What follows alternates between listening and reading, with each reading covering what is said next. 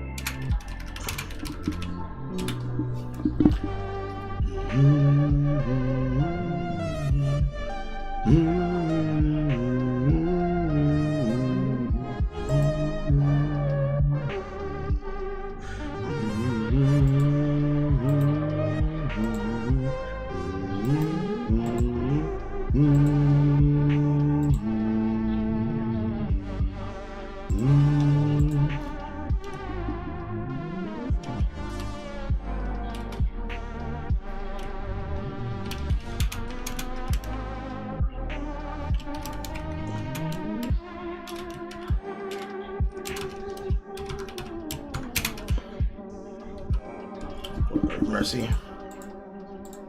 Every time.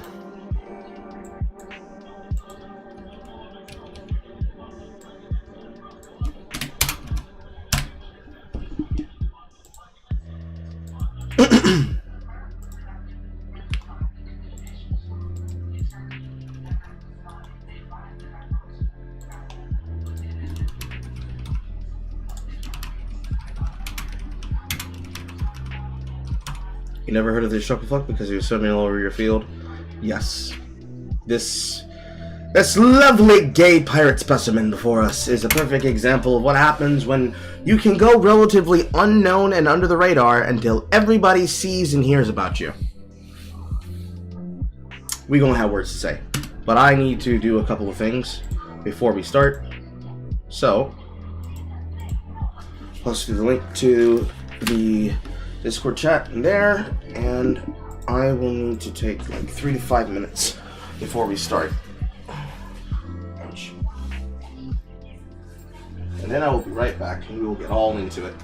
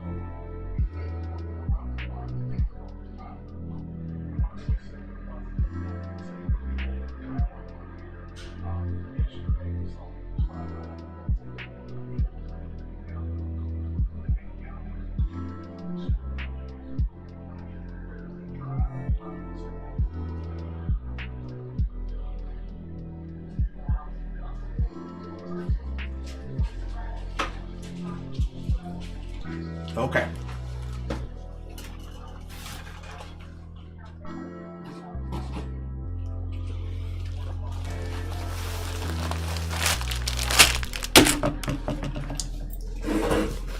So, let's take a look at what we got going on. Well, the Master's here, Ortiz is here. Horror would not be off work yet, so we wouldn't expect her for another hour.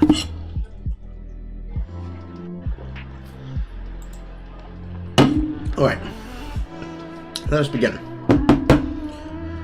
Before us is one Louis Gay Pirate McClung, male feminist extraordinaire, a true cut to the stars, who believed that he could bully another person,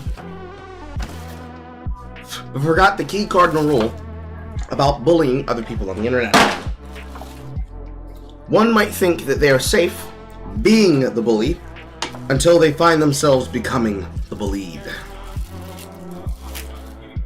Now, the material that we'll go over today, VsChat, won't include the stream where people start turning against him, but it will include the video that he immediately made after his now re-uploaded, not by him but by another person, live stream, and his first video after his coping and feeding and sneating that proceeded amongst a bunch that were there to witness it, as the entirety of the commentary community pushed his shit in.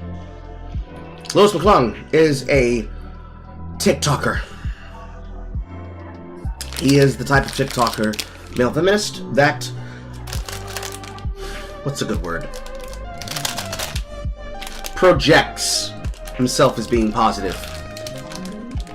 He acts as though he is devout. He acts as though he is above everyone else, and believes that because he performatively antagonizes the people in front of him, that it makes him better than those people. Oh no, this is not a white savior. He is a projector by 100% value. He deigns to tell the minority how they need to behave. He ain't no savior. He is a devil. He is a devil that will damn you to cringe. He will damn you to cringe and lack of bitches. So, yes indeed, he does indeed race blame. So, on the agenda today, we will be going through other people's videos leading up to and then past the event and situation, and then looking at his most recent video to see if Louis has learned the lesson that he was refused to learn, which is, don't antagonize people just because you think that you have better morals than them. If you're gonna have an opinion, not only should you try your best to at least attempt to be consistent and to be right, but you should also probably try to have a point while you do so. Let us begin. Is a commentary YouTuber who made like the worst exposed video I've ever seen about this guy named Danky Jabot, and Danky Jabot has now responded and absolutely blown out this little guy. Okay, he's absolutely destroyed him. This some would call him a soy boy. I wouldn't call him that. It's kind of derogatory, really, but some have said that. Jack Swallow over here. Oh, hey, putting it together, putting the pieces together. And personally, I think that Danky Jabot absolutely owned him, and I loved every second of it. It's just very ironic considering how much you're criticizing me from running away from my issues. Throwing stones from a glass house, my friend. So now we get to watch it together and enjoy the glory. But with that being said, chat, it's time to get into the content now. It's been a very big week for Louis McClung, and I feel like this girl Cataclysm is kind of being. Is he still available, or did he nuke his channel? No, he's still making content. We will see that later on after we get through all of these. We have a lot of content to get through. Shoved out of the picture only because everybody reacted to his video instead of her live stream. So we'll signal the context squad here to sort of run it back and see what we're dealing with. So, famous YouTuber I'm Alex, perennial sweetie pie of the British Empire. Good guy, as we all know, good guy, great guy, big supporter of him. As you can see here, this one I defended him in this video because I love him. And I'm Alex essentially had this editor at one point in time named Gaype. Okay, he's a fellow YouTuber. All right, he's got a decent sized audience of his own, which has mostly grown in the aftermath of I'm Alex's channel. And, you know, he used to edit for him, presumably doesn't edit for him anymore because there's no real reason to edit for a guy who doesn't make videos, right? But there were a lot of assumptions being made by a few different people, specifically McClung and Cataclysm. Simultaneously, they made videos where they accused him essentially of still being friends with I'm Alex or like defending him. McClung was implying that he was like being kind of like creepy towards Cataclysm during a call they had. McClung said that Gaype was a misogynist because he called the fat hippopotamus from Madagascar and had made some other comments about the character design of Lola Bunny from Space Jam that he said was evidence he was a misogynist who couldn't contain his hatred of women. It was from 2 years ago. Terrible video, and I watched it and I couldn't believe what I was seeing. And I didn't honestly expect Gaype to respond because, you know, this is kind of an area of commentary YouTube where they're a little more PC. You know, they're a little more progressive, I guess, which is not necessarily a bad thing inherently. The problem in the situation is that Gaype was being put on blast for something that was markedly untrue about content on his channel that somebody actively lied about, which is part of the reason why he was getting his shit blasted out on his response stream where he thought that he could be able to have an edge against him. We're not going to watch the entirety of this video, but there are multiple that we will be watching the truth of to give further context for those who are completely lost and have not seen a little bit or even any of my coverage, all of which can be seen on my channel from my VODs. Originally I was going to edit through those VODs yesterday, but I didn't have time, so at some point tomorrow I will have to sit down and have time because we're going to have another VsChat after this and possibly even another one on Sunday. I have to see what I'm doing Saturday. But ultimately, for those who are completely missing context, there's your explainer. He was the victim of two people trying to cancel his career, one of which was McClung, the other one was Cataclysms. Cataclysms and Lewis both make videos in the exact same sphere of talking, as does Gaype. But Gaype, being the Muslim Egyptian immigrant, somehow was being race-splained and tolerance-splained and tone-policed by two individuals who acted like they were more holy and devout than him, therefore it gave them the room in which to be a shitty person to him. Claiming that he was a friend of I'm Alex, continued to be a friend of I'm Alex, would not speak on the issue, which they then forced out of him. He then tried to have a conversation with Cataclysm, and then Cataclysm tried to save the conversations and questions to try and make a further expose against them, because he simply wanted to have a normal conversation, and they refused to have one. And then off of that conversation of videos and messages that she then took out of context to force him to again answer their malicious questions, Lewis then made an even more on the face, on the nose dramatic reading of the messages between the two of them, and then bragging that he would be the one that would platform the conversation after maliciously antagonizing him in his, quote, expose video on his behavior. He then goes offline and then returns with his response, putting everything together in such a way to break both of them down. It was very clear through the conversation that he was on call with her, going back and forth about details that they could be able to converse about. But then, towards the end of his stream, as he was getting his shit pushed in by the entirety of the commentary community, dogging on his ass and turning the chat against him, because his audience wasn't against him until they were turned against him, and they saw the argument that was being made, Cataclysms deleted her VOD, or rather took her VOD down, and then posted an apology message, which then followed an apology video. He was left completely dumbstruck and dumbfounded in real time, because he was crashing out in real time. He kept stimming, moving his mouse around on the screen in such a way that you could see him drawing circles with it to try and ignore the conversation that was happening, and being constantly distracted in the chat by questions that people kept throwing at him. Either questions about legitimate concerns, or people dogging the shit out of him in super chat messages, which then led to him deleting the VOD of the stream, which then got re-uploaded, and him making his own apology video, which he then immediately followed up with his return to form, which was his intercede in the Destiny drama. That is more or less the full context situation as was necessary to break down and explain. So, knowing that, the key parts to take away from this is that he got thrown under the bus by Cataclysm. Cataclysm and Lewis both are the kind of leftist, male feminist, and female feminist-centric YouTubers that most people do not like because they act holier than thou and bully people. And they did not or will not learn the lesson that they were antagonizing people and would not accept that they were out of their way to do so. Because this video that he's reacting to is basically the exposed video, where he is antagonizing Danky Jabot on the message, acting like a fucking asshole with stupid ass jokes that have no fucking basis, and basically antagonizing him, demanding that he needs to be the one to go on to his channel to increase his views while doing what he wants. Immediately after this followed the crash out that came from being caught slandering people. Let's see if both of these are the exact same one. I think they might be, but this will be a different video entirely. Ladies and gentlemen, because this one is from 3 days ago. It's also like 2-ish hours, so I need to skim it to see if it has what it has. But I think it has in it. Yeah. Drama is still going somehow, but today we get to look at my favorite YouTuber of all time, Lewis. Right, get that stick out of your ass. Yeah, this is the dream one. So before we, well, actually, I don't even think we need to watch this one.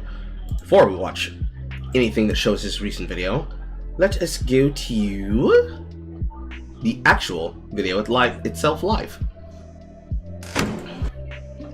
I can tell you right now, putting it on screen, it has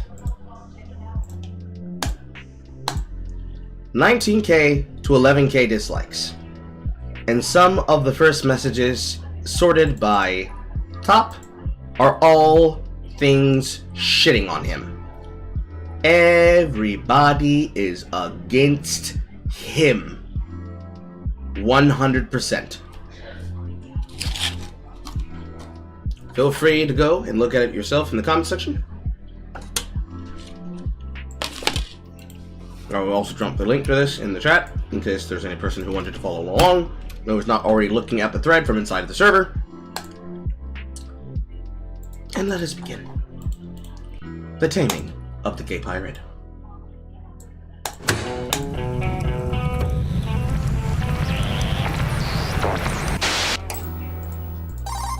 Welcome, members of the audience, to a parasocial cesspool. The only thing that could possibly explain Dream, aka Clay's, continued success throughout the years. It's a tough one. I can't breathe when you... Even 2 years ago, he somehow worked with Young Gravy.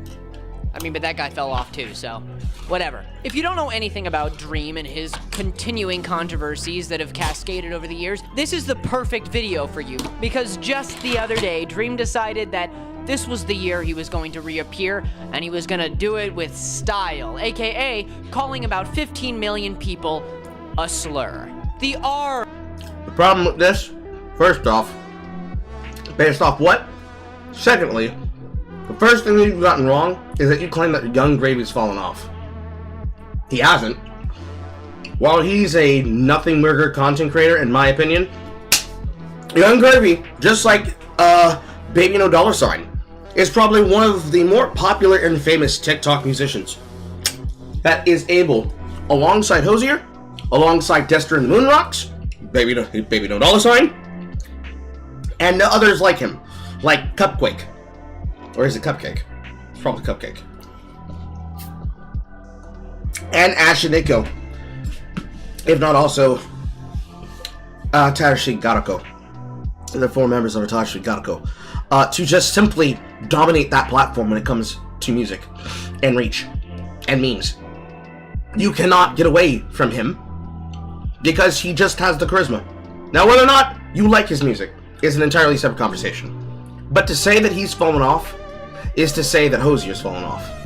Despite the amount of times people will make reacts and fucking duets of music and shit on their trends. This is just outright wrong out the gate. Did you do your fucking research, Lewis? Do you know what the fuck you're talking about, Lewis? Word, to be specific. A word famous for insensitive pricks using it because other people tell them they can't. Yeah, chat. Oh, but what about when you antagonize other people about being supposed bullies and racists and misogynists? What's with the cosplay armor? He decided to go all in with trying to cope after his cuckening, and decided to, even gay it up further for the camera. It's a bold strategy. We're gonna see if it works out for Captain Cotton here. Calling people that doesn't make you quirky or cool, it makes you a mean guy. But, you know, I guess I gotta cut you some slack. If you use that word, I'm going to treat you like a child, because you can't differentiate between using words that are rude and using words that are disgusting. He said, by trying to hide his slurs, why don't you say a real slur, Lewis? Say a real slur. Baby. But like, Dream, are you kidding me? What is this? What did you think was gonna happen? You know, if there's anybody on the internet who would have known that this would not have gone over well, I would have thought it was you. Just some transparency, I am the biggest Dream hater ever. I do not like Dream. I think that though there are things that he has been accused of that are not true, which we will go over, I still think he is a dumb, bad guy. Speaking of which, let me introduce you to Quackity. Who is Quackity? If you ask me, he's a Minecraft YouTuber, but if you ask others, he might be one of the Minecraft YouTubers. Famous for being on the Dream SMP, aka the Dream Survival Multiplayer server. Important to this story though, Quackity created the QSMP, aka the Quackity Survival Multiplayer server. The idea was that a bunch of people from all over the world who played the same game, the big block game, the biggest game of the 2000s, and it would bring all these people together who would speak their native language. To make this a very seamless, effortless experience for those watching, they employed the services of a auto-translator for everybody to use on the server. If you ask me, this server was a great idea. In hindsight, it didn't perform as well as maybe some people thought it was going to, but overall, it was a very good idea. It's a very cool idea to have all these people come together and to make it so that all of these people who do not speak the same language can talk to each other and have fun. But you know what Dream was up to at around this time? After the Dream SMP is long over, he needed to find a new server to create. So he created the USMP, the United Survival Multiplayer server. It was just an idea, and it never went live, but the idea was that a bunch of other people from different countries would come together and make content together. They went to such great lengths to— he copied their idea, therefore that made him bad. Wow. Wow. What a great argument. Who cares? The thing about YouTubers is that in video series, because most people are not going to usually watch these things live, most people nowadays seem to always prefer watching a video. They always seem to want to prefer watching videos over anything else.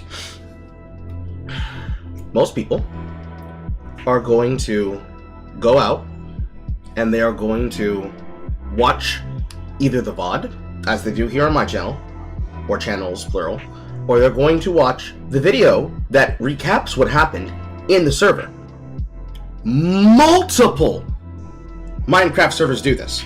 Multiple Minecraft servers with standard, with mods, and special mods like Bucket or Feed the Beast. They're all like this. That is the style.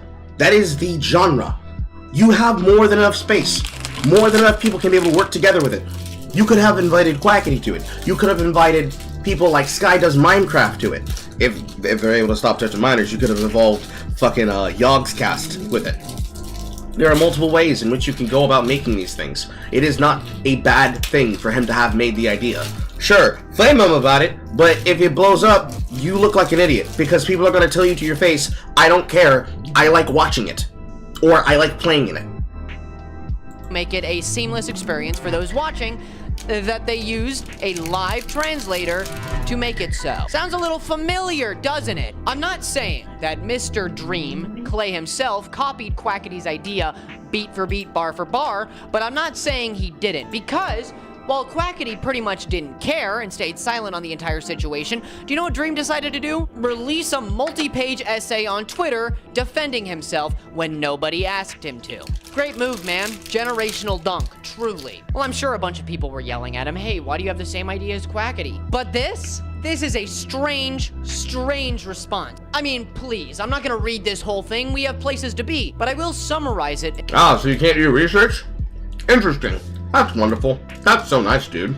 In an interpretive dance. No, I won't. Clay just went on about, oh gosh, I just knew when I posted about this and he posted about this that we were gonna be in hot water. Everybody was gonna be so mad at us. But, you know, when creators talk these things out, we can really solve these issues, guys. It's really not that hard. And I messaged him privately, but he ignored me when I said this shouldn't ruin our friendship, man.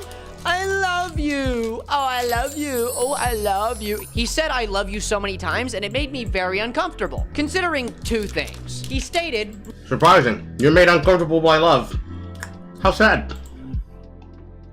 multiple times in this entire essay that creators just have to admit their wrongs and then we can move on. Said the never admitting and moving on guy. The second thing is that Dream kind of made it seem like Quackity owed him some semblance of explaining why this was all happening. He owed some semblance of, sorry community, something happened, insinuating that something happened. But Dream stated that they both came up with these ideas behind closed doors and there was no reason to apologize for anything because it was all a coincidence. And if it was such a coincidence, why are you saying that he owes the community some sort of like explanation for what he did?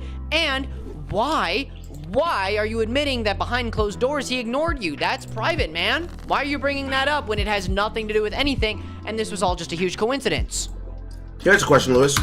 Why did you say this immediately before you said that? But he ignored me when I said this shouldn't ruin our friendship, man.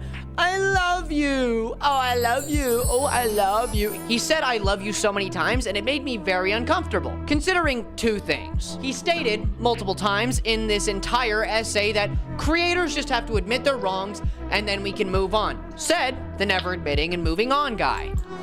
This is you demonstrating that you have been told something that you need to stop doing, which is projection, and then learning to move past it and become a better person. Do you remember? It was in your apology. Let's go ahead and go straight live to your channel and go pull that out and go play that back for everybody who's here in attendance. I'm really sorry. To Jesse, to my audience, to his, to whoever overlaps. I'm sorry for any harm I caused by spreading my ideas as fact. I apologize for being forceful when trying to get an apology or a statement out of Jesse, when it was really not my place to do so, or my right to interject myself. I apologize to all my fans that I hurt by misplacing your trust, and I apologize to everyone who took my word as fact and then acted upon it, and now feels bad about doing so. It's not. Is this not what you said at the beginning of your video within the first 27 seconds? It sounds like you didn't learn your lesson from the shit that you fucking did and decided that you're gonna keep going on with the thing that you decided to do. This is the first example of you not learning your lesson. Not your fault. It's mine for insinuating any of it. I apologize to Danky Jabot, Jesse, for making him feel like he needs to out himself. That was never my intention, but it still happened, and I am still extremely sorry for doing so. Do not feel good about it in the slightest. As two ace people, I hope one day, in the very far future, that we can be part of the community together. I spoke with Jesse last night at time of recording, and we had a very productive conversation considering. I mean, even without all of this, it still would have been a very productive conversation. Because I had some things in my possession, some quote-unquote evidence that if it was true, it would be very bad for him. To all people saying I was blackmailing him, that was never my intention. In a live that I greatly regret doing, it was a huge mistake. I almost showed this, again, quote-unquote evidence, without consulting him. In the heat of the moment, when I almost showed it, I then also, in the heat of the moment, decided I shouldn't do this without talking to him. And by that point, it was too late, and I had already mentioned this quote-unquote evidence. I felt in the moment that I had to keep repeating myself. Again, it was a live, and it was my fault that it was, which did come across like blackmailing, which was truly never my intention. I just wanted to talk to him privately. Again, We had a very productive conversation, and I'm going to keep it private. I'm not going to show any receipts, considering the opposite is what got us here in the first place. For all of those who want to know more information, all I will say is that he gave me ample proof that this was misinformation, or at least blown out of proportion. It was never a problem, and it will never be a problem. Also, I want it to be very clear. Katie did not come to me for me to make this video. I went to her to ask if she had any more evidence on the subject. She then... Which happened immediately after you had gotten caught live on air and you had to apologize for the shit that you did, that you're still apologizing for now, that you're demonstrating you didn't learn from in your present video. Let's keep going. And just showed me what she had already posted on other sites like YouTube and Twitter, and I went on my way to make my script and then to make my video. For those who are mad at me, I do not blame you. You have every undying right to be fed up with me. But to say that Katie threw me under the bus, and then for those of you who are out there mocking her abuse, that is too far. That is why her and I made our videos in the first place. It was to address a situation in which somebody could possibly be mocking abuse. It turned out to be very, very wrong, and we were very, very wrong. But that does not give you the right to mock her abuse. As for me, be as brutal as you see fit. And to Jesse and my audience again, I am extremely sorry.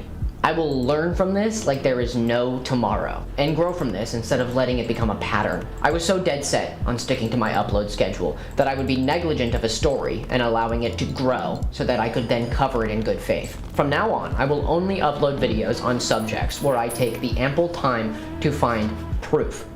Ah, but you didn't play any of that shit in the beginning of this fucking video that we're still watching, right? As diligently and as long as it takes for me to do so. I will learn and I will grow. This was a huge mistake on my end, and I only made it worse by hopping onto a stream in the heat of the moment when I did not have my full opinion settled. And I deleted my live and my video as to not spread any more hate to his side of the internet. Or, you know, to hide the comments that you were getting from the commentary community who were lighting your ass the fuck up. It's just so convenient that it happens to also serve the purpose of doing that too, right? Right? Now that I know I have done damage, I will not allow any more to be done to anybody else except for me. But in this situation, Jesse is justifiably angry, and I am justifiably getting a lot of shit. And that's all what needed to happen for me to realize that I was very, very wrong. So thank you from the bottom of my heart to everybody who held me accountable. I'll see you in the next video, and I'm very sorry. And then back in the next video, you say that dumb shit, live to the camera, right? That shows that you learned your lesson, right? That you were supposed to do the work, do the research, and stop putting your ego into everything? No. Why would you do that? That's something that would be consistent with you learning your lesson, right? That'd be you figuring the fuck out, right? No, what did you do? What did you choose to do? You chose to dress as a gay pirate with a fucking arm guard, and then act even more like a pretentious white knight. It's just this time, instead of it being Danky Jabot, it's gonna be Dream. Sweet desserts. The second thing is that Dream kind of made it seem like Quackity owed him some semblance of explaining why this was all happening. He owed some semblance of, sorry community, something happened, insinuating that something happened. But Dream stated that they both came up with these ideas behind closed doors, and there was no reason to apologize for anything because it was all a coincidence. And if it was such a coincidence, why are you saying that he owes the community some sort of like explanation for what he did? And why are you admitting that behind closed doors he ignored you? That's private, man. Why are you bringing that up when it has nothing to do with anything and this was all just a huge coincidence? It's a little strange. This whole essay was just Dream blaming Quackity for something he never said he cared about, and then continuing to ask him for some kind of apology or some kind of explanation, even stating multiple times that it was just a strange coincidence that they both had this idea, which I would believe if neither of you really cared, but one of you really does and the other really doesn't, which it probably was a huge coincidence. Actually, I kind of believe Dream a little bit here, Mr. Clay. I believe him in the sense that I don't think there was any kind of copying that was done on Quackity's side. I believe fully that he didn't do anything, but my speculation, my opinion, is that Dream caught wind of this idea somehow, because Quackity had to be asking people if they would be into this, and then somebody, you know, trickled down the line and it got to him, and then he thought, oh, that'd be a great idea for me to do too. But then when they both released their ideas at the same time, it seemed like one of them was copying the other. so Dream felt he had to cover his ass when Quackity knew he didn't. There is no evidence here that Dream copied him at all, but I think it heavily points towards him being questionable at best. And do you know what Mr. Q said about this entire thing, Quackity himself? Do you know what his entire statement was on this? Yes, nothing at all. Nothing at all. He simply said on a live stream that he did on the day of this entire incident. Do you know what he did? He looked at his camera and he said, "Well, what a crazy night it's been." Smiled at the camera and logged off. Legendary. Dream was clawing at the walls and trying to pull Quackity under with him for no reason. He had no reason to do so. And all Quackity did was say, "Must have been the wind." Half a year later, this is where shit gets serious because Dream has been involved in some pretty heinous stuff and been accused of some very serious, heinous stuff. A lot of it can be disproven, fun fact, and that's coming from the biggest Dream hater I have ever met.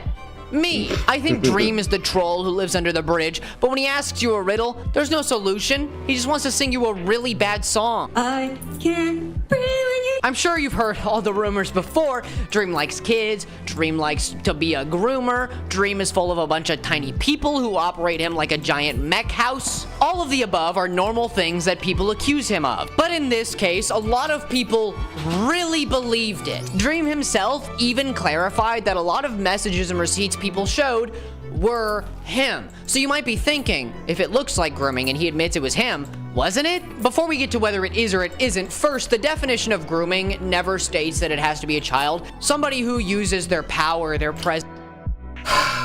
Rewind, sir. People really believed it. Dream himself even clarified that a lot of messages and receipts people showed were him. So you might be thinking, if it looks like grooming and he admits it was him, wasn't it? Before we get to whether it is or it isn't, first, the definition of grooming never states that it has to be a child. Somebody who uses their power, their presence, their personality to garner some kind of romantic or sexual connection with somebody. Or even maybe sometimes just get things from them, physical things like property. It depends. You know, Lewis, it's really important that when we use words and we try to talk about things, we try to be serious about using those words. You know that there's multiple connotations to a person being called a groomer. I know that you know that. I know that you know that because that was one of the things that you were constantly complaining about while you were trying to antagonize Danky Jabot while you were in that situation.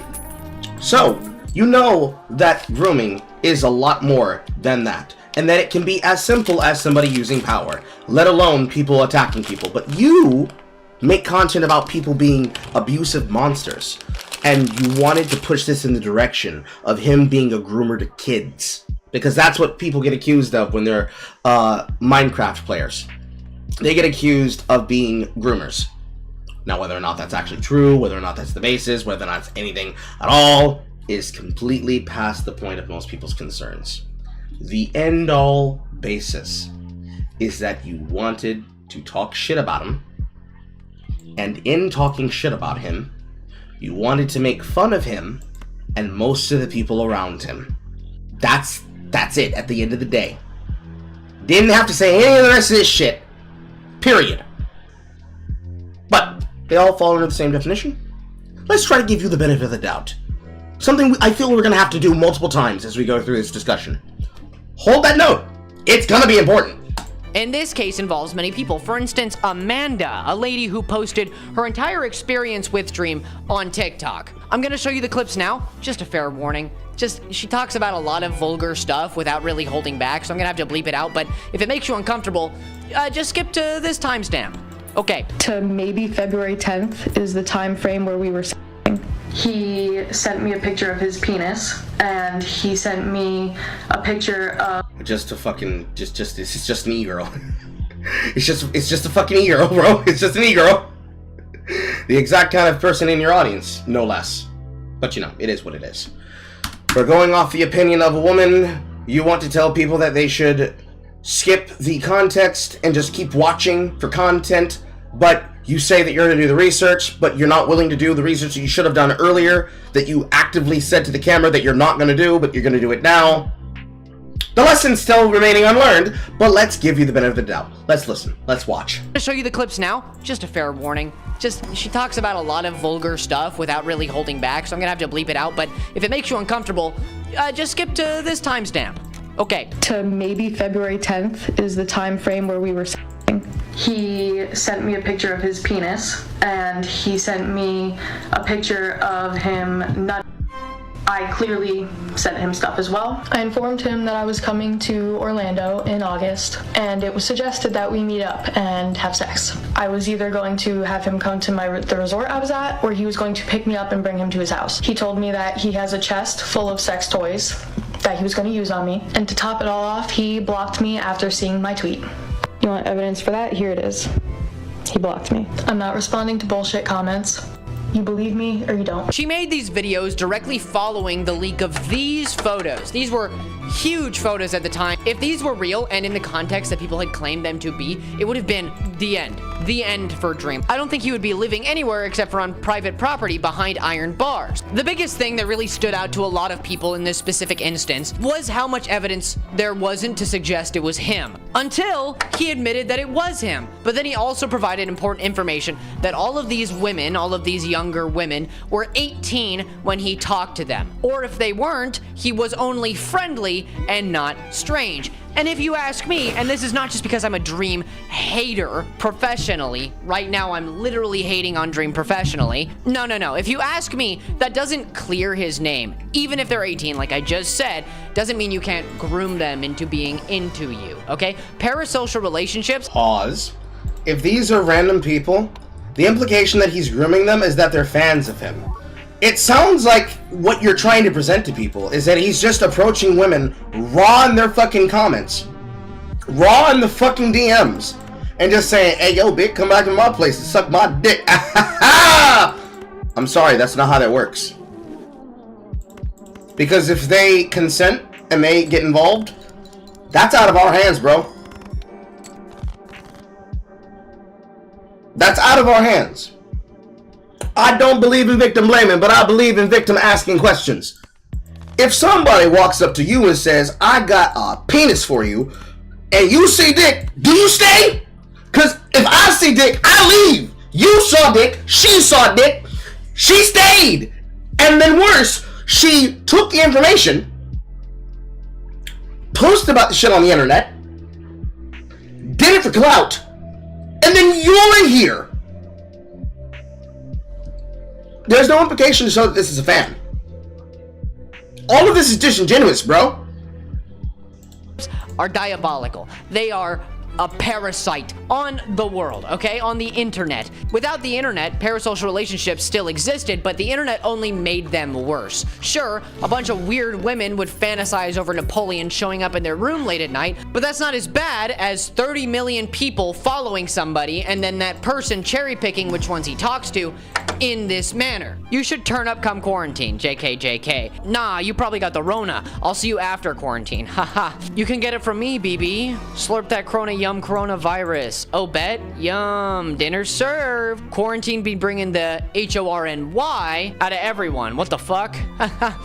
That's just you. Blah, blah, blah. Don't worry about it. It's just needless conversation. But apparently, the person who posted this said that it was just cringy, just so cringy and bad. He even sent pictures of his house. This is weird. If this was a conversation between a man and a minor, this would be concerning. But now in the... But it's not, it seems. It seems to be between a cringy grown adult who forgot that being a fucking celebrity on the internet does not mean you instantaneously get ass, and a person who both did not consent and went further beyond to create a fucking nothing burger out of the situation. Sorry to say, Lewis, that's not grooming! Modern day, he's cleared his name almost entirely of these grooming allegations with these specific people, claiming that yes, those are messages with me, but they were 18, or they told me they were 18. He got a legal team involved. He had an entire 1-hour video up on his channel. The fuck is that sound in the back of your goddamn video, dude? Holy shit, that's an annoying sound. Is weird. If this was a conversation between a man and a minor, this would be concerning. But now in the modern day, he's cleared his name almost entirely of these grooming allegations with these specific people, claiming that yes, those are messages with me, but they were 18, or they told me they were 18. He got a legal team involved. He had an entire 1-hour video up on his channel. I think he still does. It cleared his name almost entirely. He got a bunch of people involved to make sure that he cleared his name. And this again is coming from the biggest Dream hater you will ever interact with. I despise him. I want him up on the cross and tickled for the world to see. But this is not the evidence of his blatant gastrointestinal discharge.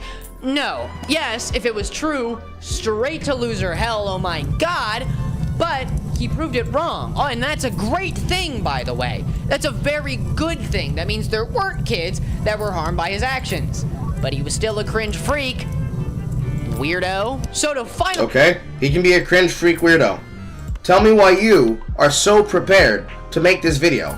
Show me the money. Show me the money. I want to see the money. Show me the money. Show me the abuse. Show me the crimes. I need to see the crimes.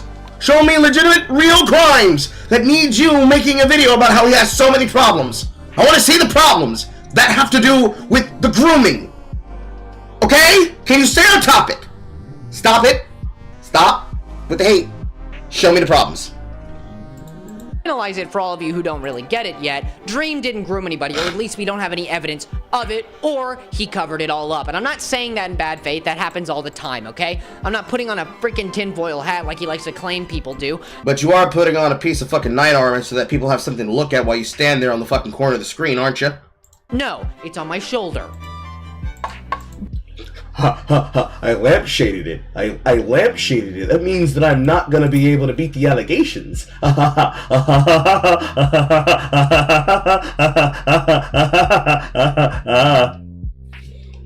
But literally, dude, as a content creator, don't talk to your fans like that. Man, come on. You literally... Tell us how we should talk to our fans, Danky Jabot.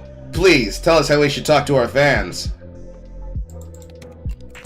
Have all of the power in the situation. Just don't talk to your fans like that. If you're gonna have an interaction with your fan, make it quaint, quick, and not personal, okay? Make it professional. Don't do that, all right? That's weird.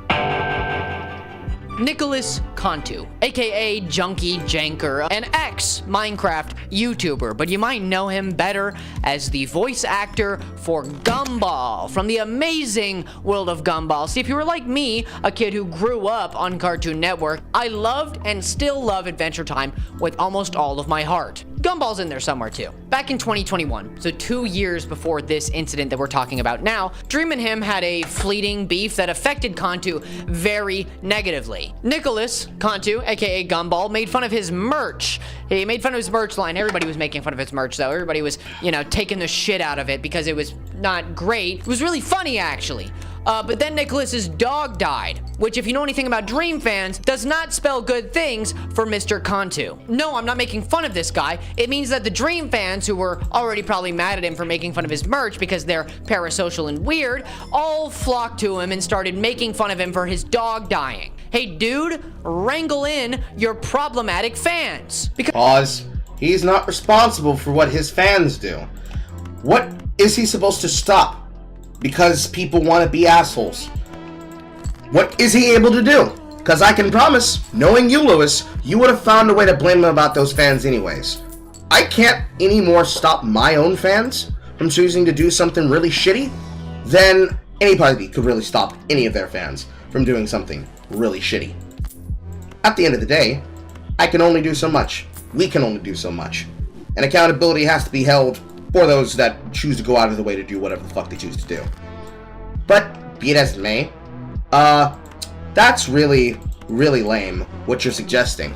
Because it means that people are supposed to be responsible at all times. And, that's not a talking point that you want to have go through, you know, since you go out of your way to, act the way that you do with, people in undescript ways that you have yet to take accountability for. You know, the usual thing that you get in trouble for. So, you know, you kind of, like, have to hold the L on that, my guy.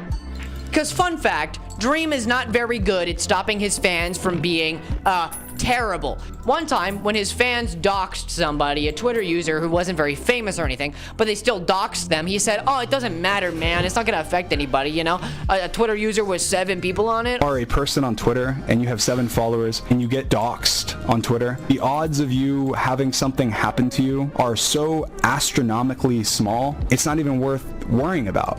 Pause. He is wrong here. Gasp. Carl has to agree with Lewis, but only half correct. No, Lewis, I already know where you're going. He doxed somebody on Twitter, but bro, it doesn't matter. Like, things happen to... You're not gonna have anything happen to you if you do that. No, it's still wrong. It's still bad. It's still unacceptable. He should not have done that to that person, and everybody knows that he should not have done that to that person. However, that does not preclude the obvious immediate reaction that any person should have to hearing or seeing that information, which is, that then does not give the rest of you license to then go after him. The same way that it didn't give the fucking hot toddy of the fucking Cartoon Network / Disney Channel audience, Sky Jackson, the ability to do the same thing to somebody else when that person said to her, guacamole Negro penis. But the Negro was a soft A, long G. What, Carl? You won't smack my phone out of my hand when I type a no-no word or that some other YouTube doesn't like? I know this game. I know this name. I know this game. I've played this game before! Okay, so let's say, hypothetically, that my name is Sharp Fat Otaku, and let's say, hypothetically, a pedophile was banned from somebody else's server, and let's say, hypothetically, somebody would ask me the question, hypothetically, whether or not I should or should not ban pedophiles from my server, based on them being banned from somebody else's server. And let's say, then I had a friend called Single Player Carl, who understood the context of how they should speak on a issue or matter that is directly in front of them that other people can be able to relate to, or could be able to explain. And let's say, if I were that man, hypothetically, Single Player Carl, hypothetically, and somebody told me or asked me in a conversation, which happened live on air, about the situation, and this man had a face that looked like this in the middle of the conversation, as he listened back to this, knowing that other people were talking about this situation, hypothetically, I'm pretty sure that that man, Single Player Carl, him, me, hypothetically, would then say, pause, I'm not going to let a pedophile that has been exposed and verified to be a pedophile be in my server environment.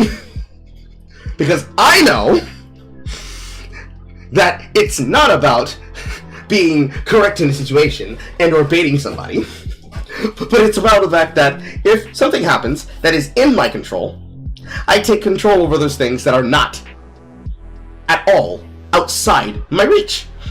So, if someone in my environment did something, hypothetically, telling somebody who is currently here in the chat room, someone that is under their care, that they should expletive deleted, and they did so from inside of another server environment, I have no control over that person's server. But you know where I do have control? In my server. So, if I find out, and I did, that they did such action, hypothetically, but it literally happened, my reaction to that information is then to tell my head moderator, they're gone! And then remove them from that environment. Now, the normal reaction a person would have to that is, what, you punish people for actions that they take outside your server? To which my immediate answer is going to be, if I hear about it, and it's somebody that is inside of my audience, yes! Because I do cross-platform bans. And the thing that comes to the matter of content creators expecting and telling other people that they need to do better with people in their audience, especially towards people like you, Lewis, is that you do not have the authority to tell me what to do in my audience because either myself or Horror understand that it's about the things on which I have authority over. I do not have authority over random people, any more though than I have authority over random people in my audience. But I do have authority over the space, the brand, the representation of myself, and the behavior that I tolerate nearby myself. So, while I can't control the space of another person, the brand of another person, or the behavior of another person. I can be able to establish house rules. And if a person breaks my house rules, and does so explicitly and defiantly so, as a I'm too big for you, then I can simply just tell them, hey yo, it's cool and all, that was cool chilling with you, but you're gonna have to hit stage left, the fuck out of here, all the way down the slippery slope, and out the fucking bottom melee that you came in on. Because, you see, the problem, Lewis, is the pretension. Now, I can make as many jokes as you do frequently. In fact, my jokes are better. But the problem with the pretension of telling people that they need to check everybody in the world, that they need to take the Anita Sarkeesian approach, that the world is full of misogynistic garbage and feminist anti-garbage, and you need to point it all out. No, I don't. But if I see some shit on my rug, on my floor, and I see you pulling up your pants after having squatted over and shat on that floor, that I have control over. If people are doing shit, and then they say, Carl prevails! And then somebody comes to me and says, Carl, how could you tell your audience members to do this? And I look at you, and you tell me in a situation like this, and I say, huh? What do you mean I told my audience to do something? And you present me something. Just as Mr. Gamer asked me, isn't intent as important as contextual evidence? If you bring something to me, and I have shown certifiably that I'm not only not responsible for it, I didn't tell them to do something covertly and then say I'm going to have plausible deniability. It's something that has legitimately happened because somebody inside of my audience said, haha, it'd be really funny if we did this, and then told Caller about it later so that he could then react to our behavior. I would be reacting the exact same way gobsmacked as I would if the same thing were to be happening live in front of me with the people involved. Because that's wrong. And if they were to go out and do something that I told them to do, that would be wrong of me. Because I put that in their hand. And it's unacceptable that I had done that. But you see, I don't do that. Most of us don't do that. Most people can understand that saying, I hate X, does not mean I hate X, comma, so let's go tell them that they deserve to die. For example, hypothetically, it's really weird, Lewis. It's a really weird and dumb conversation to have, Lewis. Because most people understand this. They're not stupid. But, you know, common sense is a rare drop on the fucking loot table of life, boys. What can I say? What can I say? He has gone bone dry for years. It's not even worth it remotely. I mean, everybody that I know that is a creator has had their address leaked, has had their name leaked, has had everything leaked about them. Pause. Again, I have to turn into fucking Lewis again. No, Dream. That doesn't mean that it's then fine, just because everyone has their information leaked and then, quote, nothing happened. You shouldn't be leaking shit, people shouldn't be leaking shit, and they should definitely not be doing so with the intention of hoping that something happens by leaking it. That is not just doxing, that is the attempt to cause assassination and or life ruination. And that's a very big internet no-no. It's very rare to have things actually happen. If you're on the internet and you have something like that happen to you, try and ignore it the best you can. Try and avoid it, and you'll be fine. Oh, that's not that bad. It's not gonna harm them that much. Oh, fuck's wrong with you? Don't say that. What are you doing? Don't. No. Basically, Dream both has a fan base that is very parasocial and parasitic and not very good at containing their emotions, and he doesn't try to stop them. Pause. So overall... Pause. Yes, the armor is gay. I know that there's still a fire going in the kitchen, so I need to go turn it off and then go deliver her some eggs. But before I leave, first off, Lewis, his audience is probably made up of kids. Or childlike adults that have no understanding what boundaries are. So that's part of it. That's not an excuse, obviously. It's just an explanation. But at the same time, that's a lot of heavy lifting the words your sentence is doing. That's a lot of heavy lifting that you're expecting out of the words in that sentence. to try and get shit across. Because the parents are ultimately responsible for the kids. Parents could tell the kids to not follow the behavior. That's kind of like the first issue. And that's not necessarily Dream's fault. We'll talk more about it as I get back in this room. Give me a second, chat.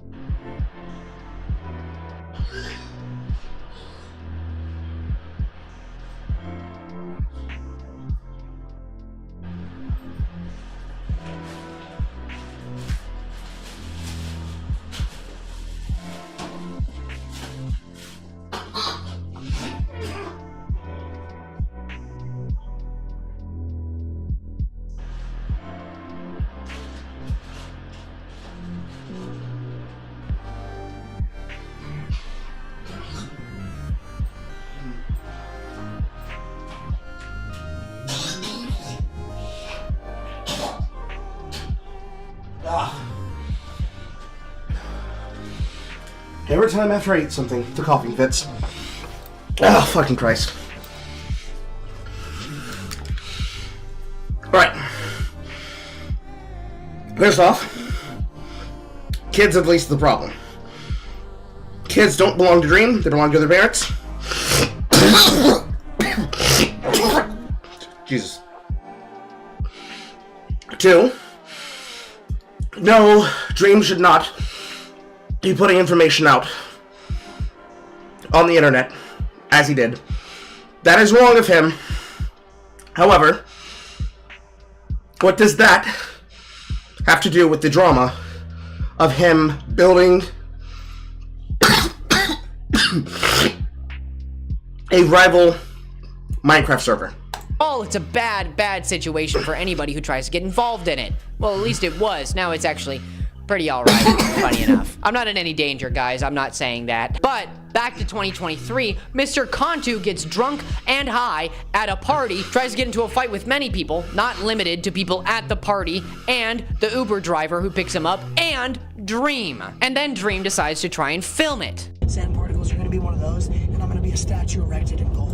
So understand. I am like this because ADHD, autism, neurodivergent. I have ADHD as well. Right, but because you said that's what the mask is. Which, if you ask me, is a little strange in the first place. That means you were either trying to expose this guy, or you thought you were in danger from a scrawny little dude who likes to claim that he's as smart as Einstein.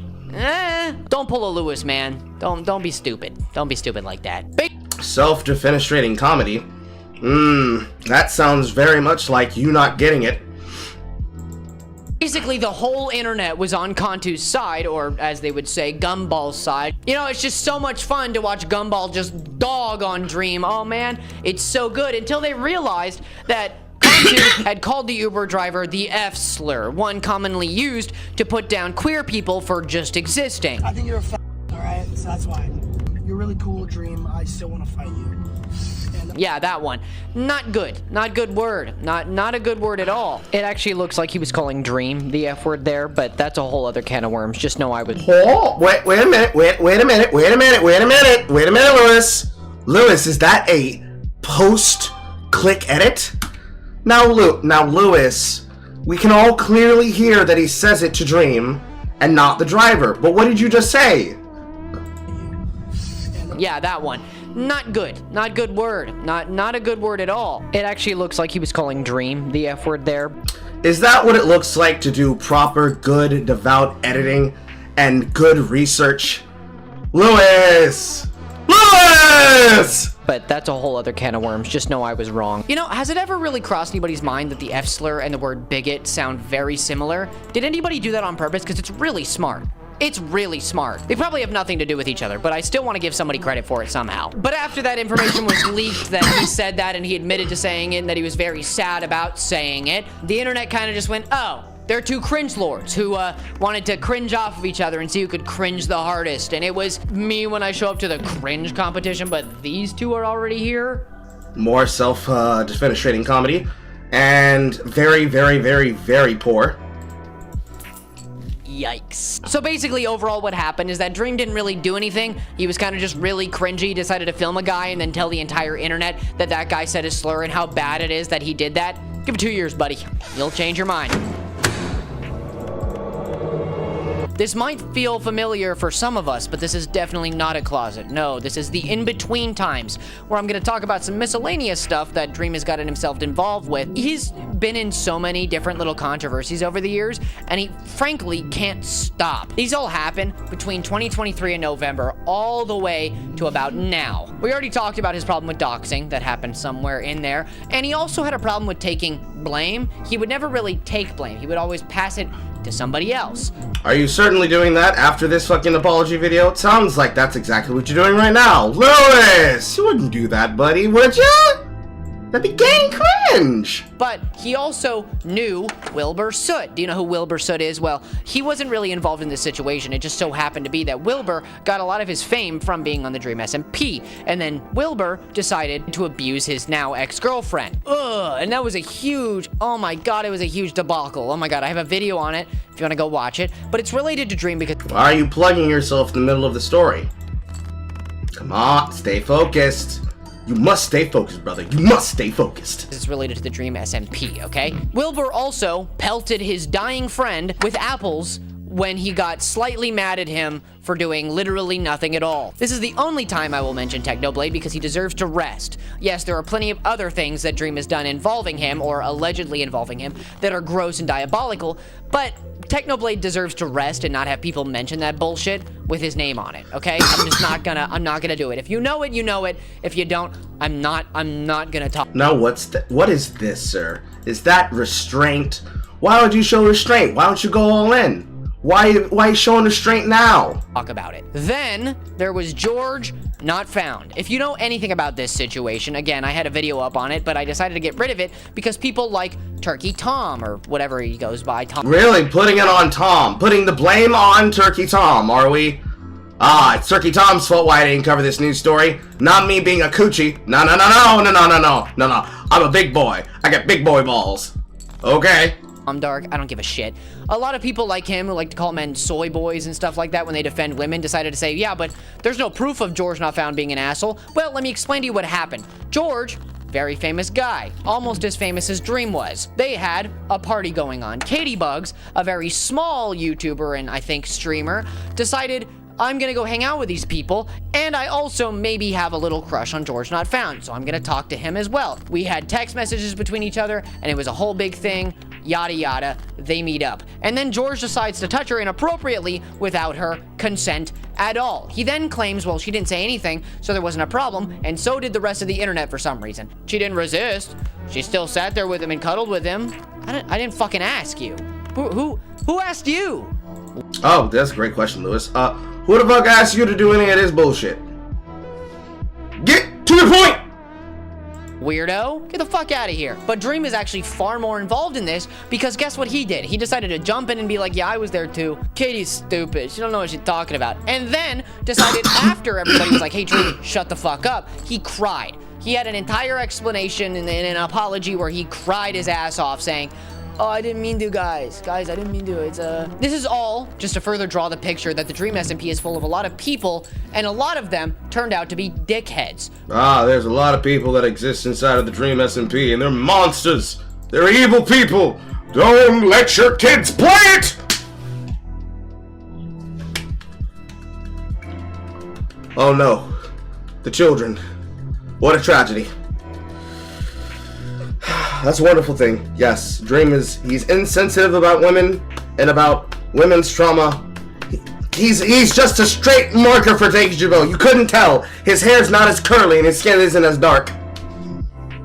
Most famously, George Not Found, Wilbur Soot, and Dream. Now let's get out of the in-between place and back to current day. That's right, baby. 2025.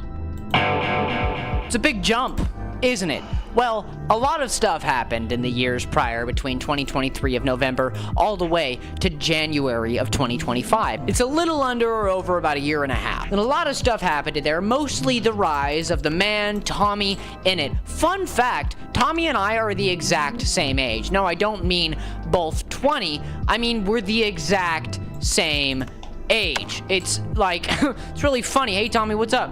Birthday bros, yeah. Anyways, back to the topic. Basically, a lot of stuff happened, but Tommy... Why was that important? Wasn't one of the biggest criticisms that you got that you kept bloviating about shit that had nothing to do with the fucking topic? In it, above all, was on his shit. He was growing, building his platform in the underground comedy circuits of the world, growing, changing. He started a podcast that is very, very important, and it kind of starts...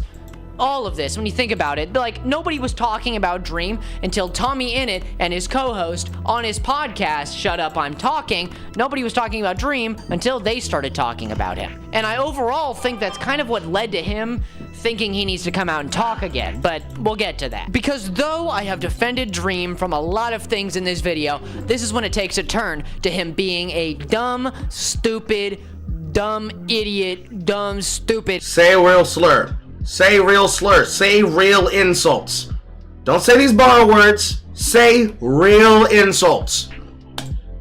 Idiot. Like, really dumb. This is when he takes a turn into idiotic conduct where he presents himself like a dumbass. His conduct, his actions, and overall his demeanor has now fully been cemented in the world, and everybody knows who he is. But how did it start? It kind of all started, I mean, you can trace this all the way back to the first lizard coming out of the ocean. Yeah. But it all started with a Dex... More name calling. More intentional jackassery. Darrow article lumping XQC and Tommy Innit together, saying that they were cringe and that XQC was defending Mizkif from Tommy and saying that Tommy's just stupid and overreacting because Tommy said that Mizkif was the worst streamer he had ever met, like personality wise, but that isn't part of this video. That doesn't matter. All it matters is why XQC was talking about it. Then Tommy flamed his ass, compared him to himself, saying that, oh wow, yeah, you got lumped in with me, man, you're pretty cringe, showing a picture of him streaming with Donald J. Trump. Yeah, that makes you a bozo and cringe on a whole nother level. I hate to break it to you. If you want to stream with Donald J. Trump, you're cringe as shit. That guy's stupid. Excuse. More popular than you and I together. Who's the dumb one? Who has to defend themselves from getting their shit pushed in by the entire internet coming down on their head? Who's out here looking fucking dumb as hell as he's getting his shit pushed in by the entire internet coming down on his head?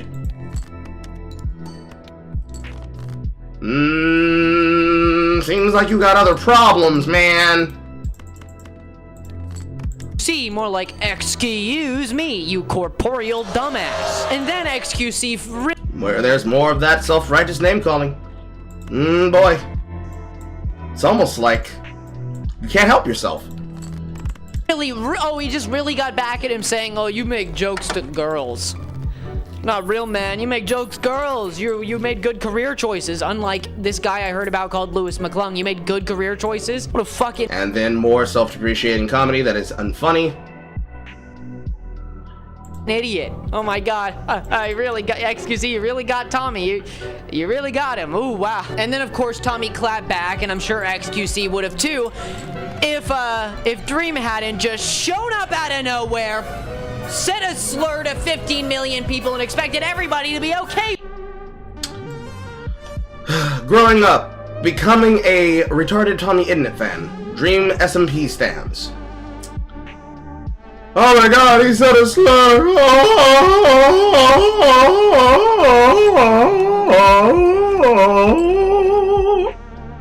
Who fucking cares?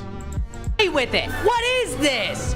Actually, guys, I know you weren't talking about me, but... why are you mad at me? Dude, let me get this straight. You hear your name mentioned one time in a beef between two people that don't involve you at all. You know, the only thing is that Tommy kind of is involved with you, or at least maybe he still is a little bit. We'll get to that. There's a beef between two people unrelated to you where your name was mentioned once, and you think it's your time to just come out and say a slur directed at, 15 million people. 15. You know, that might be blowing it out of proportion, okay? Yeah, Tommy Innit has 15 million subscribers, and maybe more if you count overlap between platforms. But even if this was only directed to one person, it's still bullshit. To the fact that he was like, yeah, all the fans of Tommy Innit, y'all, slur. No. Excuse me, slur. You don't do that. What is wrong with you? What did you expect? You knew people were gonna be mad at you too. You did not think people were just gonna be like, yeah, I dream, you cooked. Lewis, you forgot the fucking music there for a bit before you brought it back in on the end. Maybe you should focus on getting to the point of the problem here. Because I don't care that he said a slur. Also, retard should not ever be considered a slur. There are worse words than retard. It really depends on the context, truthfully. Whether it's being used as a pointed insult, or if it's being used as a description. For example, your criticism is retarded. Your analysis is retarded. Your opinions and how they affect your mindset and how you think about your cognitive function is retarded. I would never say that you're something like the medically appropriate way to say that you're cognitively slow, because that would be an insult to those that we would consider to be mentally slow. You have all your mental facilities, and you are dumber than a person who eats pudding! Man, wow, you really cooked him, dude. Oh, wow, dude, you really cooked him. No! And what Dream decided to say is, I'm on the spectrum, I can say it, not like that. Just because you have autism doesn't give you the right to be a dickhead to 15 million people. It never will, and it never did. I don't know why you, of all people, thought that it would. It's one, unbelievably childish to say this and expect no backlash from it, and two, unbelievably naive for somebody of your stature to think this way. And by this way, I mean that he posted an entire Reddit-like explanation, not an apology, an explanation of why he thought it was okay and how he's just kinda sorry, I guess. Genuinely still confused on what the rules are. Honestly, not trying to be obtuse. Multiple people go viral calling me the R word, and everyone explains that it's okay because they're neurodivergent. So then I see a meme that uses it and post it, and I get absolutely throttled for it. Let's take a break there for a second. Anybody who called you the R word in a derogatory, demeaning way, in any way to put you down, is in the wrong. Anybody who said otherwise... Great analysis, Lewis. Cutting edge. Truthfully, nobody could have never figured that shit the fuck out without you being here. Wonderful. We would have been lost without your fucking criticisms and your goddamn takes and views on things. Wonderful.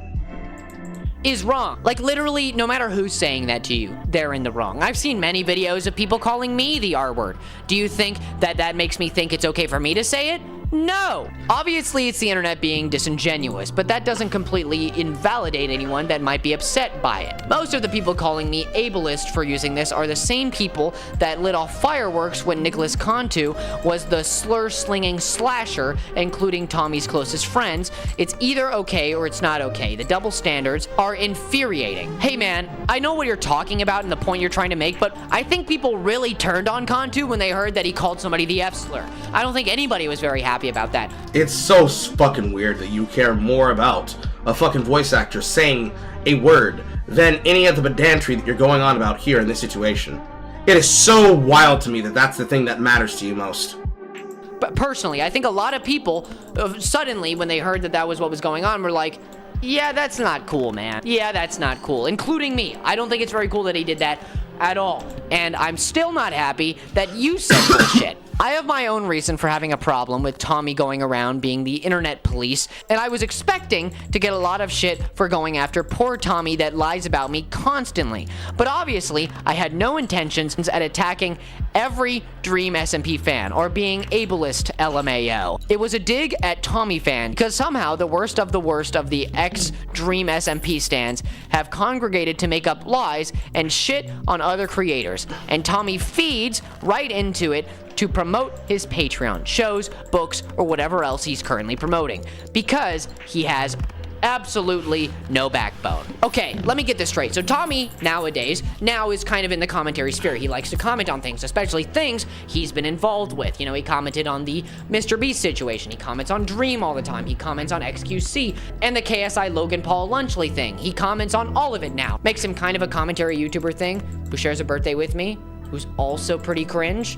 I'm more cringe, but birthday bros, because calling him the internet police and a whiny baby and a liar all at the same time seems that you're trying to paint a picture where he just does all wrong to you. He fucks you over constantly nonstop and you've never done anything wrong, which we know isn't true, but he's brought to light a lot of times that you were a dickhead to him. And this— Hey, how about all those times that you were a dickhead to other people? In fact, dickhead, how about all those times that were recently explored about that very problem literally last week? You can't possibly think there's some comparison there. Slur bros, slur niggas, Lewis, slur niggas, outrage niggas, outrage stream niggas. Come on now, bring it in. You gotta do it right. I'm gonna break your knuckles. Stop it, Lewis. Stop it. This is his experience. This is his opinion, right? It's a lot of people's opinions on the Dream SMP server. A lot of people who were kids, including Tommy and Tubo and other people like them. We'll get to them. Just give me a second. A lot of people were kids when they started working on the DSMP server. And that's a problem when you start to look into it, because Dream— Let me guess. Dream was taking advantage of these kids! He was using them for free labor! Spare me, please. Was a narcissist. He was very narcissistic. He hasn't been diagnosed with narcissistic personality disorder, I don't know, but narcissism definitely defines the way he acted. He would be very controlling and very center of attention and very much feels like he was owed things for giving people their fame. So then to come forth only with, yeah, he lies about it. Yeah, prove it, dude. Either way, my lesson from this is that Twitter is somehow even less reasonable than I thought in the first place. Oh, and don't use the R word under any circumstances, even if you see a funny meme and you're autistic. Lesson learned. Hopefully I can be forgiven. Back to coding. Are you fucking kidding me? Are you fucking— Dude, are you kidding? What? As the guy who's known for not being able to take accountability for literally anything in his life ever— As you continue to do so right now in this video, thinking that that's going to get you safe from people roasting you in your comment section. That's a crazy way. That's a crazy way to not take accountability. Lesson learned. All right, Twitter isn't reasonable at all. Duh, it's fucking Twitter. But then you're gonna go, yeah, they're just not reasonable. You can't say the R word under any circumstances, even if you're autistic. Dude, you can say it, just not like that. Like, it's... So he's allowed to say slurs, but not in the way which you don't like. Interesting. Super easy to explain. You don't use it as an asshole would. It's that— Oh, well, Lewis, how would an asshole do it? You getting us pointers? Come on, bro. You gotta give us pointers now. Come on. Come on, we outrage niggas. Tell me, what's the correct way to be an asshole? Wait a minute. Wait. If there's a correct way to be a dick, let's go back to when you were trying this with Were you being a correct asshole when you were trying to fuck with him? Were you being a correct asshole when you were getting your shit pushed in by the commentary community? Were they being correct assholes? Like, dutifully giving the money. Just give it. Where's my wallet? Fuck. Just open up the coffers of their shit and just being like, hey yo, please, here, sir, please, sir, please, sir, please, sir. Did you know that you were a bitch? Sir, $5 super chat. Sir, did you know that you were being a whore?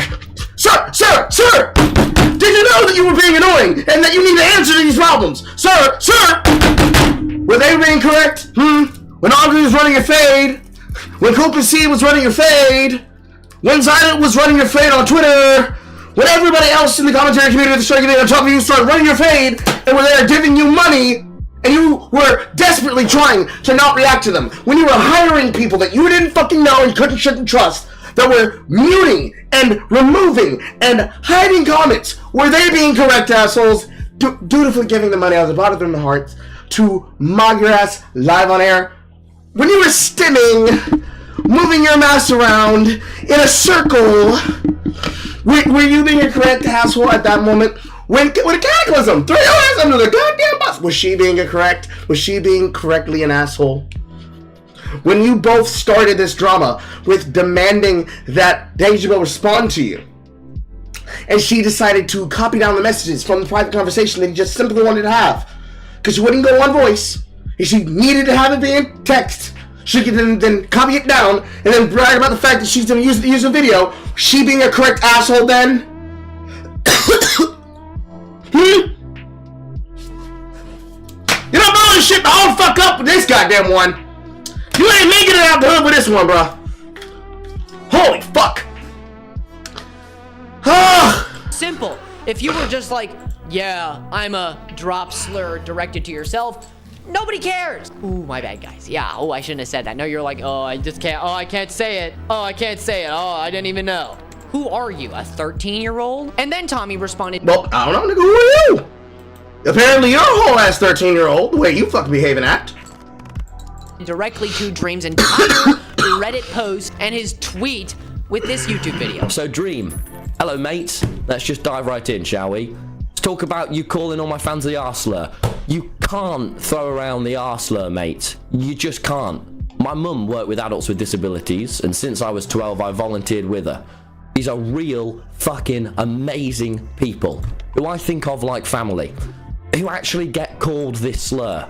And you do not just throw it around. It's impossibly immature and reckless and sets such a shitty precedent to everyone. Tommy in it posted a YouTube video in where he talks about Dream holding shit over him for his entire career. He gave him a career, in Dream's words, and then he has held it over him ever since. He talks about how he's not very happy with Dream using the R slur, especially in reference to his own life and his mother, and how she works with adults on the spectrum, and how it really does not feel good because of how much home it hits for him.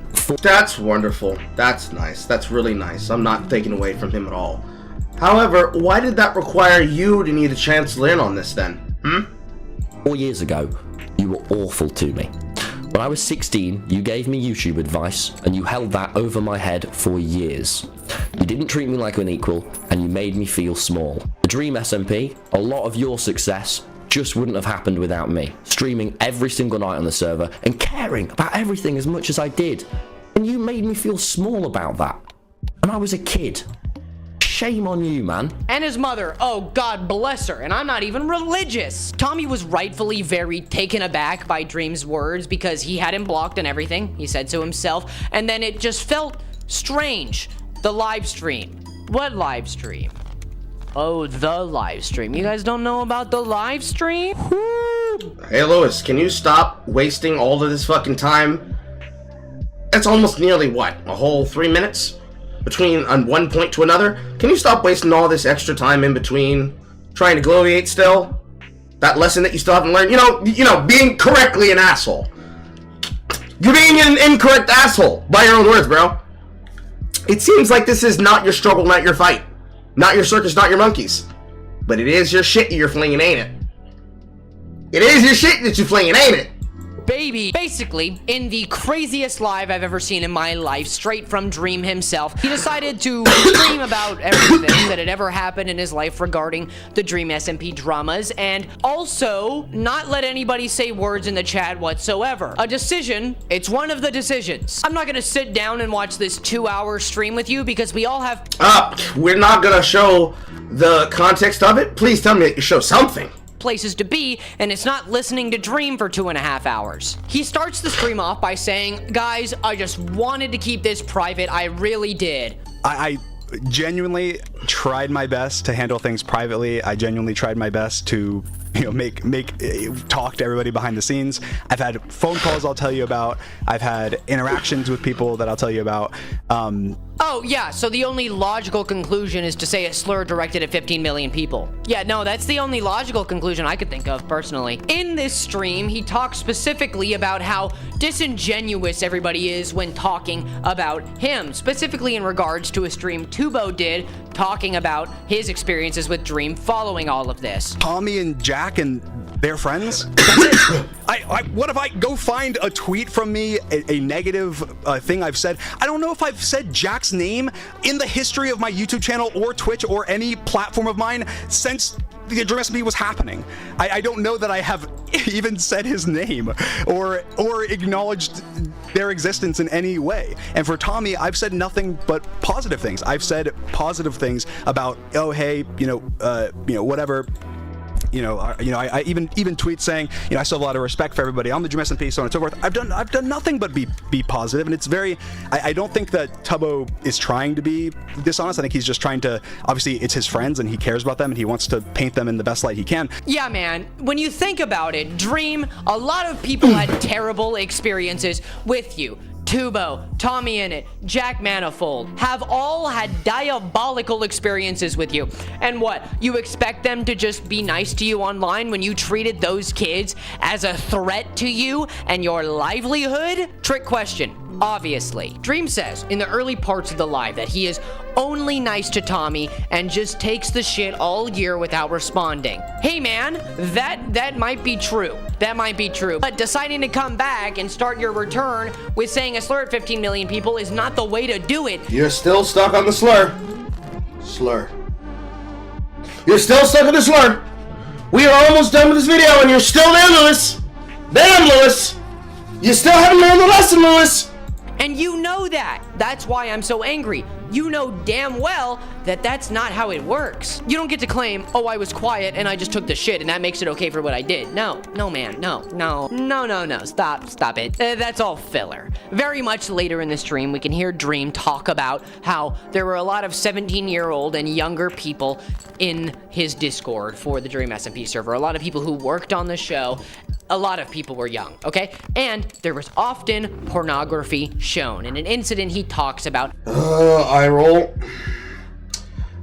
Carl and Company, and also the... I can't decide if I'm going to go with the Carl Negro News Network or the Certified Negro News Network for CNN, but whatever Negro Network... verifies for those watching that you should not have minors in your server looking at pornography and be involved in pornography.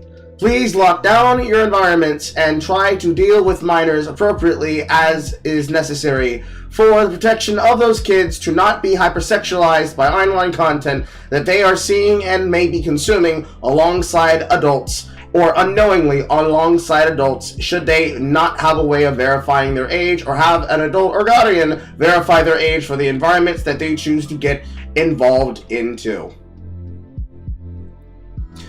Moving past that, there was a image of two men being sexual, naked, I'm presuming. It was fucking Christ almighty.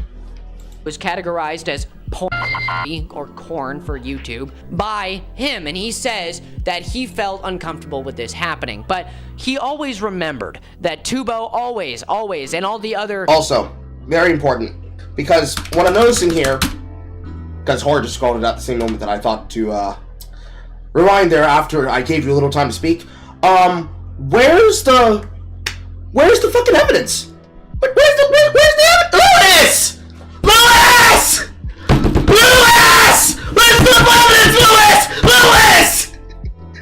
the research? Where's the research, Lewis? Have all had diabolical experiences with you. And what? You expect them to just be nice to you online when you treated those kids as a threat to you and your livelihood? Alright, so the narrative goes from you abused these young content creators that grew up underneath your thumb. Why did you treat them like shit? Why did you treat them like shit? What? Dream! How could you treat them like shit? And then how could you have porn around them? I feel like I should start calling him Louis. I'll try to do my best fucking my best fucking Louis from Interview with the Vampire. Louis! I actually have to be Armand for that. Not Armand. I'd have to be fucking Lestat for that to work. Louis, come to me, Louis. Where's the evidence, Louis? I need evidence, Louis. Question. Obviously, Dream said in the early parts of the live that he is only nice to Tommy and just takes the shit all year without responding. Hey man, that might be true. That might be true. But deciding to come back and start your return with saying a slur at 15 million people is not the way to do it. And you know that. That's why I'm so angry. You know damn well that that's not how it works. You don't get to claim, oh, I was quiet and I just took the shit and that makes it okay for what I did. No, man, no. Stop it. That's all. Still gloviating. You had all that time to gloviate, but where's the fucking evidence? You had all that time to gloviate, but where's the fucking evidence? Filler. Very much later in the stream, we can hear Dream talk about how there were a lot of 17-year-old and younger people in his Discord for the Dream SMP server. A lot of people who worked on the show. A lot of people were young, okay? And there was often pornography shown. In an incident he talks about, there was a image of two men being sexual, naked, I'm presuming. It was categorized as porn or corn for YouTube by him. And he says that he felt uncomfortable with this happening. But he always remembered that Tubo always, and all the other kids would always tell us just how, looking back on some interactions that he had in the Dream SMP Discord, that he was uncomfortable because he was 17 or whatever at the time, and an interaction that he brought up was that in like one of the one of the Dream SMP chats or whatever, there was like a fan art image shown. Now, obviously, that's not something that should be shown regardless to anybody. It doesn't matter what the affiliation is, but or like what their, I guess, age is, unless they or whatever. But to give context, because I think it is important to this situation, is it was a bunch of Dream SMP people in a call looking at the fact that fans were drawing crazy art like that and making fun of it and being like, oh my god, this is crazy, this is disgusting, no one should do this, essentially. And to give context to like an image, I guess I don't know how to say this without it being kind of, it's not graphic, but like it is. I think it was like a Bad Boy Halo Minecraft character with like a penis and a Skeppy Minecraft character. Obviously, again, I validated Tubbo's concerns and was like, yeah, obviously that's something that could make someone uncomfortable, and I totally see that. And obviously, if you're a minor being around something shared like or shown like that, then you wouldn't want to be. But I also did express to him that the way that that's being brought up, even in this context, is like almost as a way of like, therefore, these people are predators or whatever. And again, that's not me. I wasn't. Correct. It appears as though Dream would be good at single player Carl. Wasn't something that I did or whatever, but it's also something that this might just be something I'm picking up on that isn't real and isn't there, but he keeps saying that something is okay and then clarifying that it definitely wasn't him that did it, but it's okay, but I didn't do it, but it's okay, but I didn't do it, and I'm just picking up on that now, and I think it's really funny and stupid. I definitely, even privately with George and Nick or whatever, have shared ridiculous things. I'm like, look at this is terrible. And so I even expressed to them as like, you're looking at it through a lens of like, if these guys are super terrible, creepy guys, then look at this action where they shared, Skeppy, Bad Boy Halo, Minecraft porn, and that's a predatory like action. And so I think it can both be not something that should be happening and something that's fair to look at and be like, hey, that's hey, you should avoid having anybody in the channel with anything like that if they're 17, as Tubbo was. But the way that I kind of looked at this, Tubbo was like, well, no one, I don't think anyone in that scenario was trying to be creepy or predatory to anybody. It was people treating Tubbo like he was, just like them, like he was an adult, which probably shouldn't have happened. But it's also something that Tubbo and Tommy both asked many times. They both said, don't treat us any different. Don't treat us like anyone else. Don't whatever. But at the same time, they're kids. They're young. They're minors at that point. So they're not. You shouldn't take their word for that. You're fucking with me, right? No, you're fucking with us. No. You're making this up. You're making this up. Why would you say this if it isn't true? Why would you say that? You have to be under the influence of something, and you think that And you might think, Lewis, that's a crazy assumption to make, that he's on drinking, he on alcohol time. I am assuming that, simply off the fact that he was outstandingly dumb. How can you say, a bunch of kids told us to treat them like adults, so we thought it was okay to share in the Discord with them? No! But it involved us, and it made us feel weird, so we thought it was funny to show it. No! Man, all you had to do was make this safe for kids or not have kids there at all. Like, you didn't have to let children be part of your SMP. You didn't have to. And I'm not calling you a groomer. I'm not saying you groom these kids. But you're implying that he's grooming these kids. And also, you already said, bro, that's so stupid. Why would you do that? Come out with it. I'm not saying you're a PDF file. None of that. All I am saying is that you were negligent, stupid, and a creep for suggesting that a 17-year-old... There you go. Now, are you being an asshole correctly in this situation? Louis, what is your point, Louis? Louis, I can't stand when you're like this, Louis! You're tearing me apart, Louis!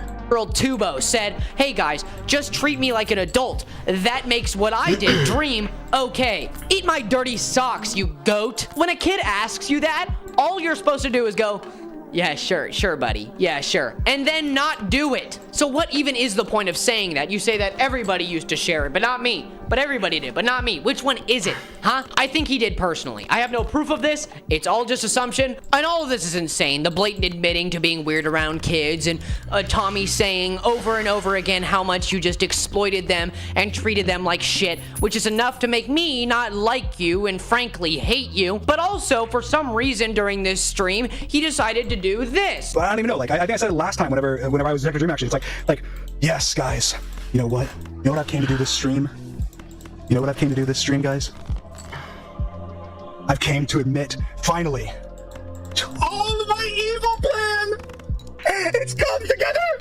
All of the members of the Dream SMP are under NDA! And they have been for years! And I've been siphoning every dollar they've made from all of the clout that I gave them, because I made every single one of them! And I have their parents' numbers, and I will have them executed! Executed! If they say another bad word! Another bad word! And also... Louis, it appears that he's joking. Louis, that is obviously him making jokes. Louis, you can't show up in AMC3 with me. Season 3 of Interview with the Vampire AMC will not have any of you. You're darkening the halls with your stank peasants and bad asshole behavior. Incorrectly. You may not have my beignet. Eat garbage and watch trash. Hello. Welcome from Tomato Anus. I'm Single Player Carl, and you are currently watching the middle of a react to a drama content creator. It appears that I've been chosen, chat. Welcome. You're going to hear loud noises as I continue to act like a fucking fool. Settle in. If you like what you see, consider going to all places that sell Carl and Carl-related appliances, and consider putting $1 in the hat. Let us continue. He's clearly joking, Lewis! Lewis, that was clearly a joke! And what you chose to do what? You chose to compare him to Lemon Grab? Yes, I suppose that's funny to you. Gave them, because I made every single one of them! And I have their parents' numbers, and I will have them executed! Executed! If they say another bad word! Another bad word! And also, secretly, I hate all of you. All of you! Because of your gender, and your sex, and because I'm homophobic! I hate all of you! And I always have! You got me! But it's too late! It seems that he decided to go the route of taking a joke of Adam Sessler. Funny. It's gone through! The plan has been executed! I'll see you guys soon! In hell. Like what? One, you sound like Lemon Grab, and two... Louis, you notice that little bit on the air in there that you cut off before you cut in there? It's gone through! The plan has been executed! I'll see you guys soon! In hell. Like what? Like what? Louis, he's joking, Louis! He's joking, Louis! Well, let's hear what Lewis has to say, chat. What do you think that he's going to do next? Is he going to A, say something that's going to get him roasted in his comment section? Is he B, going to realize that he's telling a joke? Is he C, going to make topical jokes about him with television shows that relate to Cartoon Network because a voice actor related to a show on Cartoon Network is involved, or was involved in a situation with Dream? Or is he D, going to do a fusion of B and C? Place your bets! 1, you sound like Lemon Grab. And 2, if any of that is true, go to loser hell. Like, actually get the hell out of here. Like, oh, but frankly, dude, you need to shut up. And this clip is the reason I think he was under the influence of something, because everybody's gonna take this seriously, even though it sounds like it's a joke. And So you, in fact, are not smart enough to tell that it is a joke.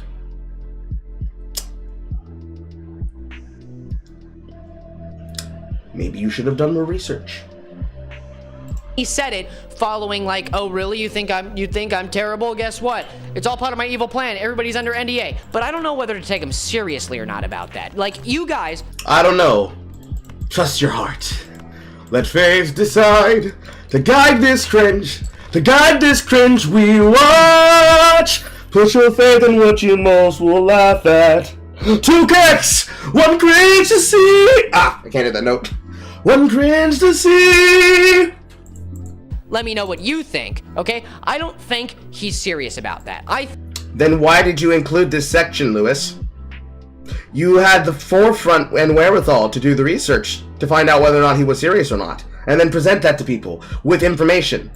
You demonstrated that you cannot, in fact, do research, and in fact, that you were going to present this as a, I don't even know what he was doing, like, bro, don't you think that people are gonna take that people are gonna take it seriously? Louis, you're a bad YouTuber, Louis. You are not worthy of the mustache on your face, Louis. I'm going to cut it off with a razor.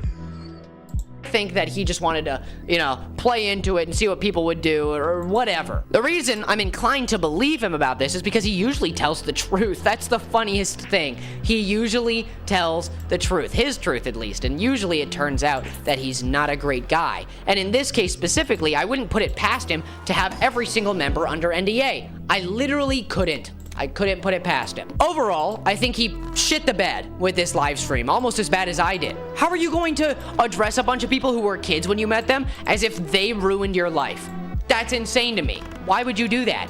That's absurd. And why would you take this, of all times, to take this as the opportunity to be like, yeah, well, I put everybody under an NDA, and a bunch of kids asked me to treat them like adults, so I did, and I showed them pornography. Also, I'm a Trump supporter, and I can call anybody the R word if I want. And we're interjecting politics and things that had nothing to do with the situation into the context. Wonderful. Very good. Very good. Very good. Very good. Very good, sir. Very good. Very good.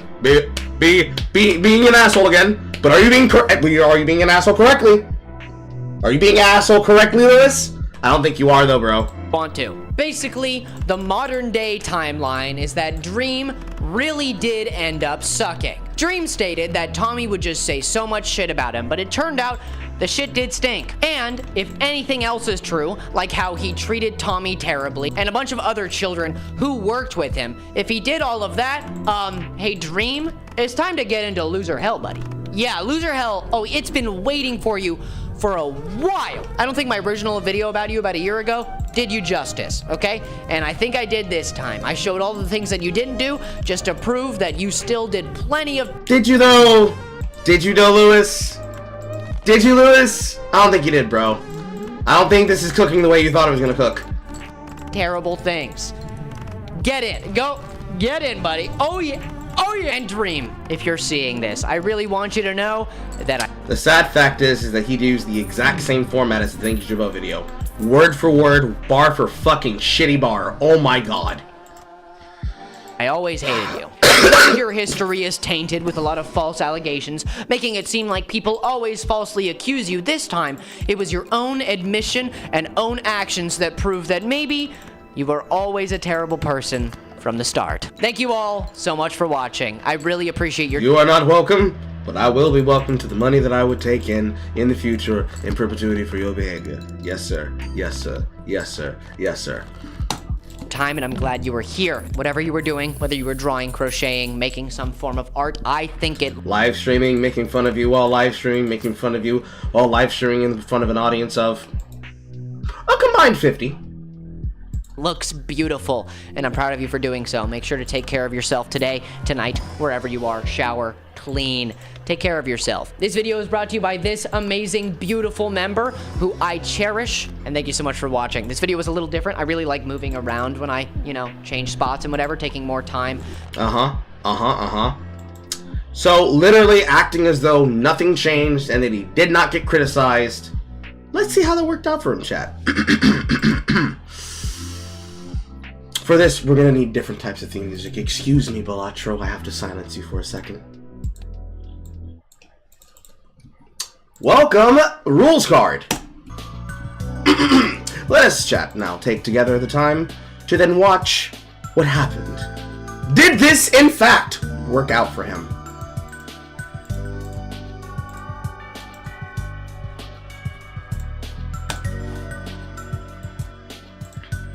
The Lewis McClung cycle. Slanders someone with false allegations that he made up. Apologizes and promises not to do it again. Does it again a day later. Let me take the background off this. It might be hard for you to see with the transparency.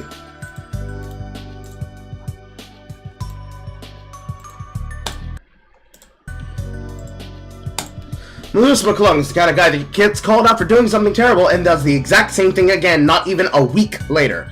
I will learn from this like there's no tomorrow. Proceeds to do the exact same thing the next day. If these messages were exchanged with a minor, then it would be disturbing. Good thing that they weren't exchanged with a minor then, dumbass! What the was the point you were trying to make? Coming back after like your third time of spreading lies and misinformation about someone and again to do the same thing is quite distasteful. It's clear that situations like these are cash grabs for you. Dream has so many problems. Hey, at least not doing proper research isn't one of them. Turkey Tom and Papa Gut went off when reacting to you for good reason. Holy shit, dude. You went on a rant about how if you say allegations with or without proof, then you have no reason to feel bad about your own life. The term allegations does not cover your ass from being taken to court. You put this out there as proof using allegations to avoid being pinpointed as an issue and then able to speak whatever you feel is true. Mind you, you already had to apologize about Blake Lively, did you not? Additionally, you went way off on Dream when you shouldn't have. Commentary YouTubers wait for evidence to come out, or, with what little they have, provide commentary, not extremely opinionated takes, while even going political to call people like Dream a Trump supporter, when there's nothing to support that take. In all honesty, one second. In all honesty, you need to work on yourself and your content. This utter lack of social awareness and respect is appalling, and you need to figure out how to properly research and cite clips, tweets, etc. in a video. You present something to your audience, don't make your audience go looking for all this proof. If anything, it drives them away from your channel. I'm so glad I unsubscribed a while back. Your content is all about self-virtue and signaling for activism when you only talk about drama. You aren't changing the world by talking about a rock star cheating on his wife 28 years ago. Address the videos made about you, watch the VODs of Turkey Tom and Papa Gut, and respond, and back up from the internet, Jesus Christ. I believe he was doing what you said, Lewis, and he was being an asshole correctly. I believe all the top comments were, I'm gonna hit this one, and this one, and this one, and this one, and this one, and this one, and for this one, I'm gonna kiss my keyboard. Mwah, motherfucker. You know what I've came to do this stream, guys? I've came to admit, finally. I accidentally moved around a little bit. Are you really seeing how his arguments are just stupid? Like, this would be wrong if it was a minor. Of course it would, but it wasn't. You can apply this argument to every relationship or flirting. Like, this couple is 20 and 22, but if they were 20 and 12, this would look bad. Yeah, but they're 20 and 22, and not 20 and 12, so it doesn't make sense. And suggesting that even though Dream cleared his name, he's somehow still a drummer, just get it well? What the fuck? Releasing this right after what you did to Janky Jabot is wild. And many of the comments continue like this. And apparently, bro's deleting comments! No, Louie! I thought you liked criticism. I thought you liked people being assholes correctly. It appears that he was upset about this. So, in his comments, 7 days ago, he posts, Tuttle streamed recently and cleared up that Dream didn't truly make them sign NDAs, and I understand that it's hard to follow in this video because he was kind of losing it, but if Tubbo clears it all, so go up to listen to him. The only ones I know anything about, Rando, Tubbo, Tommy Internet, blah blah blah, 4 minutes ago, and then people talking here, and then you have a few people that are still on Lewis's side. Somebody hits him with a please summarize an interpretive dance. This Lewis guy operates his channel in a disgusting way. All he does is pick a target, do minimal research, and get minimal receipts, and then share a bunch of speculations with no evidence to paint the target in the worst light. It's exactly what he did to Janky Jabot. Here's 2 examples of him making things up to paint Dream in a bad light based on nothing but his own admission. 1. At 5:30, Dream explained that him and Quackity servers were a coincidence. Quackity didn't respond at all. Lewis, based on nothing, as he admits, just asserts that Dream copied Quackity and Quackity didn't copy Dream, even though chronologically some additions to Quackity servers were made after Dream's. At 37:15, Dream was talking about a single instance where someone posted a list of fan art in his channel in a conversation about their toxic fan bases. He never said it happened all the time, and never said everyone did it. Later, at 37:20, Lewis says, I think he did it personally, that's just an assumption, that Dream posted pornographic artwork inside of the server. Worst of all, later at 39:54, he straight up says Dream shows kids pornography. He literally just said it was in a speculation, but he asserts it as fact, and then also adds in as a bonus of bullshit, saying that he's a Trump supporter based on nothing. This behavior is absolutely disgusting, and there is no excuse. You're the reason theater kids get a bad rap? Ooh, he was heated enough that he fucking responded to this. Probably. Lewis, I'm crying, I can't. On a scale of 1 to 10, how canceled are you? You're the joke. Quit acting like you're in on the joke. That's actually really sad. He's the theater kid that other theater kids beat up. Respectfully, please quit and stop making these slanderous, terrible videos. Kloss, delete the channel. Please quit or actually start researching your topics, as this does not count as research, as you blatantly say an allegation and not show an ounce of proof at all. You're trying to be a commentary YouTuber, but all you do is spew false allegations and your own opinions as if it's fact. You're mentally... See, they said it the medically correct way, Lewis. It's not a slur when they do it, Lewis! Louis, it's not a slur when he says it, Louis! If you're mentally slow, at least don't blatantly show it in your videos. Do better. You can tell Lewis thinks he matters. Bro, you should stay offline for a little. Lewis, are you joking? Bit weird to be donning armor after you've already gotten yourself in hot water for white knighting. The roasts are beautiful. The roasts are beautiful. But less about my commentary. Less about my commentary and my reactions. Let's get into what everybody else said. Because there's more. We've got more to talk about. So, we go from his latest video to criticisms about individuals like him, which came up in reference by somebody who was a fallen Lewis fan. Enter Mia! My issue with those YouTubers.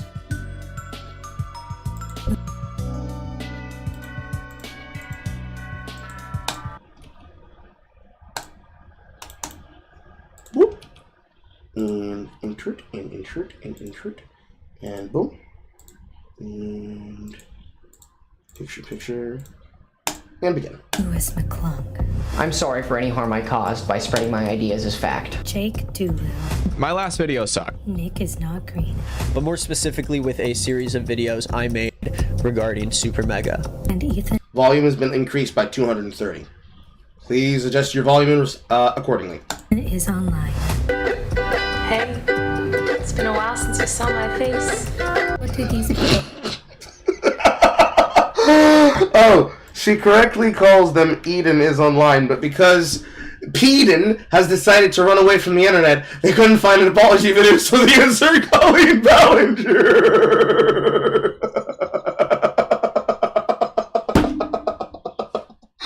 That's funny.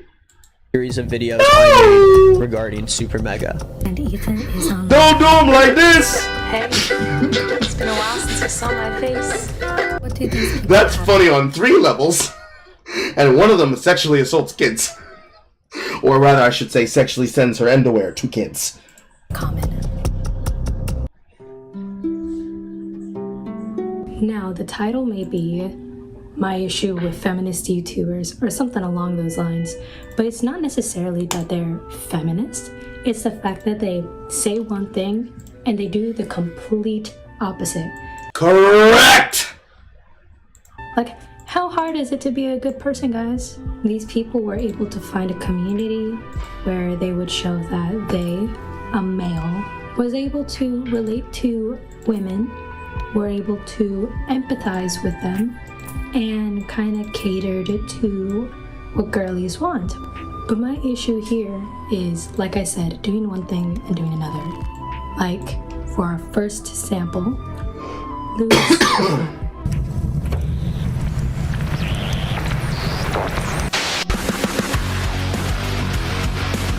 God damn, that fucking volume is so annoying still. A very interesting YouTuber who would have his fan on and blow hair in the wind. He has recently gotten under fire with Cataclysm for attacking this other YouTuber called Gaype. When I first saw this video uploaded, I was curious because I've never seen Cataclysm's video on Dinky Jabo, but I was like, you know what? What's the issue? And then I saw the points he brought up. The accusations against Dinky Jabo, aka Jesse, go as follows. Lying to your audience, using hateful, derogatory speech towards women, silencing those who are against you, and lying to and manipulating your audience. And man, oh man. I thought he was joking. The statement he made that Dinky Jabo is racist, sexist, like misogynistic, and lied to his audience was really funny, because then he showed the evidence and I exited out of the video. And unsubscribed because I was like, there's no way you actually want me to believe that this is real. On reaction. Lightweight, no reaction, immediate drop. You made the right decision. Yes, sir. Yes, sir. When you see, she saw shit and she ran. She saw shit and she ran. I am not stupid. Alas, a video like 2 days later, Dinky Jabo came out and was like, this is wrong, this is wrong, this is wrong. You guys are liars. And I was like, yeah. This could have been solved in private. I'm editing the video right now, and I say that this could have been solved in private. I know, guys, I know that Cataclysm and Lewis were actually really strict about not solving it in private. Like, Lewis DM'd him a day before Christmas, but a day before holidays, and Cataclysm, like, recorded their conversation. Weird behavior. But yes, I am aware that although it could have been solved in private, two of these people, Cataclysm and Lewis, apparently did not want to. But you know, internet people can't keep controversy in private because all gotta make money somehow. And it's crazy because before Lewis' apology, he did a live stream, which I didn't fully watch. I only watched, I think, like 30 minutes of it. And at least from what I've read, I can't say for sure, but at least from what I've seen, it was a mess. He was basically deflecting, victim blaming, and basically throwing a tantrum. I did watch his apology though. It was decent, but it did feel like well, guess I have to apologize. And for some reason, this is a common occurrence in all four of these YouTubers. Like, are they planning something? Because why is it that all four of these YouTubers have done a live stream or Instagram post, they double down, and then they apologize? Like, I don't understand. How hard is it? How hard is it to say, I'm sorry, guys? Well, you see, Mia, the problem is that if they apologize, again, using Lewis's words, they are being assholes incorrectly. They bite off more than they can chew. They end up having to apologize and have to eat shit. And eating shit is not conducive towards being able to further antagonize other people in the future. Because everybody's going to remember that you were a piece of shit. And then they're going to get angry. Because, hey, you were a piece of shit. What the fuck, bro? Like, bro, what the fuck? What makes you think you can get away with this? And that's not acceptable. That does not make money. That's not Kino. So, instead, they will go this route, which is they get to control the narrative. They get to control the final say on the words that they use in the situation. And as long as they're allowed to control the final say and the optics of the conversation, then they are able to get away with doing whatever the fuck they want and get away with being able to say, I didn't take an L, you just hate me. So, earlier, on Twitter, in between the broadcasts, when we were covering, after we were done covering, I forgot, my camera's still crooked from me hitting my fucking desk. When we were done with the 2025 developer showcase, I was in between the broadcasts, mogging the fuck out of John F. Trent on Twitter. A bit off topic, but he was in the comment section trying desperately to continue wailing on about Monster Hunter Wilds and the layered armor choice that Capcom gave the players that they've been asking for since Monster Hunter's Try, to be able to wear layered armor pieces and hard armor pieces that correlate to the opposite gender. So male armor on women and female armor on men, and tried to say that this was pushing transgenderism. Because if you're able to make a player character that has a male voice on a female body or vice versa, it's pushing transgenderism. Which is a bizarre statement to say in of itself, because it's a character creator. And inside of a character creator, you can design it whatever fucking way you want to. And most people usually design their characters in these types of character creators ever since fucking Grand Theft Auto and Saints Row as ugly as possible, because one, you're not going to be able to see what your character looks like underneath your layered armor to begin with anyways, if you're even able to see what they look like underneath their main armor, and then two, if you want to make the character look differently in the future, not only has it been established since Rise as a flagship for the Switch that you could be able to do so, as well as a couple of places here and there for World on the PC that you could do so, but it's probably going to be expected the same way that you could be able to do so as well for Monster Hunter Wilds. The same way that for something like, say, Baldur's Gate 3, in Update 3, they inserted the Magic Mirror, and you could still be able to make multiple changes to your character outside of not just the polymorph transformation as much as you wanted to, because it's still a role-playing game. And your ultimate decisions, like, say, the Urtzat Eye that you could get from Volo, would still apply. All of your main character finality choices that you could make inside of Act 1, basically. All of them applied, all of them were consistent, and none of them required you to do things outside of the norm. His reaction, when he got busted the fuck down by me multiple times, was to try and look for a supposed insult in my responses to him, because I kept telling him, there's no way that you could be saying this shit unrealistically, live in front of a studio audience, in a recording, and you believe that I'm not going to show evidence, and then got mad, claimed that I had an ad hominem, claimed that he was going to ignore my response, and I just simply mocked him in the comment section thread, and then on a fucking reply, showing the evidence in question, which was directly cut from the goddamn world editor, of the voices that you could use. And his desire to try and move the conversation away from something that had nothing to fucking do with any goddamn shit, to complain about transgenderism, is a interesting choice. Hello, Photograph. Is an interesting choice. It's an interesting choice for him to get upset about, because why waste all that energy and all that time complaining about some shit when you could just demonstrate the thing that's supposedly bad? Why glorifiate? Why not just show me what you think is the problem with the transgenderism, and I'll show you why I think that you're stupid? Simple as that. It can't ever be that simple. It can never be that simple. You've got to have them going on and on about some shit that ain't got no fucking sense to make. Because that's just how they are. Anything to get away from having an L in their face. But apparently it's really hard.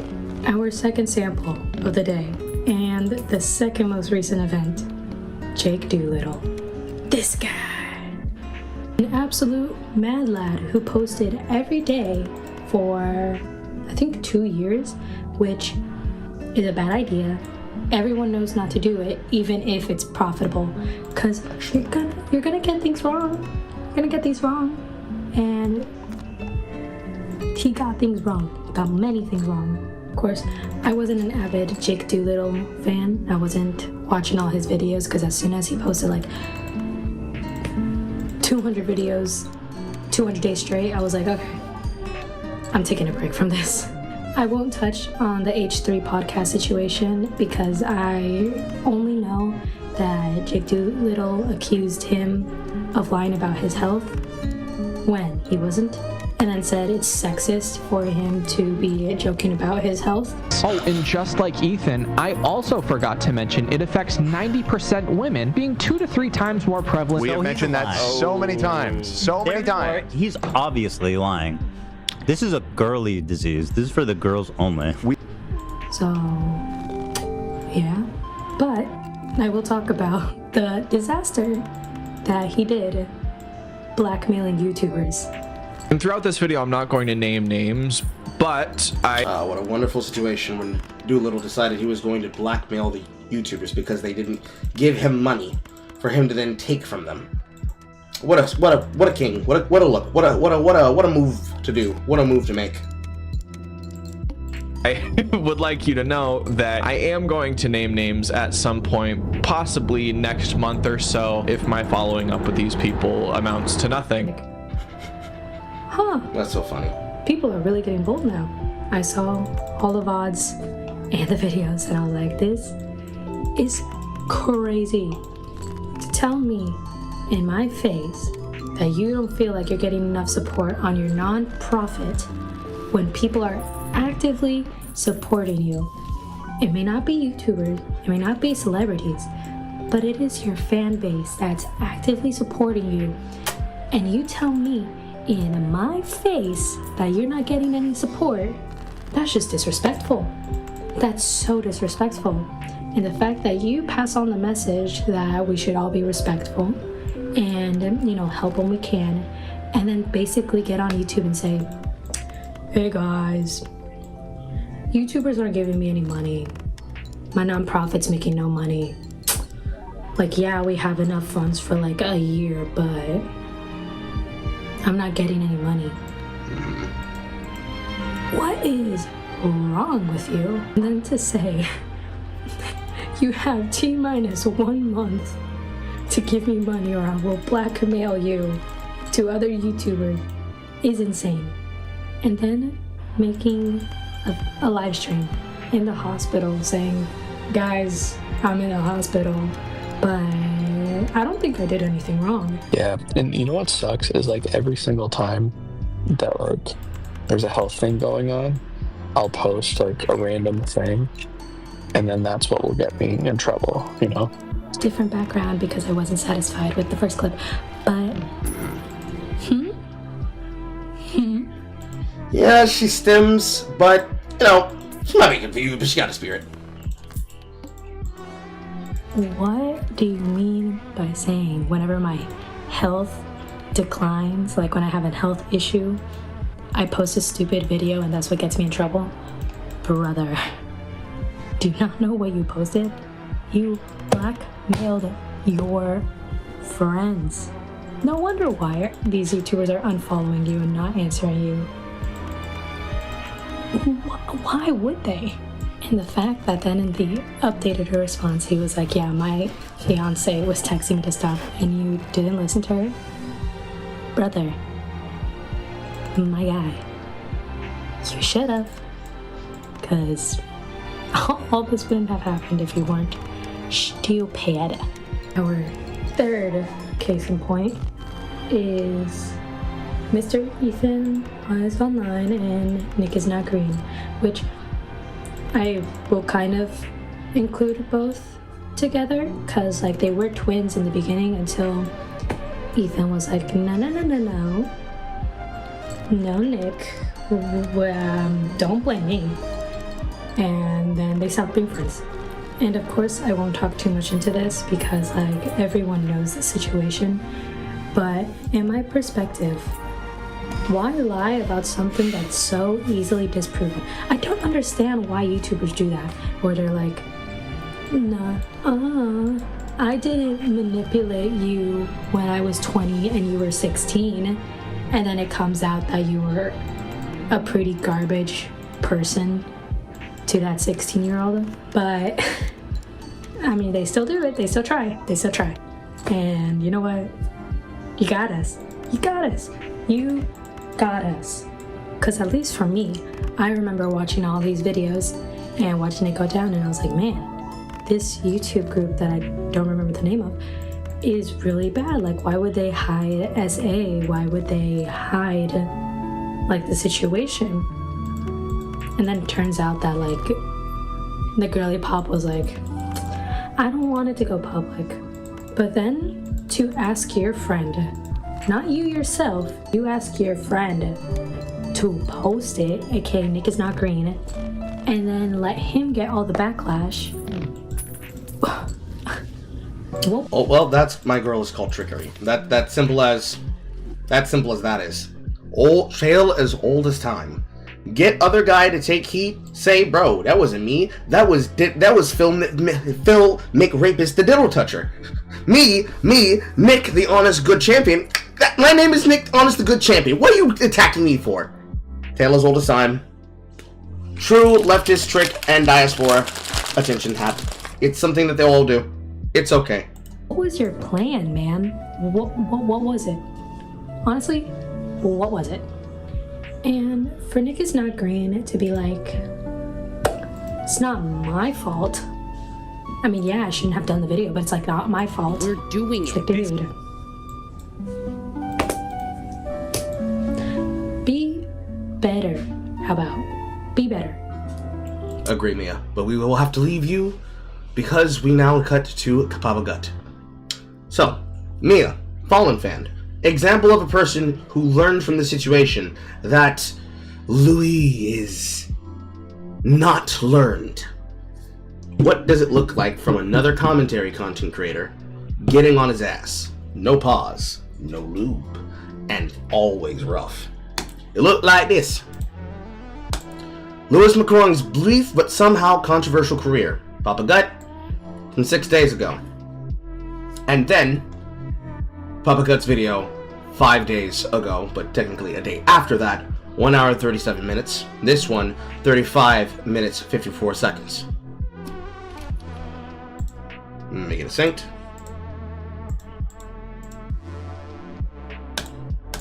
Boom. Many videos came out, tens of millions of views on all of them. I'm adjusting this to 250. Adjust your volume accordingly. Including the views on mine, and I'm happy to announce that we were wrong. The reason I'm happy to announce this is because it is important for truth to be real. Yes, I was wrong, but there was a smear campaign happening. It is nobody's fault, including mine. So one thing that's going to diminish anybody's level of respect that they have for you. But what it sounds like to me is what you do is you look at what everybody else is saying and you go, this is the safe take, I'm gonna go with it. Correct. That is exactly what it does, Papa Gut, from the upcoming up. You make a video, and then when it's wrong because you didn't actually put any of your own perspective into the topic, you go, yeah, but everybody else was saying it, so it's not my fault. There's a case that needs to be cracked by yours truly, Detective McClung, on the case. Wow, what a smoke. All right, guys, listen. Somebody made this. I don't know who it is. They're called Liquid Sonic. I feel like I've seen one of their videos before, but I don't really remember. I have watched a lot of Liquid Sonic videos, and it seems like whenever something happens, instant. Doesn't matter who it is, instant. It's honestly refreshing. So I can't give you too much. Maybe I haven't. Oh, no, I haven't. Maybe I have. I think I did. I don't know. I don't really remember. Anyway, it's about Louis McClung. I'm curious. I think it accounts some of his history, you know. I'm not trying to dogpile the guy. This isn't another Louis hate video. I'm really just curious. All right. And it's relevant content, so why not? Okay. That's pretty much it. Like, I'm curious. So let's just really see what's going on. Let's check it out. It's called Louis McClung, woman-coded commentary. Okay. Well, fundamentally, there's nothing wrong with doing woman-coded commentary. It's fine. I agree. There's technically nothing wrong with doing woman-coded commentary. The only issue that can exist is when you are making that content with the intention of basically trying to trick people into being on the side of the content that you're making. That's really the only world where there is a issue. And as long as the person in question, that is not going to work, as long as the person in question is capable of understanding that they have to take the accountability that comes with making that content, and they clearly label their shit as what it needs to be labeled as, then nobody can really get on top of them for things that they may or may not get wrong. Wow, that barely hit. Just call it gay. Gay commentary. Louis McClung, kind of gay. Nothing wrong with that. Okay, me too. In particular, McClung runs a commentary channel here on YouTube that's quite successful. Lewis's channel in particular is part of the woman-coded genre of commentary, meaning he covers TikTok drama. Yeah, sometimes I do too. On Papa Got Leftovers. Check it out. Really gonna pump that channel this year. Okay. Men cheating on their wives. Based alert. You know what's so terrible? When Dave Grohl cheated. When Dave Grohl cheated, I started listening to more of his music because I'm like, oh yeah, he's pretty good. It's not good that he cheated, but like, the songs are good. Like, what am I supposed to do? Like, and Onision. Yeah. His particular niche is being an inoffensive, unthreatening boy that will affirm female and queer shut-ins in ways such as encouraging them to crochet and reminding them that it's good to bathe. Yes. Listen, I'm gonna be real with you. I kind of like a little stink. I'm just being real with you.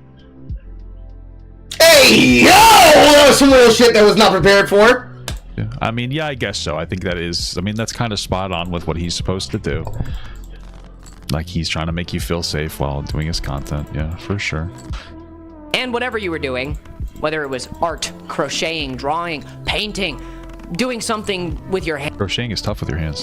Or your mind. Jorking it. That's what I do with my hands. Beautifully, whatever it was, it looks amazing. I don't care if it's not finished yet.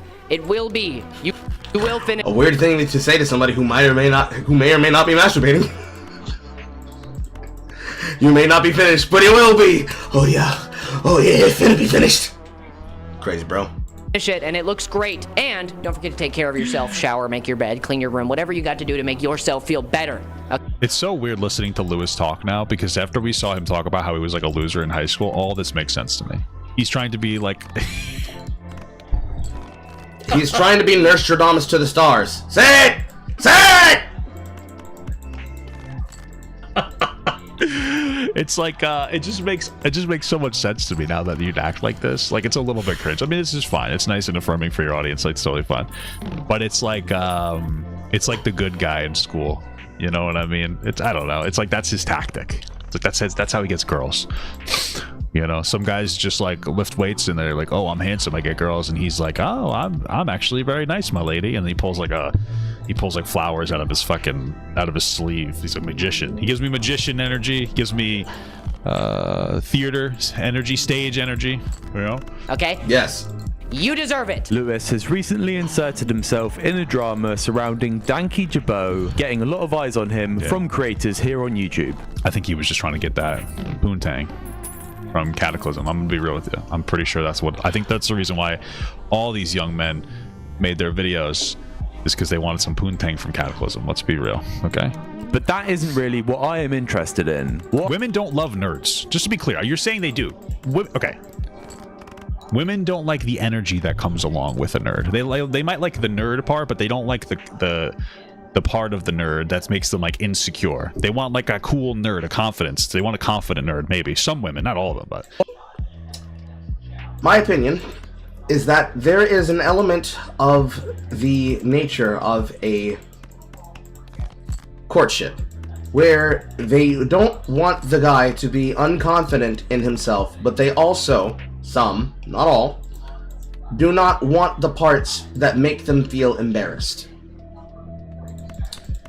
It can be hard to describe, but from experience, there are some that will outright reject any sense of what makes the guy tick. If the guy seems weird, lame, or cringe, and it embarrasses them out in public with other people. If it embarrasses her, she don't want it. This is probably a bad hand. But I don't know. What I'm interested in is simple. Why is he like this? Why? It's a gay theater kid, man. I don't know. What do you mean? Why is this one seemingly normal nerdy kid dressed up as an effeminate pirate making the most unbelievably virtuous claims about some other loser commentary guy, all whilst he has a fan set up to make his hair flow in an attempt to look like a camp rock star? That is true. He does do that. I think it's just because he's kind of cringe. Like, that's okay. I'm kind of cringe too. We're all kind of cringe, man. Like, look at this thumbnail. Look at the faces this guy pulls. What makes a woman or a member of the LGBT or... What was he thinking? These are all like videos I've seen other people talk about. Mama Owl, The Manny Show. You know, it's like a whole thing. Like, I know that's the popular topic in different spheres, and even my own sphere does that. But I just feel like, I don't know, he probably just... I feel like a lot of people watch other people's commentary, and then they'll form an opinion based off that, and they're like, okay, what's the safe play? What can I say? You know? Or anybody. I just watch people's commentary and then make my own decisions. For that matter, click on this. Well, I thought it might be fun to have a look through his content from old to new and see what I can find. It wasn't fun. For a lot of... I'm ready for it, dude. Well, you're not a woman. So of course you wouldn't find it fun. Lewis's videos, his format is to play 2 or 3 TikTok clips and just yap. Same. What did that say? What did that say though? Put a figure down if your wife participated in a hate page devoted to hating you. So that's weird, but clearly that's somehow they somehow know who it was. What?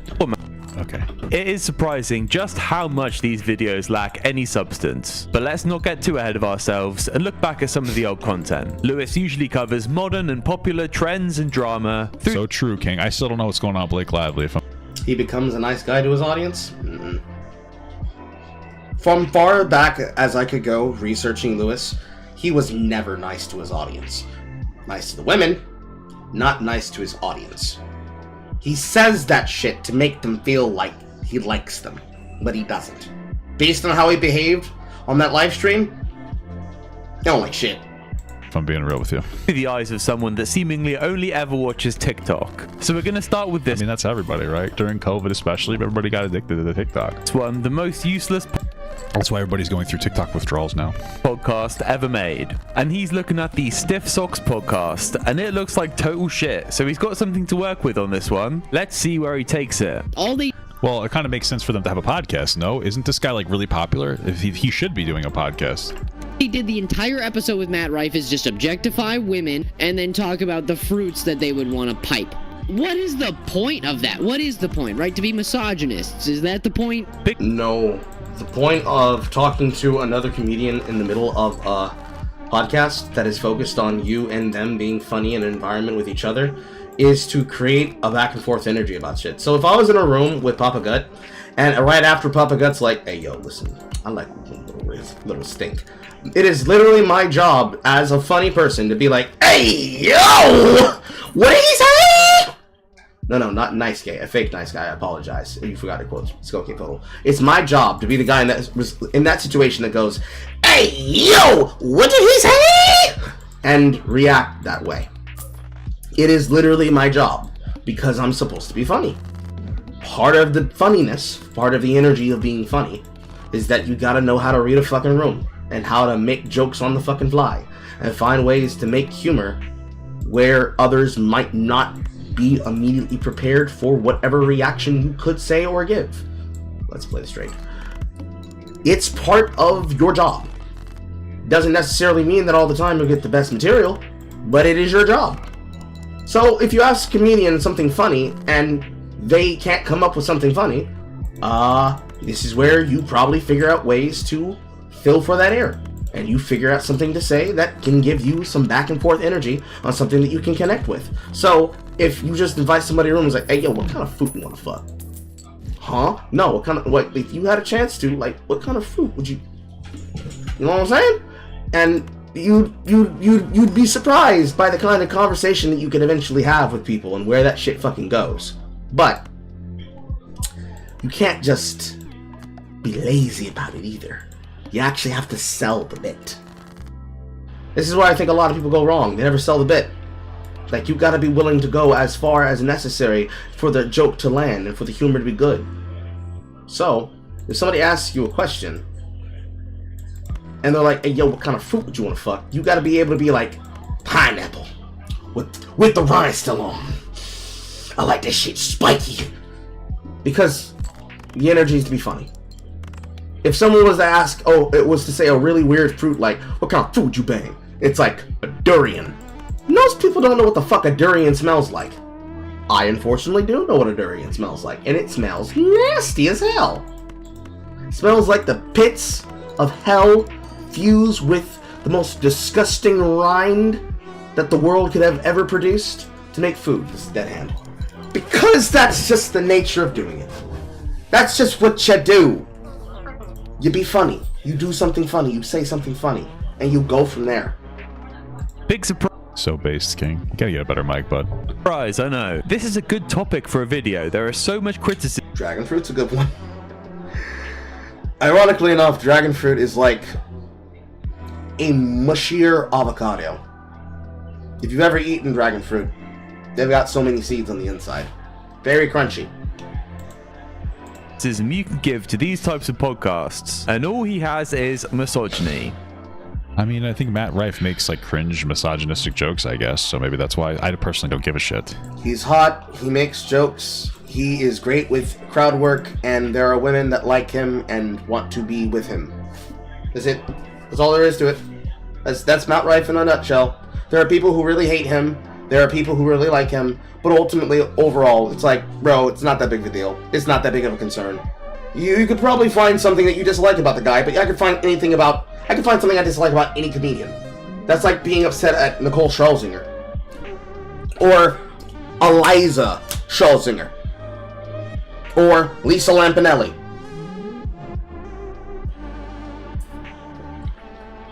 You can name a male or female comedian that has existed. You could probably even name some trans comedians that are at these fucking lame-ass goddamn stores that wish that they were Second City. And the fucking Improv, they've got people like, what is that woman's name? Hannah Gaddy? The really big-shouldered butch lady that tells like anti-jokes. You could take any comedian in history and you can find something wrong about them. It's more important to find something funnier about the person in question than things that you hate. Like, there's elements about Jake Weddle's performance on his stand-up that I could have found funny, but just like when I was criticizing it while we were watching it, his jokes are fucking shit, and he's not funny. He's bad at crowd work. He doesn't have the familiarity, he doesn't have the tension, he doesn't have the fucking staying power. He's not confident about his performance because he's more worried about being mocked by a person in the audience that he awkwardly fucking flubs every single situation. We had to bail out mid-watching it simply because it was that bad. It was killing everybody. But, you know, there's something that you could find even funny about his performance. Or shit, even before him, Deaf Noodles. Honestly, comedy is not something that's very well discovered or explored on YouTube, especially not stand-up. That's why myself and Jay tell as many jokes as we do. Sometimes they hit, sometimes they don't, but it's about throwing them bitches out there like a frisbee. If it lands, it lands. I really don't care about Matt Rife. But yes, the lecturer. Yes, her. That's probably why he's saying it, because Matt Rife got like popular for. Well, he got popular for crowd service. What is it called? Fan service, whatever. And then I guess he was just, I don't remember the specifics, but he's just kind of cringe. Okay. Come on, Lewis, there's got to be something else. On Trevor Wallace's Wikipedia page, it says that he is Jewish. Whoa. Okay, great. Oh, whoa, okay. I didn't take you for the type of person that goes on Wikipedia to look up who's Jewish or not, but... Okay, well, that's asking the right question. Am I right, Lewis? Go ahead. And also in this video... Well, I wanted to see what he had to say about it being Jewish. Lewis talks about what he thinks makes content valuable. Commentary is... The fucking microphone is what makes it valuable. Get a better mic. It's meant to give perspective about something that needs perspective. What these two... No, it's not. Commentary is about talking about something that you're interested in from your lens, which is almost always on YouTube completely dumb, regardless of who it is. Doesn't matter if it's Lewis McClung, Liquid Sonic, or Papa Gut. You're getting what we think about a particular topic. It's not that important. It's not that big of a deal. It's really just what it is. And I think that we need to stop sensationalizing our usefulness as content creators, specifically commentary content creators. We add very little to no value to society other than the entertainment of you listening to what we have to say because you resonate with us for some reason. If you're True! For the 15 people that are still here from the multi-man raid, you are staying around here either because you have me on in the background and you're listening to what I'm doing, you're listening to the alternate soundtrack that's in my Balatro that I'm playing, or you're listening to my commentary, or looking at the other chat rooms that I'm a part of, and seeing what they're saying, and seeing how they're behaving. Like, that's all there is to it. That's what commentary is. It's the personality of the person, not necessarily the, quote, space of the conversation that they're taking place in. If you don't vibe with it, you don't vibe with it, and then you just bump off, and it's not anything hateful or mean or rude or crude. It's not an airport. You don't have to announce the arrivals or departures, but it's always nice if somebody tells you when it's time to put legs up and land or board the plane. If you like Lewis, you probably like younger, more feminine theater nerds. If you like Papa Gut, you probably like older, more mature, degenerate gooners. That gives certain commentary.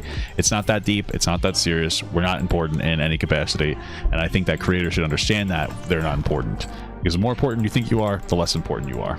Two men think about how women look and what they feel about that is not important to anybody but them. What are they adding to the overall situation that they are commenting on? Are they adding 1, any helpful new information? No. 2, oh my God, any new stances that you can take on the subject? This microphone's making it's making my eyes hurt. Yes, Papa Gut. Yes, that's exactly what I felt when I first listened to it. Absolutely not. Or 3, information of any kind that is new to anybody. 1 second. I'm being called from the other room, chat. What?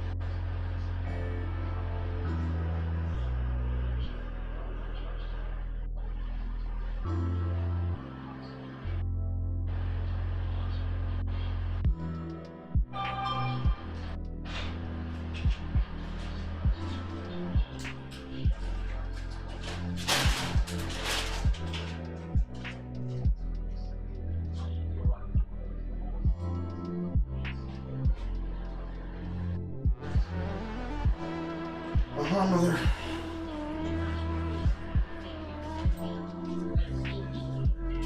Okay, Mother.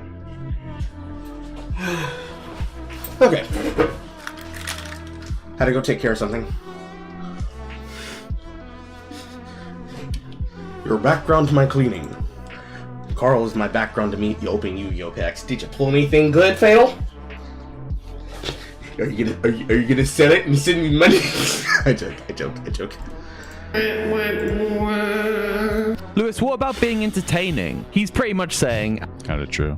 Why are you a water droplet? And this is going to come up again. If you aren't virtue signaling for the same causes that I am, then you shouldn't be making any content. The main episode of Stiff Socks that Lewis is criticizing has, as a guest, Matt Rife. At one point in time, you could have seen Lewis and Matt being allied in some way, because Matt Rife is mostly known as a woman-coded TikTok comedian. Yeah, but he's a masculine one. He probably would have been the kind of guy to bully Lewis in high school. Yeah. Correct! Papa Gut would be great at single player Carl. And this started to get to him, so he decided to try to change his persona and to try to become known as one of the 250 real comedians. That was what it was. He made like a weird joke. I remember the joke. It wasn't even that bad. I didn't. People just got upset, probably because of the people he appealed to originally were women, and then he drastically changed the types of jokes that he made, and then he got some backlash. But that's what happens when you drastically shift your, who you're making your content for. Comedians. And Lewis, well, he was not happy about that. Special needs helmets. All right. I suspect that's why he made this video on Stiff Socks, and that's why his next video was all about Matt. Matt Rife. Sure, he was a popular topic back then. The only response to a bunch of people who may have suffered domestic abuse and therefore did not want to hear you make an uninformed joke about it. That doesn't matter.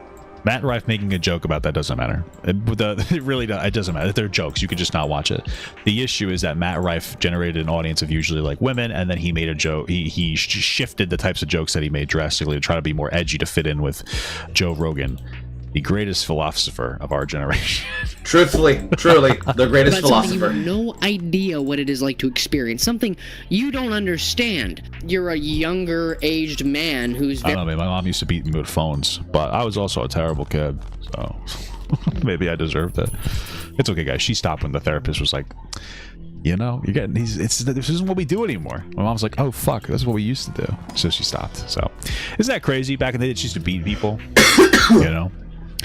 And then therapists were like, that's not a good idea. Thinking about it now, my mom was very progressive. She took me to a therapist. I'm 34, you know, so she took me to a therapist, which, like, you guys have to understand that that's very normal nowadays. Not very normal back in the day. Not when I was like 10.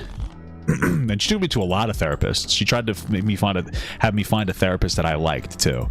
I remember multiple therapists, and we finally found one that we liked. We would play chess. And then we would talk at the end, and she liked that.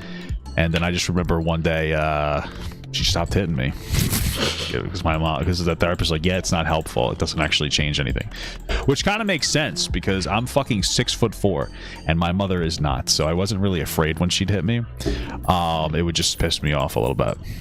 Same. African American child. I could talk endlessly about what happens when you hit someone who doesn't understand where you're hitting them or doesn't believe that the reasons you're hitting them are valid. Many conversations. So very well built and has a nice face. Everybody wants to be nice to you. So this is the vibe so true, King, of this video. He's chastising Matt whilst trying to not let slip that he kind of wants to crawl inside his skin and become him. Matt, maybe he wants to come in him. You are a man who also true.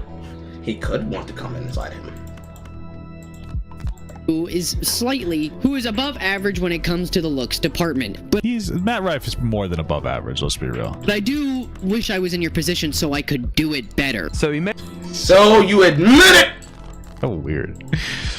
Just like Lewis just comes off. I think that what Lewis needs to do moving forward is he just needs to tone down the self-righteous virtuous shit.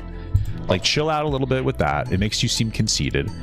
And you probably do very well moving forward. Like, fucking chill out. You know, don't act like the goddamn messiah. I could do it better. You're a kid. And it's nice that you mean well, but you're young and you don't know what the fuck you're doing. Okay? Nobody did at your age. You're not. So just relax a little bit. Made this joke that Louis upset with, and he also went on Jordan Matt Rife looks like handsome Squidward dude. That's funny. Peterson's podcast. Basically, Jordan is a weirdo. He's definitely a misogynist, not unlike Matt Rife, and basically he just... Well, Jordan Peterson is politically brain rot to death. Like, Jordan Peterson used to be a more conservative-leaning, intelligent guy. He's still smart. And as time went on, and I think that one of the founding moments for his drastic shift, he became more politically right-leaning. I think that Ethan Klein disavowing him and removing his conversations was kind of the last straw for him.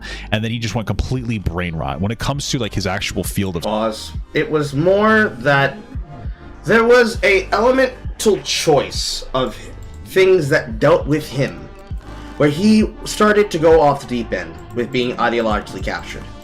He started leaning more towards the people who were accepting him, which basically meant people who were willing to platform him. And when he was being deplatformed for any reason by whatever group he was perceiving as a threat, he did not like the fact that they were not giving him the space to do what he thought he should have been given the opportunity to do. And that annoyed him to great effect. Whether or not that's fair or not goes to the degree and dimension of whether or not that is an acceptable outcome that they have the right to have for the resolve.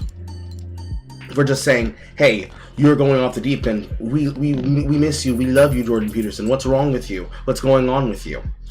People were not really willing to give him both time, let alone the space in which to feel seen and or heard about the problems that he was having, and then continued to throw him to the fucking wolves and treat him like shit. And in doing so, he felt like, well, okay, so you're gonna treat me like shit? I might as well just go fully off the fucking reservation. And that's more or less how that went. That doesn't mean that it was acceptable, that doesn't mean that it was fair, doesn't mean that it was right, but that's how he felt and that's how he's viewed it. And since then, it's been like that. Doesn't make it fair, doesn't make it okay, doesn't make it right, but it does speak to an element of what happens when you have that element of audience capture. You have people that feel like you're not treating them right or treating them well or how they would like to be responded to, so they react in this particular way.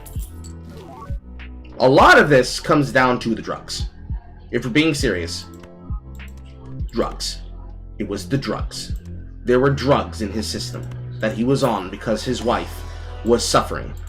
And he took those things, and all of these things happening at the same time fried his mind. Just simple as. It's one of the things that I would say is the result of it.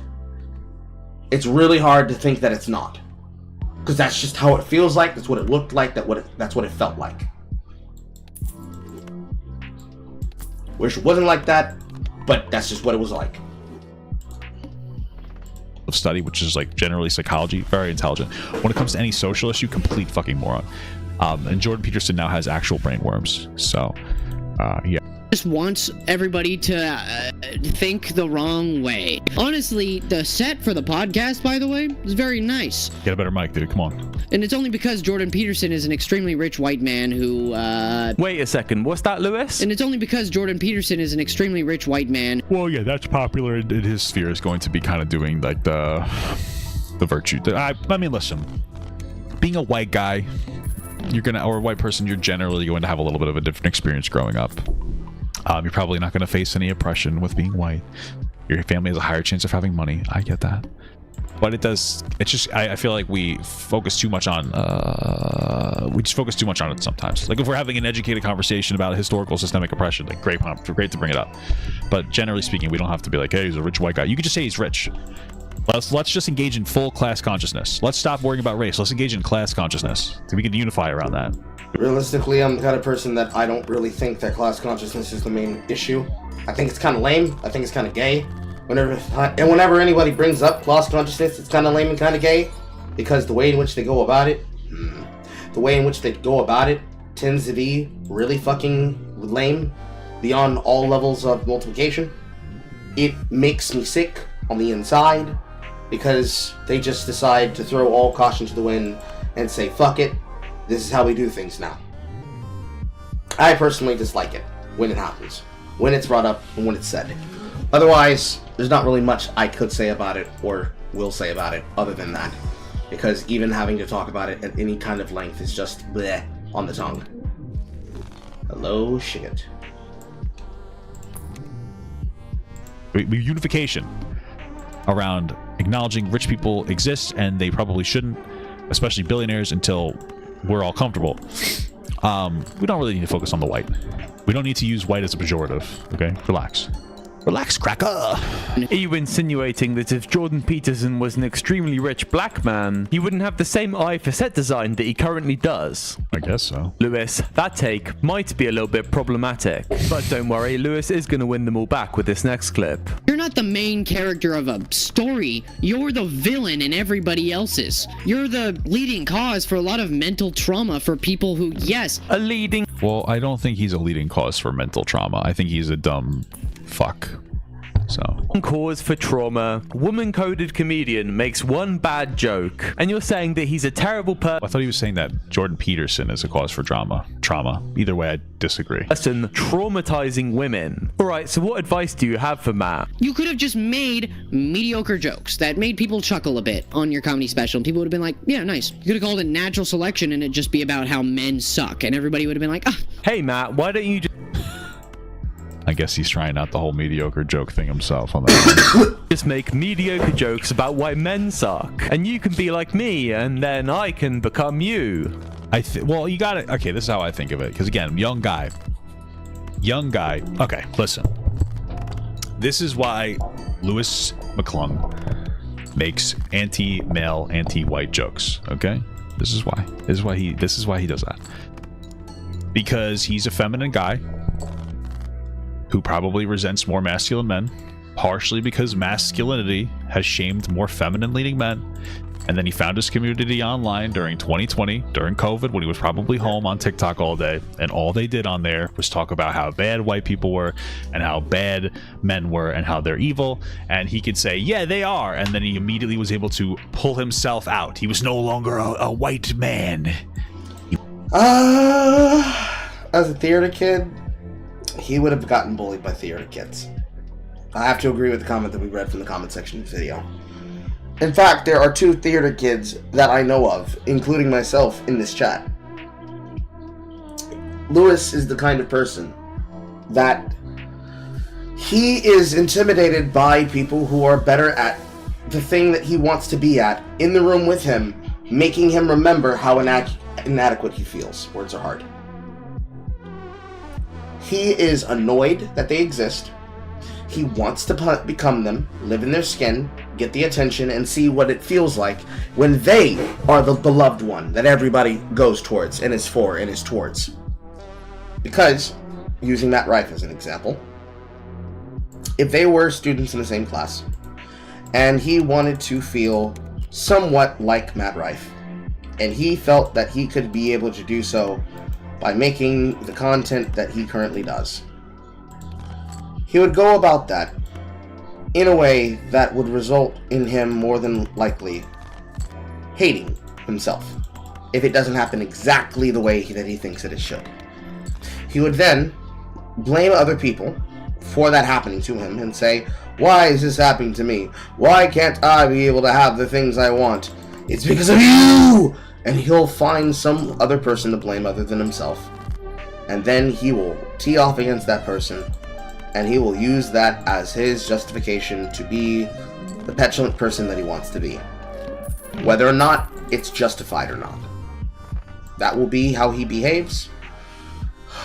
Buffoon back. Yes. That will be how he behaves. That will be his reaction into every situation. It will fuel his antagonism towards others, and it will cut him out of society and make him feel like he is just another person that exists. That it will be what happens to him. That will be his story. That will be his legacy. Outside of that, the only thing that he will ever accept is someone telling him how to get towards that future that he wants. If a single person tells him no, he will resent them for the rest of their days. Because that's not giving him what he wants. He wants to be special, he wants to be beloved.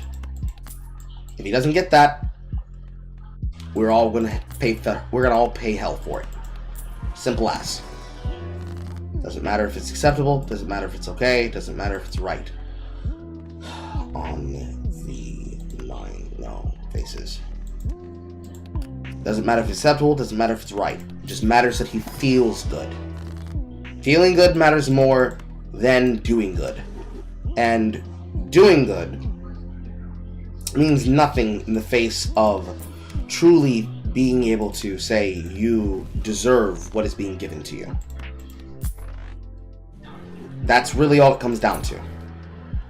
If I were in a room with him and myself was somehow popular and he perceived the fame and the adoration I got to be deserving to him, and that I should give it to him because he deserves it, I don't know what to do with it. I don't know how to handle all that attention. He will zero in on that person and treat them that way because he perceives a slight. And he will keep pushing for that slight till the end of his days. Because that's what he wants. He wants the attention. He thinks it belongs to him. He thinks, if I had it, I could do something better with it. It's an easy thing that anybody could do. But that doesn't mean it's a thing that he should keep doing. Wow, back to back. Let's just take this. It's not a thing that he should do. It's not a thing that he should focus on. It's not a thing that he should keep doing. The fact that that can be a way that he justifies his behavior to himself and or others is a scary proposition. He was a gay guy. And there you go. That's why. That's why he does that. Now, he's not gay, of course, because we know that he made that cancellation video on Danky Jabot because he loves Cataclysm. You know, I understand what it's like to be a young man. I understand it, but that's why he makes that kind of content. What is this? What is this peak? This is some Silence of the Lambs type shit. That's like an anime thing, you know, where you have the mask on and then you do like the anime laugh. Like that. It's pretty good. I could be a voice actor. I think I actually want to end it all after doing that. It was very strange. Surely this is scaring the woman that he's trying to court. It's scaring me. If someone gives you this peak, that is... He's ace, though? What are you talking about? Danky Jabot. No, Danky is ace. He's asexual, not this kid. He wants that shit, okay? It's your signal to run. Another woman-coded thing he doesn't like is Taylor Swift. The list of other people. Jesus fucking Christ, that's loud. People who lost a bunch of followers. It's gonna blow our eardrums out every single fucking time. Every single fucking time it's gonna blow our eardrums out. Fucking Christ. Every single fucking time. Adjust your fucking headphones. Adjust your fucking shit. You know, Taylor Swift, happy to see. I don't know if it's this bad because this is the older content that he's sampling, or if it's because that's being done on purpose. I don't think he would intentionally blow our ears out. And I'm pretty sure I didn't adjust it too high. Let me double check. I'm gonna bring it down to 200, just in case that shit peaks again. So it doesn't blow out everybody's ears, because we still have one video to go before we finish. See it? I'm sorry, Swifties, but this was coming. It happened. It needed to happen. Taylor Swift is not a good person. She doesn't advocate for anything that matters. Well, she doesn't have to advocate for anything. She's a musician. She probably flies airplanes too much. Outside of that, you know, that's it. Dude, I'm telling you right now, Lewis is not ace. Lewis wanted that fucking shit. Lewis was trying to get down in that shit. Lewis was trying to get down and dirty. I don't know what to tell you. I'm just telling you.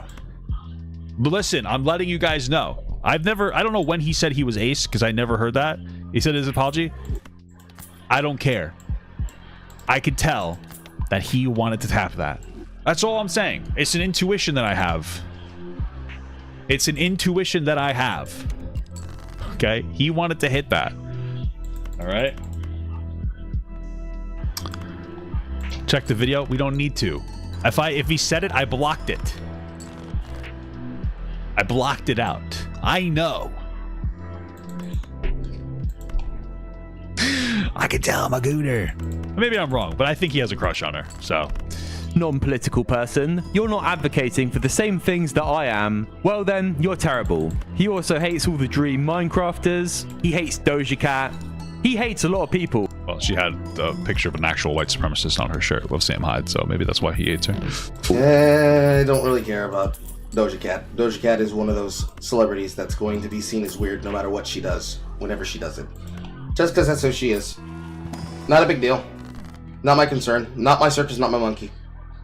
There's a big vibe of, how about you cut off everything you like and just... Was it in his stream, apology stream, or was it an apology video?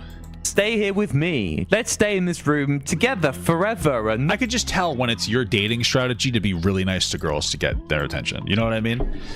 I used to throw rocks at girls to get their attention. Eat dirt. You know what I actually used to do? All jokes aside, I remember there was this girl I liked. Dude, this is fucking crazy. There was this girl I used to like, and she was dating my best friend at the time. I was like less than a teenager. I might have been in my 10, not even 10. I might have been 10. And I liked this girl so much. So what I used to do is while they would hang out, you know, I would third wheel. This is actually so cringe. We would third wheel, and like we liked wrestling, so I'd pretend to do wrestling moves and like jump off my stoop. I shouldn't have thrown away. As if I was doing some kind of death-defying air move. That is a bizarre thing for you to have to do, bro, for getting women's attention. I feel sorry for you, Papa Gut. But you know what? Apparently it worked. Because she stole my Charizard. And apparently it was because she liked me. But she didn't want to be with me. Or she couldn't be with me because she was with my friend, my best friend. So that last part I might have made up. I might have just, that might be a trauma response. Maybe my mom told me that so that I would feel better about myself. But, Never go outside. Firstly, I'm going to be too scared to look at you directly, so I'm just going to peek through my hands at you. Maybe, anyway, I'm more at the hypothesis stage with that one. But I love a good call to action. And look, I do think he's trying to do this from a good place, and giving is good, okay? So just wait for him to get through the whole call to action before you cast judgment on me showing this. A bunch of YouTubers like Curtis Connor, Chad, Hassan, all those other people, like 50 YouTubers made a fundraiser for Palestine, for relief, okay? I'll put it down in the description. Please, if you have the time, if you have the money, whatever, go down below and find it and donate to this cause. Please, please do. If you can, it's all happening right now, okay? This is the chance we have to fix everything. We're doing it. The people, It's good to donate. I don't know if you're going to fix everything, but okay, I guess it's nice. We are doing something. We are fixing the problems. It's beautiful. It's amazing. We're doing it. This is weird, right? Not really. No. It's not that weird. It's just overzealous and like maybe misdirected energy. It's not that weird. It just feels like it. Its intention there. This is, I mean, it just kind of speaks to, I think that Lewis thinks a little too much of himself. That's pretty much all it comes down to. It's very nice that they want to raise money for people in Palestine. Okay, it's no problem with that. Hopefully Hamas doesn't steal the money like they typically do. If most of the release that goes to them. But I think he's well-intentioned, but I think that he kind of over-exaggerates the impact that they're going to have. You know, that might be a genuine feeling that he has. But, you know, just because it's a little cringe doesn't mean that he's weird or bad or anything. Well, he is weird. He's a theater guy, but... Like I said, doing charity is good. But why are you acting like you and a group of queers are going to bring about peace in the Middle East with a charity live stream? I hate to say it, but you're not going to save the world. You're a TikTok drama gossip channel. I'm going to save the world. Is this person trans? Is this person trans? You know, I don't even know. Like, look at this. TikTok trans influencer relationship drama. Dude, how the fuck did I just call that? Oh my god, dude. I told you, Lily Tino. I fucking clocked it. I don't even know who the fuck these people are.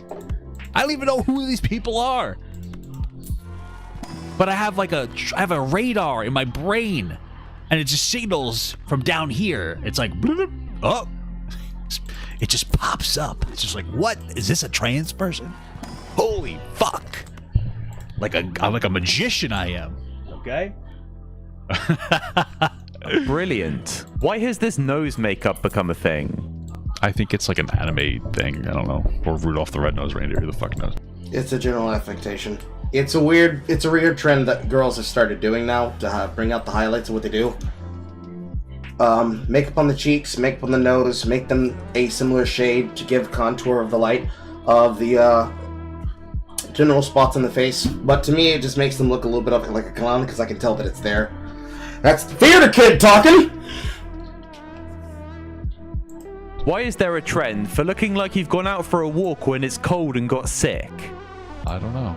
Whoa! Whoa. Okay, yeah. I bet you were thinking for a second, Lewis, why are you making this video? It seems so simple. But this is Lewis at his most... At least he got a new mic. But the fan thing is very strange. Transvoyancy. Rapid. Because there's no space for him to virtue signal about men being bad. So why don't we look at Dave Grohl's... I mean, I guess men are so bad, some people want to be girls at this point. Yark. Indeed. Papa God, indeed. Listen, God bless him, okay? Relationship drama. So Dave Grohl had a child with someone outside of his marriage. Obviously, not knowing the full situation, but still, doesn't make Dave Grohl look like a good guy. Wait, is he the kid? No. That'd be hilarious if it was. Is he the kid?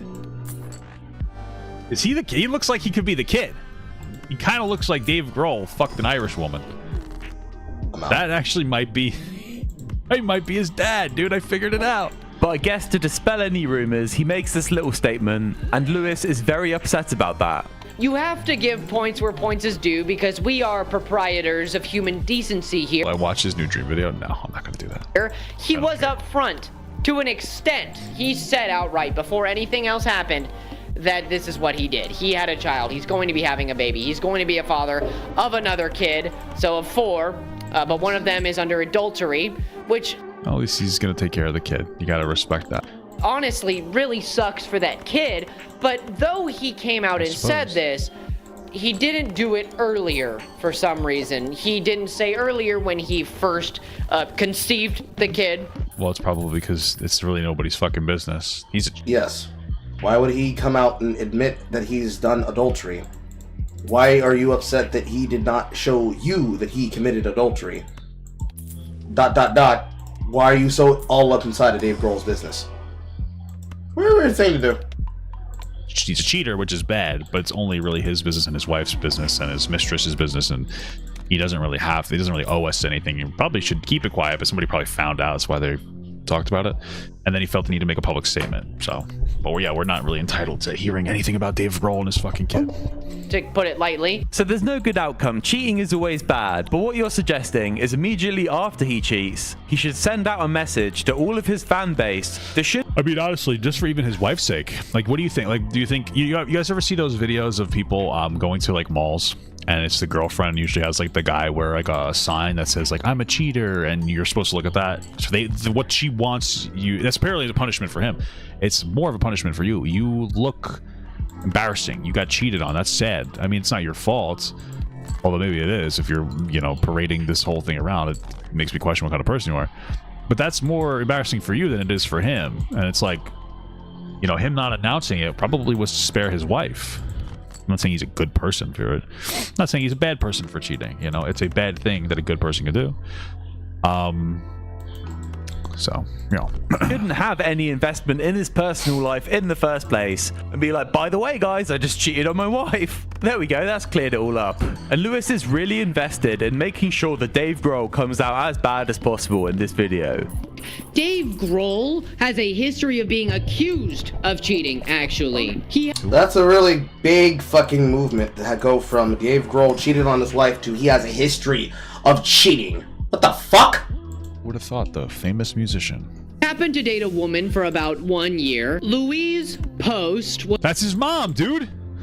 That's his fucking mom. Was a woman that Dave Grohl happened to date a while ago, in about 1997, around that area. And it just so happens that she also accused Dave Grohl of cheating on her. Oh my god, stop the presses. A rock star was accused of cheating on someone 28 years ago. And I'm not sure if he tries to sensationalize stuff or if words just fall out of his mouth when he's yapping. We are to blame for the fallout, if you will. His daughters should not be fearing for their life by discarding their internet presence. What? Fearing for What does that mean? And why would they be fearing for their life if they're discarding their internet presence? Because then they wouldn't have to fear for their life. They're getting off of social media and cutting it out of their lives, so they're not being driven insane by the news. The fuck?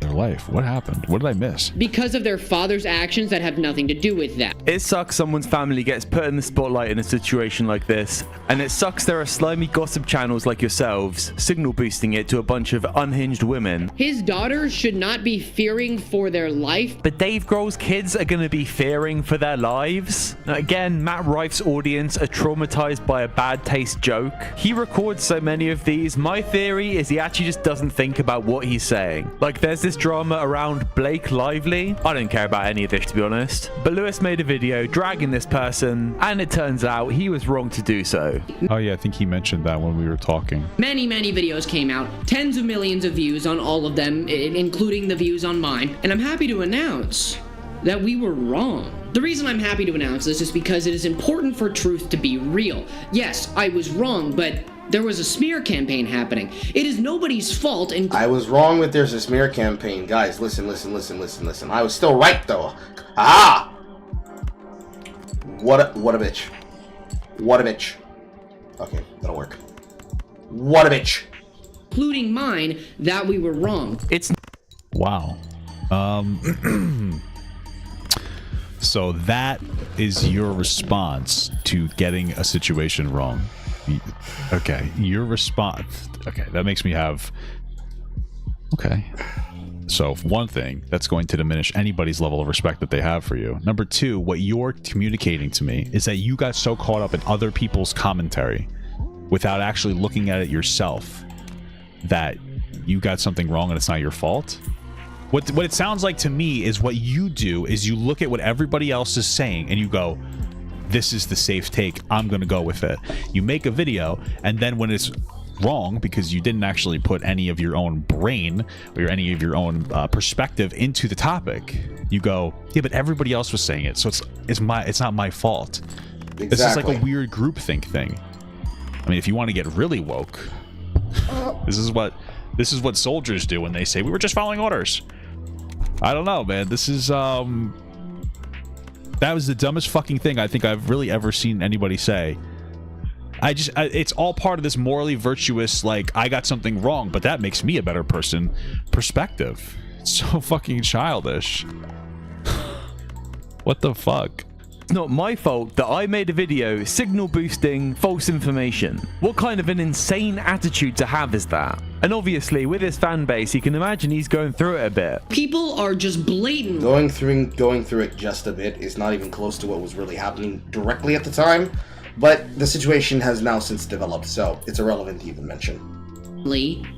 Calling me a terrible person. They're calling a lot of people on the internet a terrible person. I've gone through videos from about 4 months ago now talking about the situation, saying, hey, you're just a content farmer. You just feed off hate. That's all you want. But that's what you do, and that's what you keep putting out there and what you keep putting into your work. If you didn't want to be called that, then you would stop doing it. But you can't fucking help yourself. Yeah, me? You're just making this... You haven't responded yet. You're just making content to make content. I mean, what do you want me to do? Not jump on a situation and not talk about it because that's my job? Yes.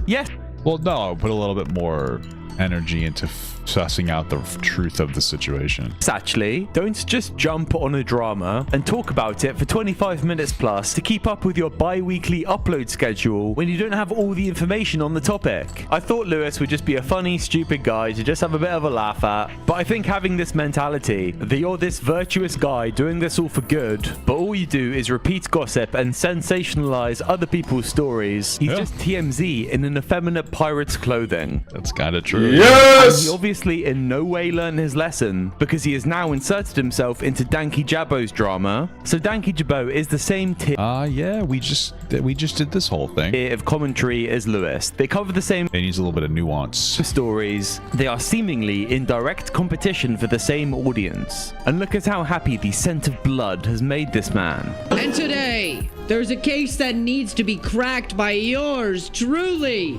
Detective McClung. On the case. Wow, what a smug fuck. Okay. Would you believe it? Lewis made a video calling him a misogynist, and this time it was for the most flimsiest of reasons. The accusations against Danky Jabbo, aka Jesse, go as follows. Lying to your audience, using hateful, derogatory speech towards women, silencing those who are against you, and lying to and manipulating your audience. But this whole drama boils down to the fact that Danky Jabbo used to be or is still friends with I'm Alex. This guy just looks like such a fucking weirdo. Sorry. Alex is a seemingly bang-to-rights bad guy. And when this other content creator, Cataclysm, asked Danky Jabbo about what's with this money spread, bro?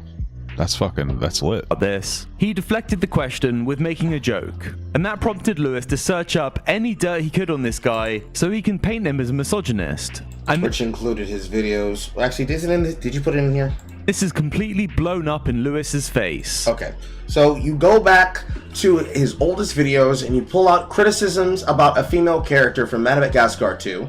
You then go even further past that and see another non-insensitive joke said with the intention of being humorous, specifically the beef curtains comment, which earlier Alabaster commented on the fact that since Cataclysm didn't even know her own genitalia, it made her disgusted. Personally, it offended the shit out of me because it's very obvious that Cataclysm sells herself on the essence of being a girl's girl.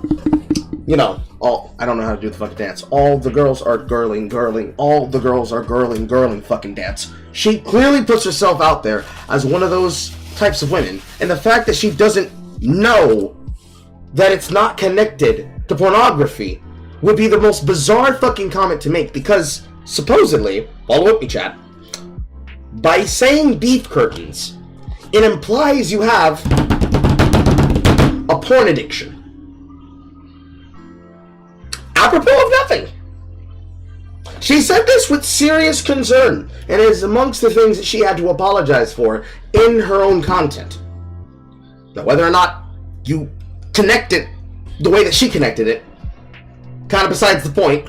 How the fuck do you get porn from beef curtains? Supposedly to her, it's a derogatory term that young men must use to slurify suggestions to women's genitals. Real shit. Real shit. Real shit. They said that shit with a straight face. Real shit. Beyond that, there was the smugness believing that he had blood in the water that would give him the ability to attack him, that make him then make multiple mistakes that were indicative of him not doing his research, both him and Cataclysm. There was the whole setting him up the bomb situation, where Cataclysm tried to interview him, and then after, excuse me, having the back and forth conversation, she takes the messages and does what she does. All of those things added up together is consequently what Lewis is, which is when he thinks that somebody has something that he wants and that he can use better than them, the fangs come out. Because Danky Jabot has responded and got everyone on his side, Cataclysm has made a statement apologizing to Danky Jabot for blowing all this up, and Lewis is left out in the cold, looking like a gossiping idiot. Yeah, well, this is a little bit behind. Since then, he's made an apology on his video, which was, I guess, okay. She made a terrible apology on video, so... And if you want to get fully caught up on this, you should watch Danky Jabot's response, but through the eyes of Lewis, because people keep asking me, but I'm not doing that. He decided to immediately live stream a reaction, and he could not take the heat. It is very funny to watch. And the last thing I want to touch on is he finishes his reaction stream saying that he's got one last piece of information on Danky Jabot that could be career-ending. I have something... Right, and then he recently was like, oh, actually, you know, with the new context, it's really not bad. Very problematic if it is true that I am not going to show you guys that I'm going to talk to him about, okay? If he doesn't respond, I don't know what to do. But I really need to talk to him about something very bad. That if it is true that he did not talk about it here because I did not talk about it because I learned about it after this video. This, in context, was what was happening directly during the fucking VOD, where he was getting his shit pushed in, so much so at the end that his chat had fully turned against him, because everybody in the commentary community had turned it against him. This was his swan song before he cut that broadcast off and then had to put together his apology. And as you clearly saw, he was not sorry about a damn thing that he did, and just went back to doing business as usual, hoping that he could just fight through the shit and people would eventually get uninterested again. He could return to whatever audience he could retain, still liking him because he's still feeding them content to watch. Whether it be for the purposes of the conversation, or it be for the purposes of him being dunked on, and then him being able to say, but yeah, but I'm still getting content, I'm still making money, I'm still paying off, because he's able to do that shit himself. Ah, so he would have talked about it if he had learned about it already. Okay, now that makes perfect sense. Incredible. This is him trying to blackmail him, by the way. Okay. But he already is one. Not Lewis, obviously. Although Lewis might get replaced by a black guy in a Disney movie. And hello. It's bad, okay? Worse than all of this stuff if it is true. And I'm not going to show you guys because it could be career ruining. And this seems off to me. I'm cooming! This sounds like it's used as a bargaining chip. And potentially a veiled threat, so he can start the conversation with him and try to clear his name from wrongdoing. Or else he might leak this unverified thing that could be really bad for him. There's no clear way to say for certain what's happening here, but the fact he said this on his stream at all seems pretty messed up to me. Researching for this video was far more difficult than I expected it to be. This guy's content is truly miserable to watch. I'm probably going to go back to PredTuber stuff next. Thanks for watching. Alright, that video was actually kind of good. It's pretty decent. And then the last one, which is what happened after Papagut watched after his change. This one is 1 hour and 37 minutes. I'm going to probably put it on 1.5. I won't put it on double. And this it. 2:30. Tell me if this sounds too loud. I'm like, you know, oh, we're doing a lot of Lewis content, but right here, I'm happy we watched this. You have to be f***ing kidding me how absolutely irresponsibly stupid you are. Have you learned nothing from the Blake Lively situation that you got dumpstered on and then said, it's not my fault? Did you learn nothing from the janky boat? What did you learn here? It's about Dream holding shit over him for his entire career. He gave him a career in Dream's words. That's what he said. That was his representations of Dream's words. That's not even what was said. I'm almost so... Is that too loud? Yes or no?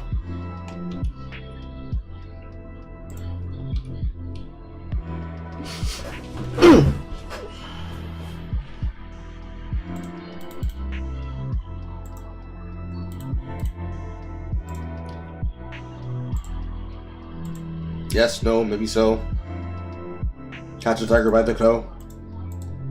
If any were always let him go. I'm gonna take silence as yes. Move it down to 200. I just need a break. Get the show triggered. All right, let's get this party started, guys. I think that's about right. Let's go. There's a lot of demand for Lewis McClung, our knight in shining armor. Listen, man, I'm just here for the content. I'm curious about this. This is a video about Dream. I'm curious about it. I'm going to Disney. I want the money, so we're gonna watch it. Okay, that's pretty much it. You know, Lewis is he just made himself a hot topic. You know, I wonder. I think it's because I think that he was simping so hard for Cataclysm that he made that video against the janky guy, and I think a lot of people cover him are undercover simps, and they're projecting. No, I don't really know. His apology wasn't great. Whatever. I don't care. We're gonna have some fun. Let's just do this. All right. Let's just have some fun. This beat is sick. I'm not gonna finish that song, or my wife will beat me with a stick. Okay. Let's go. Audience to a pair. Dream has so many problems. He is kind of ugly, Dream. Welcome, members of the audience, to a parasocial cesspool. The only thing that could possibly explain Dream, aka Clay's, continued success throughout the years. I guess. I mean, he's a fucking Minecraft YouTuber. None of them are really particularly interesting. Even 2 years ago, he somehow worked with Young Gravy. Is Young Gravy that popular where he wouldn't have been able to work with the Dream? Like, I mean, but that guy fell off too, so whatever. Yeah. If you don't know anything about Dream and his continuing controversies that have cascaded over the years, this... Yeah, they're just all over-exaggerated. It's literally like a big nothing burger over and over and over and over and over again. I think that Dream's audience is getting older, and they're looking at Dream and they're going, wow, it was really cringe that I liked him, and now they're just like, you know why? They're giving him a ton of energy, and they're sensationalizing all the bad things that he's done wrong. Because Dream is cringe. I mean, it's like Barney. That's what it is. You know, these kids grow up and they're like, oh, that was cringe. Just like, you know, you're like, oh, Barney's cringe. That's it, and then everything just gets out of control. This is the perfect video for you, because just the other day, Dream decided that this was the year he was going to reappear, and he was going to do it with style, aka calling about 15 million people a slur. I mean, I'm not a big fan of that word, but I don't really care that much. It's not that big of a deal. Like when Dream generated an audience of people who don't like that word, which is a good thing, and then he decided to use it and pretend he didn't know why it was bad. It's like, okay, you're being cringe. Like, you're obviously being stupid, and you know that. But I don't care. It's like, oh, that's bad. Like, I would just be like, I'm not gonna engage with this guy anymore. You know? The R word, to be specific. Oh, why didn't you censor it, dude? A word famous for insensitive pricks using it because other people tell them they can't. Yeah, Chad. Use a real slur. Again. Use a real slur. Calling people that doesn't make you quirky or cool. It makes you a... Or a professional Dota 2 player. Sorry, a mean guy. But, you know, I guess I gotta cut you some slack. If you use that word, I'm going to treat you like a child, because you can't differentiate between using words that are rude and using words that are disgusting, you baby. But like, Dream, are you kidding? Yes, yeah, I mean, it's a slur. It should be on the same level as like the N-word, F slur, other slurs. It should. The only reason that we don't really care about the R word that much is because the people that it impacts are not very visible in society. And that's just the truth. We know like the N-word has historically been used to beat down black people. We know the F slur has historically been used to beat down gay people. We know that the R slur has been historically used to beat down people with intellectual and developmental disabilities. You know, it's been used to institutionalize them, isolate them from society, put them into scenarios where they're open to abuse, neglect, and you know, other forms of dehumanization. And so, but because those people aren't very visible, like they don't really, there's not a huge area of advocacy for them. Nobody really cares. Like, you know, you don't really see them in your day to day, right? And so that's why those words are all disgusting, okay? Unless, of course, you're really bad at the game that I'm in and it's competitive and you need to just get fucking better. Then it's appropriate to use those words. Catliff. True. So true. So true, King. Pop off. At you. Kidding me? What is this? What did you think was gonna happen? You know, if there's anybody on the internet who would have known that this would not have gone over well, I would have thought it was you. Dream could have just not talked about it after he decided to be a fucking idiot, and this would all happen. Some transparency, I am the biggest Dream hater ever. I do not like Dream. I think that though they're... Generally, it's just another word for stupid. Now, most people don't use it that way. I can't accept that argument because it's not correct. It's just wrong. I've heard people that try to use the N-word as not against black people and just to mean lazy. It's the same thing. Just because like it doesn't really matter. It's still a legitimate slur that... That's not the correct way to look at it. This is a code switching problem. The reason why we cannot have... Jesus Christ, this is dead end.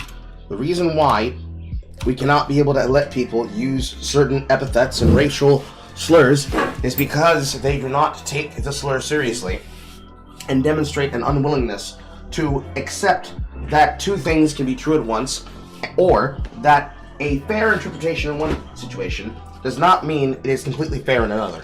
I have to straighten my chair out again. 1 second. So, on one hand, that was loud. So, on one hand, the first problem that you have is that the truth of that is correct. Just as how gay went from being happy to being lame, to being used in a derogatory sense where anything that is gay is lame, therefore gay and being homosexual is itself bad. Any word that condemns the mentally handicapped or those that suffer from a form of learning disability directly affects your ability to have conversations, because you can't use that. That's a slur. That's a racial epithet. That's a societal group epithet. That is a term that indignifies people that belong to this group. Therefore, you can't use it. And if you use it, you are indemnifying them. This is a very simple and easy thing to understand. In truth, it's a very simple and easy thing to get. The problem is, this applies in certain situations. So, amongst internet content creators, their audiences, their fans, some of their personal friends, they will not speak that way in public, but in private they probably speak some type of way. And in speaking some type of way, because they choose to speak one way in public and another way in private, somebody will eventually either be called out saying, "You use these words in private despite the fact that these words are bad!" So, the Lewis McClung position of, how dare you say these words? You're supposed to know better. Despite the fact that the word in question is being used in such a context where it is being reclaimed by the group in question that's using it. So, N-I-G-G-A, long A, soft G, gets used by me frequently. It leaves my lips frequently. It's like air breathing. Nigga. Because that's just the nature of it. It is an interjection. A light expression of a word that's followed by an exclamation point or a comma of feelings not as strong. Because it can be used in various different ways, especially as an interjection. So if somebody says the word, the slur, that doesn't mean anything if it, quite frankly, has no basis in reality as meaning anything to begin with. If I use the word in a sentence, as I'm explaining the point, and you get hung up on the fact that I said the word, which is an equivalent of exactly what went on with him in his dream video. He's more hung up on a word that indemnifies racial conversation with a person that is of a learning disability more than another word used by another person that indemnifies a group. It's a bit of that tomato-tomato situation. When you throw culture into the mix, I'm trying to find a pen and I don't remember where the pen is. When you throw culture into the mix, you completely destroy any argument that this could be used for.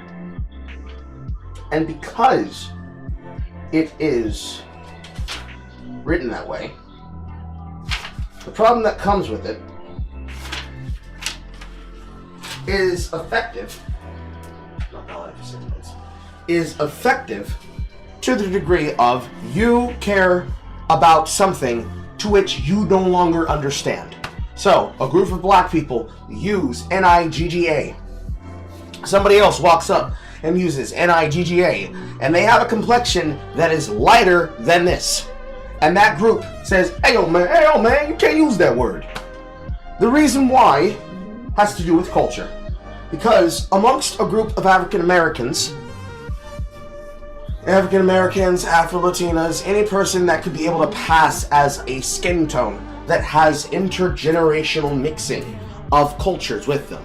So Black and Latina, Black American rather than Black African, Black American subterfuged in an urban city environment, or African or Black American intermixed in a suburb environment with other whites that live in suburbia that may or may not consume hip-hop, rap, and underground cypher culture, or specifically living in an unironic hood. Their use is equivalent to any slur that could exist amongst a group of people that have been indemnified with a slur historically for years. Doesn't matter if they are Afro-Cuban, Afro-Latina, Afro-Caribbean, ethno-religious, such as Jewish or Amish.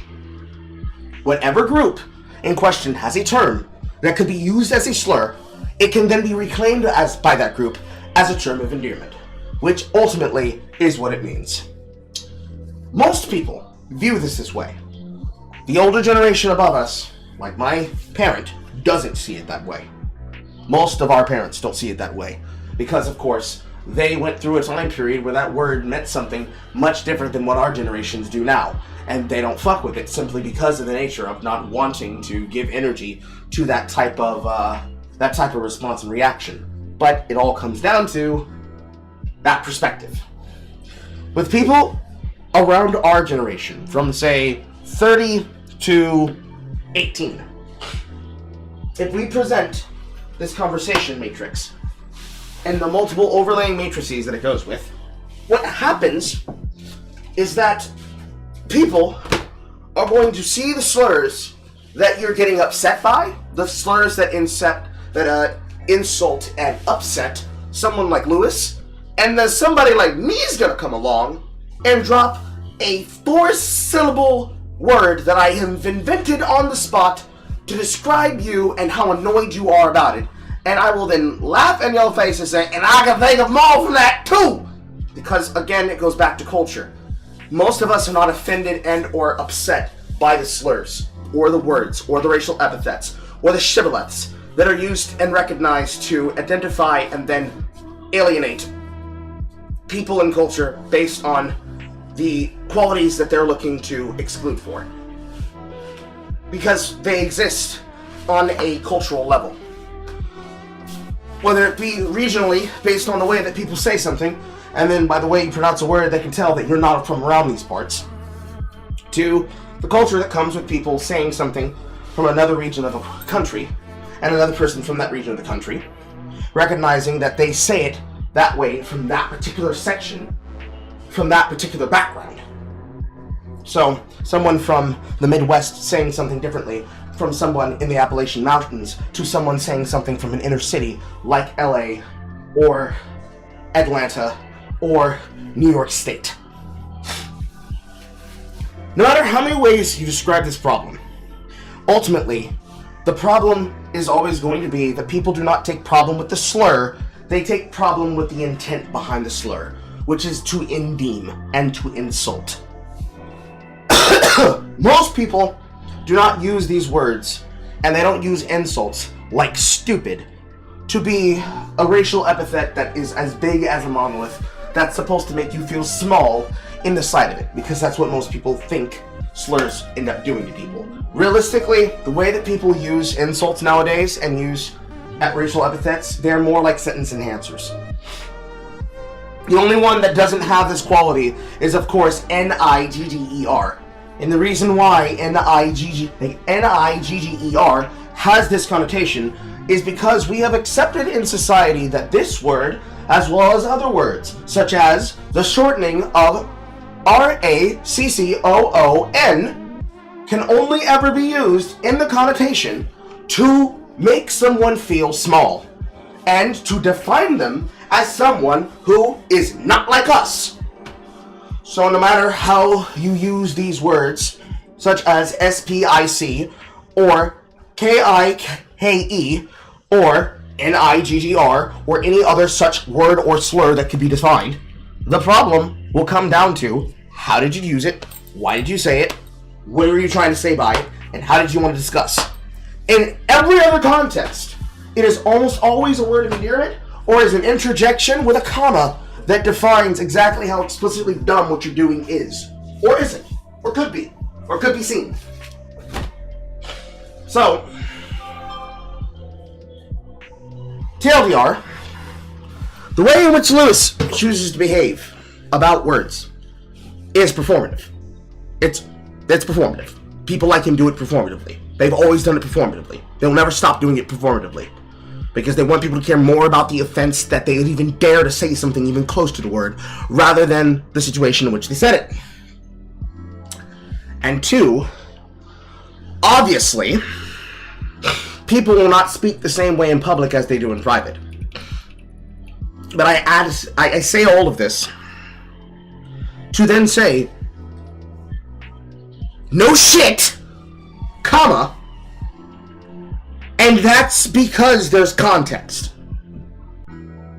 So most of my associates, whether they be IRL, with the exception of one of our IRL friends that happens to have a crossover with both myself and Aiden Paladin, who lives in West Point, who is as white as they come, but is southern white, usually are African American, or some type of minority that comes from the Middle East, or is some type of inner city individual that has lived in a suburb and has become indoctored into a collective internet culture where these words don't have power because we've thought of even worse words which describe them. And ultimately, if a person's using phrases and words and aptitudes correctly, depending on the context it's being said in, it's like saying F-A-G-G-O-T in a correct setting to describe explicitly the kind of person a person is being. The same way that people try to use N-I-G-G-E-R. It doesn't make it acceptable. It just means that in most situations where a person in polite society would normally not use that word, they only use that word in a specific context, and it's like, wow, I can't believe this guy is unironically acting like the definition that most people would assume and think that we all act like. So if someone in some situation were, for example, to call Lewis an F-A-G-G-O-T, and they then said, and that's on God, they would not be saying it because they want him to feel small, because he looks like a gay pirate. They would be saying it because his behavior is implicit and indicative of somebody who acts like a bully, who believes that the high ground gives them the position to bully other people permanently. Because the person is seen in a bad light, because the person's having a hard time, or because the person has to now fight and defend themselves from multiple slings and arrows of criticism, it means that, I can now be evil to them, and if I were to call them a nasty slur, no one's gonna stop me, because we hate them! And that would provoke someone like me to call him one of these such words. I, of course, would find a very interesting one to say. I prefer the word troglodyte a lot. People have tried to turn that into a slur that's not allowed to be said, despite the fact that a troglodyte is a sightless lizard with a stick from Heroes of Might and Magic. So, people have tried to shorten it to things like trog. There are multiple ways that you can think up words to describe people. But that's, like, the entirety of that conversation. To an endpoint. I am thirsty. Bring me my Kool-Aid. Negatively impacts certain groups of people. Like when I do say slurs out of anger in video games, I'm not saying them to target those groups. I'm saying them because it's the most aggressive word that I can think of. It's the most shocking and provocative word I can think of. It doesn't matter what my intention is. Those are general words, specific words that are used as slurs. Like you want to just exactly. Justify using the word, that's fine, but your justification is wrong. You want to feel you prioritize feeling powerful in the moment over the comfort of people that belong to those groups that have historically been like decimated by the laws. Not really. Most people don't even think about it in that way because we believe that these words have lost all power. So hearing somebody say this expletive at the top of their lungs, no matter what the expletive is, shit, ass, fuck, damn, bitch, they're mostly saying it to get out the expression of annoyance. And it's better to hold none of it in and to let all of it out and put it all on the floor and leave it on the fucking floor when it comes to competitive games or environments like it, because the alternative is much worse. I would prefer a person feel capable of being able to say what they want to say and not be put in a position where they have to watch every single word and then be condemned permanently for having said a word. Because that's a horrible world in which to put people in. Well, that's where people are terrified to have conversations. You know, the one that we're currently in right now, where one bad utterance loses you not just your career, but also loses you an entire account worth of video games, loses you an historic account that you have played a particular video game on that stops you not only from being able to play the video game, but also loses you out on thousands of dollars that have been spent on said video game. There's lots and lots and lots and lots and lots and lots and lots and lots and lots and lots and lots and lots and lots of examples. There are lots of examples of times where this slur gets used, or a word that could be considered a slur gets used. And it's more about punishing the person for having even uttered the word than it is about putting it in the correct context about why they said it and why it matters. Period. Like, I don't think about using a slur that could describe a person that's gay and thinking about, I want to harm that gay person. If I wanted to harm that gay person, we would take the black approach to insults, where we insult things that we see, because we're physical comedians. We look at you and we take advantage of what we can see, and we use that to describe behavior. So if we recognize something about your behavioral patterns that we've taken up over time, or that we're noticing as we're watching it, we're going to call it out, and then we're going to start mocking it. Because that's just how we are. Mainly as a corrective decision. That is usually what it was used and has been invented for. If you want to correct somebody's behavior, you call out the behavior that they're doing, and if they don't recognize what they're doing, you just keep calling it out. That's what the basis of a roast was supposed to be. If they wanted to have the behavior not get called out anymore, they need to stop doing it or change it. I've talked enough. Let's move forward. The people using those words, just to be absolutely clear. So there are things that he has been accused of that are not true, which we will go over. I still think he is a dumb, bad guy. Speaking I guess I agree. of which, let me introduce you to Quackity. Who is Quackity? Whoa. You ask me, he's a Minecraft YouTuber, but if you ask others, he might be one of the Minecraft YouTubers. Wow, what an accolade, huh? Famous for being on the Dream SMP, aka the Dream Survival Multiplayer server. Important to this story, though, Quackity created the QSMP, aka the Quackity Survival Multiplayer server. The idea was that a bunch of people from all over the world who played the same game, the big block game, the biggest game of the 2000s, and it would bring all these people together who would speak their native language. To make this a very seamless, Yeah, I remember this. It just seems like a big nothing burger. I don't really give a shit. So. effortless experience for those watching, they employed the services of a auto-translator for everybody to use on the server. If you ask me, this server was a great idea. In hindsight, it didn't perform as well as maybe some people thought it was going to, but overall, it was a very good idea. Was part of the controversy that Dream wanted to have, like, he was putting an auto translator in his, so he's kind of annoyed? Yeah, it's a very cool idea to have all these people come together and to make it so that all of these people who do not speak the same language can talk to each other and have fun. But you know what Dream was up to at around this time? I think trying to do the same thing. After the Dream SMP is long over, he needed to find a new server to create. So he created the USMP, the United Survival Multiplayer Server. It was just an idea, and it never went live, but the idea was that a bunch of other people from different countries would come together and make content together. They went to such great lengths to make it a seamless experience for those watching that they used a live translator to make it so. Sounds a little familiar, doesn't it? Yeah, who cares? Just, I mean, multiple people would do the same thing. Who gives a fuck? I'm not saying that Mr. Dream, Clay himself, copied Quackity's idea beat for beat, bar for bar, but I'm not saying he... The idea of having a translator in your server isn't really all that crazy. It's not really... it's not even a unique... I mean, it's an interesting idea. It's not super unique. Like, it doesn't really matter.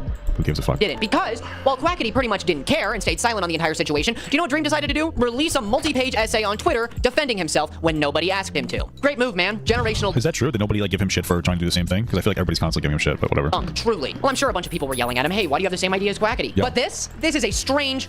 Oh, he didn't... He had been working on it before either was announced? Okay, so I think so apparently Dream was actually working on this. August is my brain rot investigator, okay? All right, and my... Okay, so August says, so this is fact. I'm being serious. That Dream was working on this before either idea was announced, and I think Quackity knew that, and that was part of the reason why he was frustrated. Strange response. Do I have that correct? I mean, please, I'm not going to read this whole thing. We have places to be, but I will summarize it in an interpretive dance. No, I won't. Clay just went on about, oh gosh, I just knew when I posted about this and he posted about this that we were going to be in hot water. Everybody was going to be so mad at us. But, you know, when creators talk these things out, we can really solve these issues, guys. It's really not that hard. And I messaged him privately, but he ignored me when I said this shouldn't ruin our friendship, man. I love you. Oh, I love you. Oh, I love you. He said I love you so many times, and it made me very uncomfortable, considering two things. He stated multiple times in this entire essay that creators just have to admit their wrongs, and then we can move on. Said the never admitting and moving on guy. The second thing is that Dream... What does he need to admit? I'm a little confused. Kind of made it seem like Quackity owed him some semblance of explaining why this was all happening. He owed some semblance of, sorry community, something happened, insinuating that something happened. But Dream stated that they both came up with these ideas behind closed doors, and there was no reason to apologize for anything because it was all a coincidence. And if it was such a coincidence, I mean, I wouldn't doubt that it was a coincidence. Again, it's just a translator for a server. Like, it's okay. Why are you saying that he owes the community some sort of like explanation for what he did? And well, again, my understanding was that Dream was floating this idea behind the scenes, right? And then Quackity might have taken it, which I still don't care about. Like, I'm not gonna shit my pants about it. Correct. Whatever. I mean, I guess maybe that's shitty. I don't know. Why are you admitting that behind closed doors he ignored you? That's private, man. Why are you bringing that up when it has nothing to do with anything and this was all just a huge coincidence? It's a little strange. This whole So yeah, it's really not that deep. essay was just Dream blaming Quackity for something he never said he cared about, and then continuing to ask him for some kind of apology or some kind of explanation, even stating multiple times that it was just a strange coincidence that they both had this idea, which I would believe. Wasn't the tone of the message that it was a strange coincidence, but Dream came up with this idea first and he was working on it before any announcement? It seems more like Dream's just trying to give this guy an out, like, hey, I know it was just a coincidence, you didn't do this on purpose, but it's likely that Quackity caught wind of it and it's like, oh, let me see if I can rush the server out, let me announce it before he does. So from what I remember, and I don't remember the specifics, because it really does not matter. This is the stupidest fucking thing in the world. Okay, neither one of them took the other's idea. They just had a similar one. Happened to announce theirs first, so they assumed the other copied. Gotcha. Okay, there you go. Cool. I don't know if Lewis's representation of the messages is correct. I also don't give a fuck. It's such really a low effort thing. We're kind of just getting through this part. I don't really care. Believe if neither of you really cared, but one of you really does and the other really doesn't, which it probably was a huge coincidence. Actually, I kind of believe Dream a little bit here, Mr. Clay. I believe him in the sense that I don't think there was any kind of copying that was done on Quackity's side. I believe fully that he didn't do anything. But my speculation, my opinion, is that Dream caught wind of this idea somehow because Quackity had to be asking people if they would be into this, and then somebody, you know, trickled down the line and it got to him. Well, what if it's just the other way around? Like, what if Dream's floating this idea and then Quackity caught wind of it? Like, who gives a fuck? And then he thought, oh, that'd be a great idea for me to do too. But then when they both released their ideas at the same time, it seemed like one of them was copying the other. But wouldn't Dream estimate that and be like, oh, like, this doesn't really make any sense? So Dream felt he had to cover his ass, but Quackity knew he didn't. There is no evidence here that Dream copied him at all. But I think it heavily points towards him being questionable at best. Not really. Not really. It's a big nothing burger. Do you know what Mr. Q said about this entire thing, Quackity himself? Do you know what his entire statement was? I don't know, something in Spanish? On this, yes. Nothing at all. Nothing at all. He simply said on a live stream that he did on the day of this entire He said, ¿Cómo se llamas? Incident. Do you know what he did? He looked at his camera and he said, well, what a crazy night it's been. Smiled at the camera and logged off. Legendary. Dream was clawing at the walls and trying to pull Quackity under with him for no reason. He had no reason to do so. And all Quackity did was say, must have been the wind. Okay. Yeah. Well, I mean, when I was talking to this guy, I believe he said something along the lines of part of his content is, you know, theatrical. So I guess that's why we just sensationalize that off the fucking deep end. But, I mean, you say theatrics, I say pedantic. Tomato, tomato. Squish like a lotto. Okay. A year later, this is where shit gets serious. Whoa! I would have already thought it was serious while you were talking, brother. Been involved in some pretty heinous stuff and been accused of some very serious heinous stuff. Christ. A lot of it can be disproven. Fun fact, and that's coming from the biggest Dream hater I have ever met. You? Me. I think Dream. Like, why? Why do you hate Dreams? Like, Dream is cringe and annoying, but why are you so invested in hating him? Is the troll who lives under the bridge, but when he asks you a riddle, there's no solution. He just wants to sing you a really bad song. I can't breathe. I'm sure you've heard all the rumors before. Dream likes kids. Dream likes to be a groomer. Dream is full of a bunch of tiny people who operate him like a giant mech house. All of the above are normal things that people accuse him of. But in this, They're not really normal, since they're all wrong. this case, a lot of people really believed it. Dream himself even clarified that a lot of messages and receipts people showed were him. So you might be thinking, if it looks like grooming and he admits it was him, wasn't it? It doesn't look like grooming. I think that the worst of it was that he maybe he was talking to like a 17-year-old when he was 20. That's not grooming. But it wasn't that. 17, 20 is fine. It's really not that big of a deal. You want to say it's a little inappropriate? That's fine for you. You guys are younger. If you want to have that moral conversation, that's totally fine. A little older, 17, 20 is not a big deal at all. I do not care. I don't think that there's a drastic maturity difference. College, with potentially college, it's really not that big of a deal. You can change that. You could be like, no, you know what? I think moving forward, we should say the maturity level is really big. That's totally fine. It's not grooming. Grooming is a very intentional, methodical process of setting up typically a child, up for sexual exploitation. It's two very different things. So you want to say it's a little inappropriate, that's fine. I don't care. Not even close to grooming. Not even close. You guys don't even know what grooming is. Before we get to whether it is or it isn't, first, the definition of grooming never states that it has to be a child. So it almost always is a child. Just to be clear, it doesn't... So Papa Guts on Carl. Carl is correct. Papa Gut agrees with him. Why did you say that? So, first of all, I looked up grooming. I'm going to tell you it's going to probably say a child. It's typically a child. But in order to groom an adult... well, first of all, if you want to get to the raw definition of grooming, it's just preparing a person for a thing. That's literally it. People used to use the word like, oh, I'm grooming this person to be the next manager, right? When we get into the conversation about predatory grooming, it quite literally does say in the definition here, the action of attempting to form a relationship with a child or young person with the intention of sexually assaulting them or inducing them to commit a crime or illegal act such as drugs or joining a terrorist organization. So just to be clear, you can groom adults. Extraordinarily difficult to do. I've tried. No. It's very difficult to do because they have to be in a very extraordinarily vulnerable place. The example of grooming an adult would be to get them to join a cult. It's much more rare. Children are much easier to groom. Sorry. Because they are very, it's easier to influence them. They're not as developed. They don't understand very much. But it's almost always a child, and it's almost always with the intention of with some kind of sexual act or getting them to join a gang or something like that. So, yeah. Again, grooming is more than just interacting with somebody. Grooming is a very methodical process. Okay? Just to be clear. So... Somebody who uses their power, their presence, their personality to garner some kind of romantic or sexual connection with somebody. That's not what grooming is. Nope. You're just wrong. Grooming isn't when you are a person with a power influence and somebody has sex with you.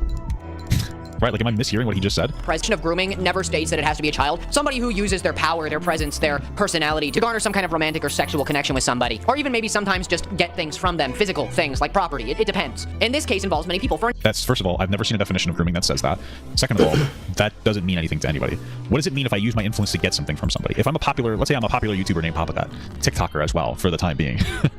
And somebody's like, wow, like, I know you, I really like you, blah, blah. And I'm like, oh, do you want to fuck? You want to go on a date? Did I just groom them? And they said yes. No. Okay. People like influential people. People like people with power to some degree. All right. When you say the word uses, are you saying that I said to some girl like, hey, if you won't fuck me, I'm going to ruin your life through canceling you on TikTok? That's still not grooming. That is disgusting. That would be blackmail, I believe you'd call that. Mm-hmm. Okay. But like grooming is more than just a thing happened.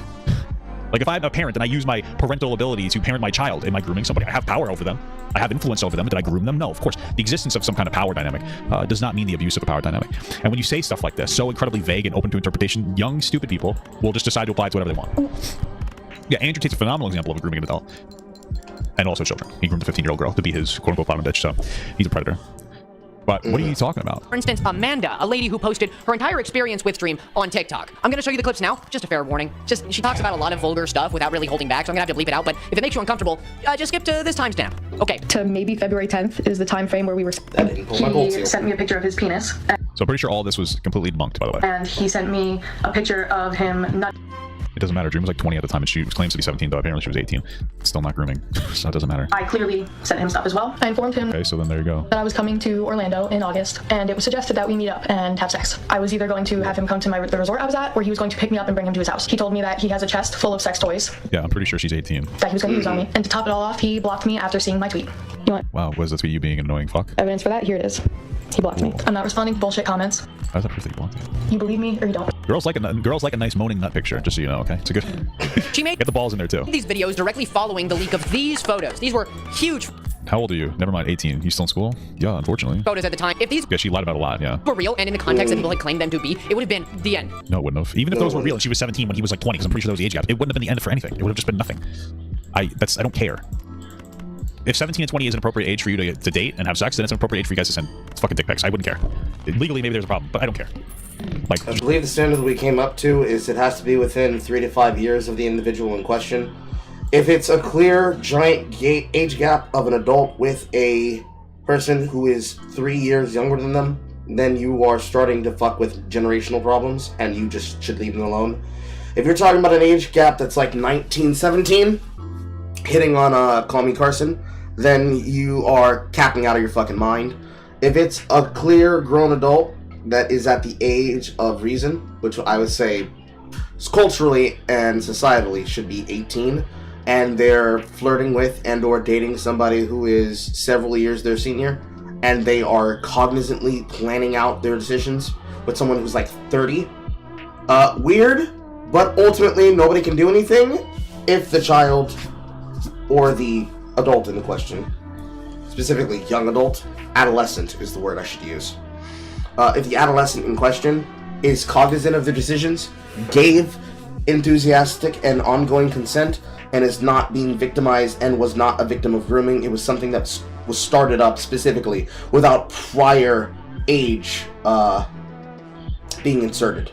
So they met them when they were 18, they started dating them when they were 18, and because they were dating them at 18 and they are X amount of age, the age gap of 12 years being their senior doesn't preclude them from being able to engage in a relationship. But it will have the social society stigma that she's, quote, cradle robbing.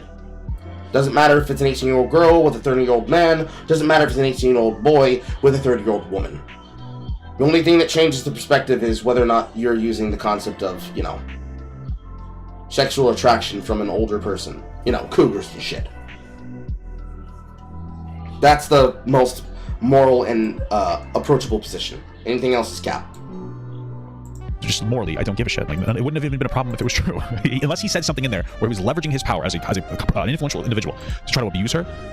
Unless that was there, it doesn't matter. The worst case scenario of this dream situation doesn't matter. Just because she's 17, how old was he? Was he 19 or 20 at the time? I'm pretty sure he was, from what I remember. Okay. The end for Dream. I'm pretty sure. I don't think he would be living anywhere except for on private property behind iron bars. Yeah, that wouldn't happen. So. The biggest thing that really stood out to a lot of people in this specific instance was how much evidence there wasn't to suggest it was him, until he admitted that it was him. But then he also provided important information that all of these women, all of these young, that it was. It was a friendly conversation. These screenshots them being 18 years old, mentioned in their bio. Gotcha. Was him. But then he also provided important information that all of these women, all of these younger women, were 18 when he talked to them. Or there was only, why is he saying all of these women? It's one girl. What? Is he trying to insinuate he was like talking to a bunch of kids? I'm so confused. Or if they weren't, he was only friendly and not strange. And if you ask me, and this is not just because I'm a Dream hater professionally, right now I'm literally hating on Dream professionally. No. If you ask me, that doesn't clear his name. Even if they're 18, like I just said, doesn't mean you can't groom them into being into you, okay? God, this kid's actually... okay, I was on the fence about covering this. I almost felt bad today. I'm like, you know, we're doing a lot of Lewis content because he's the hot topic and everything. And like, you know, I'm kind of interested, but I would have rather watched something else. But right here, I'm happy we watched this. You have to be fucking kidding me with how absolutely irresponsibly stupid you are. Holy fuck, have you learned nothing from sensationalizing that one video that you admitted to, whatever the fuck that was? I forget what that thing was called, the Blake Lively. Have you learned nothing from the Blake Lively situation that you got dumpstered on and then said, it's good I made a mistake, it's not my fault? Did you learn nothing from the Janky Bo bullshit? What did you learn here? Like, this wouldn't be grooming. You don't even know what grooming is. Oh my god, you're so fucking stupid. This is actually melting my fucking mind. Well guys, you can groom an 18-year-old, so that means if the person's 18 and you're 20 and you're trying to flirt with them, you're fucking grooming them because your name is Dream. Oh my god, dude, this is so annoying already. Oh dude, I think I hate this kid. I think I actually hate him after this. I'm so sorry, but this guy, like, right, we're only a fourth of the way in. We've already absolutely socially assassinated the conversation about grooming. It's literal fucking brain rot idiots like this that are ruining people's fucking mentalities when it comes to any interaction. You have people... True. Hard agree. It is exactly what kills conversations because nobody knows how to speak about the conversations in the context. Because everyone's fucking cooked. Everyone. Every single person's cooked. Who went to school during fucking COVID, who missed time in school, who were completely socially awkward and admitted that they were losers in high school, and then they didn't do anything their entire lives, sitting here talking about very important social conversations. What are you talking about? Not only are you a fucking kid, but you lost a year of your life in COVID where you just sat on the fucking phone and just drooled down your face. Thank God that they're fucking banning TikTok, honestly, because it's a fucking problem. It's a goddamn hazard. It's a fucking hazard to society. Unironically, please ban TikTok. Take away my TikTok salary, so that we all just go back to read a book. Read a book. Fuck.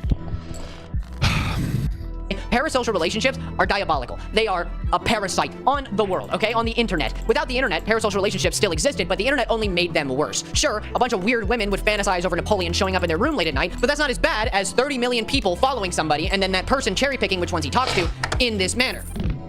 Who cares? I'm so sorry. I know that this kid is like a fucking idiot child. Do you know what a groupie is? Where's all the noise about every single music artist having sex with people who obsessively follow them around? Hey guys, here's Dream apparently flirting with an actual literal adult, but they're a fan, so that's wrong. By the way, all of the music I listen to that guys make, they fuck women half their age that are legal adults. I don't say a word about that. Why? Where's your video about that? Where's your video about that? Non-existent. Holy fuck, dude. You should turn up come quarantine, JK. Who cares? Probably got the Who corona. cares? I'll see you after quarantine. Haha. You can get it from me, BB. Slurp that Corona Yum coronavirus. Oh my bed. God. Yum. Dinner served. Quarantine be bringing the... I don't know how you're gonna... I ironically don't understand how Lewis is going to like sit here and try to shame Dream for flirting with girls of a consensual age when he made an entire hit piece video that assassinated his character for a girl. Like, it's actually fucking mind-boggling to me. HORNY out of everyone. What the fuck? That's just you. Blah, blah, blah. Don't worry about it. It's just needless conversation. But apparently, the person who posted this said that it was just cringy, just so cringy and bad. He even sent pictures of his house. This is weird. Who cares? No, it's not. It's not even weird. You shouldn't be looking at people have private, like, sexual conversations. That's weird. Everybody that flirts and then has sexual conversations in private, it's always weird. It's always weird. Like, you're not, like, you shouldn't be sitting here reading other people's fucking sex messages to each other. Oh, it's really weird. What does weird mean to you? Weird to me means a smelly fart. Weird to this guy means they rape people. Just to be clear, that is the insinuation. Dream is a rapist. This guy thinks that Dream is a rapist. That's the insinuation when he says that. That's why he says that Dream at 20 years old groomed an 18-year-old girl for simply talking to her. That's what he's saying. If this was a conversation between a man and a minor, this would be concerning. But it's not, dude. Oh my god. But now in the modern day, he's cleared his name almost entirely. Guts losing his mind, as he appropriately should. Crash out. Crash out, Gut. Please, crash out. Crash out. Crash out. Entirely of these grooming allegations with these specific people, claiming that yes, So there's an insinuation that he's groomed other people. Just to be clear, that's what he's saying when he says this. those are messages with me, but they were 18, or they told me they were 18. He got a legal team involved. He had an entire 1-hour video up on his channel. I think he still does. They cleared his name almost entirely. He got a bunch of people involved to make sure that Yeah, he cleared his name entirely. What? he cleared his name. And this again is coming from the biggest Dude, he's presenting this information as if Dream proving his innocence is a conspiracy and that Dream is still guilty.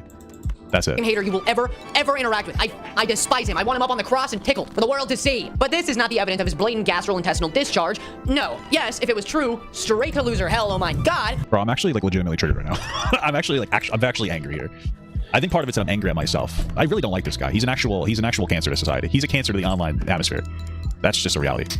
But he proved it wrong. Oh, and that's a great thing, by the way. That's a very good thing. That means there were kids that were harmed by his actions. But he was still a cringe freak. Weirdo. So to What are you talking about? Oh my god. This insinuation is fucking insane. finalize it for all of you who don't really get it yet, Dream didn't groom anybody, or at least we don't have any evidence of it, or he covered it all up. And I'm not saying that in bad faith. That happens all the time, okay? You know what's interesting? I just got a text message from a girl that says that Lewis violently raped her. Kappa. Crazy. I heard he proved it wrong, but we don't know if he violently raped another girl. Although he does look more like the kind of guy that would slip something in a girl's drink more than anything else. To be fair, he doesn't look like the violent type. He looks like the Quaaludes type. So maybe he did it like that. I don't really know. I'm not putting on a freaking tinfoil hat like he likes to claim people do. No, it's on my shoulder. But literally, Jesus Christ. dude, as a content creator, don't talk to your fans like that. Man, come on. You literally have all of the power in the situation. Just don't talk to your fans like that. If you're gonna have an interaction with your fan, make it quaint, quick, and not personal, okay? Why? Why? Give me a legitimate reason why you can't flirt with your fans as long as it's consensual. Well, here's a power dynamic. Okay, great. Let's do the power dynamic thing. Here's what we're going to do. From now on, we're going to make it a law that anytime there's a power dynamic, it's abuse to date that person. Great. Here we go. Interracial relationships are gone. Relationships between men and women are gone, right? Because there's social power dynamics when it comes to race. There's social power dynamics when it comes to gender. You can no longer date somebody of a different economic class. That's completely gone. You can't date somebody that's less intelligent or more intelligent than you because that's a power dynamic. You cannot date anybody outside of a very specific set of characteristics. You have to have the same skin color, the same eye color, the same hair color, the same financial status. You live in the same area. You have to be gay. Everybody has to be gay from now on. That's where we're at. That is where we're at. Power dynamics are so abusive. We are such stupid fucking kids that you can no longer date anybody. We are complete race realists now. We are complete class realists now. We're gender realists now. We're inventing realism here. That's the reality of the situation. That's what you're saying. That's what you're telling us. You're telling us that you have gone so far left in this power dynamic argument that we have to be white supremacists. We have to be race supremacists. We have to be class supremacists. That's what you are saying. This is what they are talking about when they talk about horseshoe theory. That's the reality. Here's the actual reality of the situation, the reality of the world. It is okay to date people that have more power than you as long as they don't abuse that power towards you. That's it. That is it. Okay? If you're a popular content creator named Dream, the only people that are going to want to date you are going to be your fans because they're your fans. You have worldwide visibility. Everybody who would fuck you is your fan. Okay? As long as you don't abuse that dynamic, as long as you don't say, if you have sex with me, I'll make you a content creator, or if you don't have sex with me, I will ruin your life. As long as he doesn't do something in that field, it does not matter. Groupies have been around for fucking ever. Okay? I'm sure Mozart was getting his fucking dick sucked by a groupie.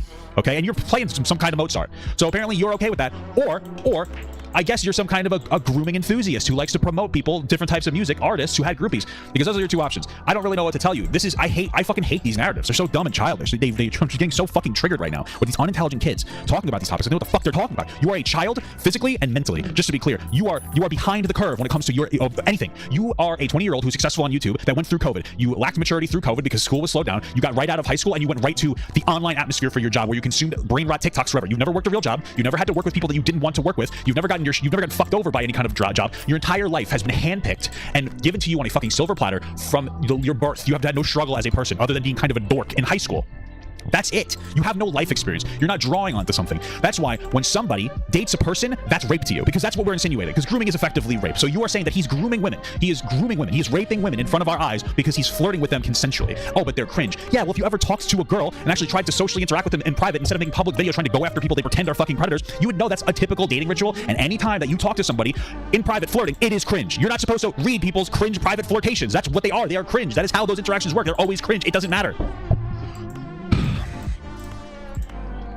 Make it Go off, King. Don't do Go that, off, all King. right? It's okay, Papa. It's okay. It's all right. It's all right. You got there, buddy. That's weird. Nicholas Cantu, aka Junkie Janker, Yeah, the guy who said a bunch of slurs to Dream and nobody cared about. Let me just see you defend this guy somehow. an ex-Minecraft YouTuber, but you might know him better as the voice actor for Gumball from the amazing world of Gumball. See, if you were like me, a kid who grew up on Cartoon Network, I loved and still love Adventure Time with almost all of my heart. Gumball's in there somewhere too. Back in 2021, so 2 years before this incident that we're talking about now, Dream and him had a fleeting beef that affected Cantu very negatively. Nicholas Cantu, aka Gumball, made fun of his merch. He made fun of his merch line. Everybody was making fun of his merch though. Everybody was, taking the shit out of it because it was I'm pretty sure they hung out in person, and then Nicholas Cantu was an asshole Uber driver and was saying slurs. not great. It was really funny actually. But then Nicholas's dog died, which if you know anything about Dream fans, does not spell good things for Mr. Cantu. No, I'm not making fun of this guy. It means that the Dream fans, who were already probably mad at him for making fun of his merch because they're parasocial and weird, all flocked to him and started making fun of him for his dog dying. Hey dude, wrangle in your problematic fans. Because fun fact, Dream is not Did your fans just like harass an innocent guy? Hey dude. very good at stopping his fans from being terrible. How do you stop like 7 million people from doing something? As a content creator, there is a level of there's a level of expectation on you to your crowd. Exactly. That's exactly what I said, Papa. Your audience to some extent, but at the end of the day, there's only so much you could do. What are you talking about? One time, when his fans doxed somebody, a Twitter user who wasn't very famous or anything, but they still doxed them, he said, oh, it doesn't matter, man. It's not gonna affect anybody, A Twitter user with 7 people on it. Are a person on Twitter and you have 7 followers and you get doxxed on Twitter, the odds of you having something happen to you are so astronomically small, it's not even worth worrying about. So 2 things. 1, like, this is a stupid thing for him to say, because, like, at the end of the day, doxing is so bad, you should be very hard line against that. 2, he's probably right. It really doesn't matter. That's the reality. You have big content creators like Ethan Klein getting doxxed. Like, they found out like where he lived almost immediately, and they put it on the internet, and like he's fine. Like, it's not good. You should let people have that privacy to that information, but it really does not matter that much. It's not good. We should still be very against it, but like usually you're going to be fine for the most part. It's not even worth it remotely. I mean, everybody that I know that is a creator has had their address leaked, has had their name leaked, has had everything leaked about them. It's very rare to have things actually happen. If you're on the internet and you have something like that happen to you, try and ignore it the best you can. Try and avoid it, and you'll be fine. Oh, that's not that bad. It's not gonna harm them that much. Oh, fuck's wrong with you? Don't say that. What are you doing? No. Basically, Dream both has a fan base that is very parasocial and parasitic and not very good at containing their emotions, and he doesn't try to... Because parasocial is the new buzzword, guys. We're going to use the word parasocial in this entire video, moving even forward from this point, is going to do an extraordinary amount of heavy lifting. The implication of having a parasocial relationship is that Dream is also a groomer, because he groomed his fans into being parasocial. Just, you're responsible for your fans' actions. It is no, it's not. That's not true. Like, there's a level of responsibility you have for them. At the end of the day, there's only so much that you can really do. We know that. Like, you don't have a direct responsibility for them. All right, unless you're saying something that's meant to rile them up into a particular action. We know that it's not true. You should be against these types of things. You should try to harbor a safe and fun community, but especially as you get very large and you have like 7 million fans and like 50 of them decide to be pieces of shit, like how much control do you have over 0.1% of your audience? Stop. The only bad thing that he did here was the way that he's talking makes it seem like doxing isn't that big of a deal, which it generally isn't a huge deal, but it can be a big deal. So you need to talk with the energy of like, hey, this is really wrong. You should not be doing this. That was his biggest sin here. That's the people who did dox out of Dream's fan base might feel like, oh, okay, he doesn't really care. That's the biggest responsibility he has, but there's only so much you could do. Them. So overall, it's a bad situation. Exactly. True. For anybody who tries to get involved in it. Well, at least it was. Now it's actually pretty all right. Funny enough. I'm not in any danger, guys. He's so done. God is so done.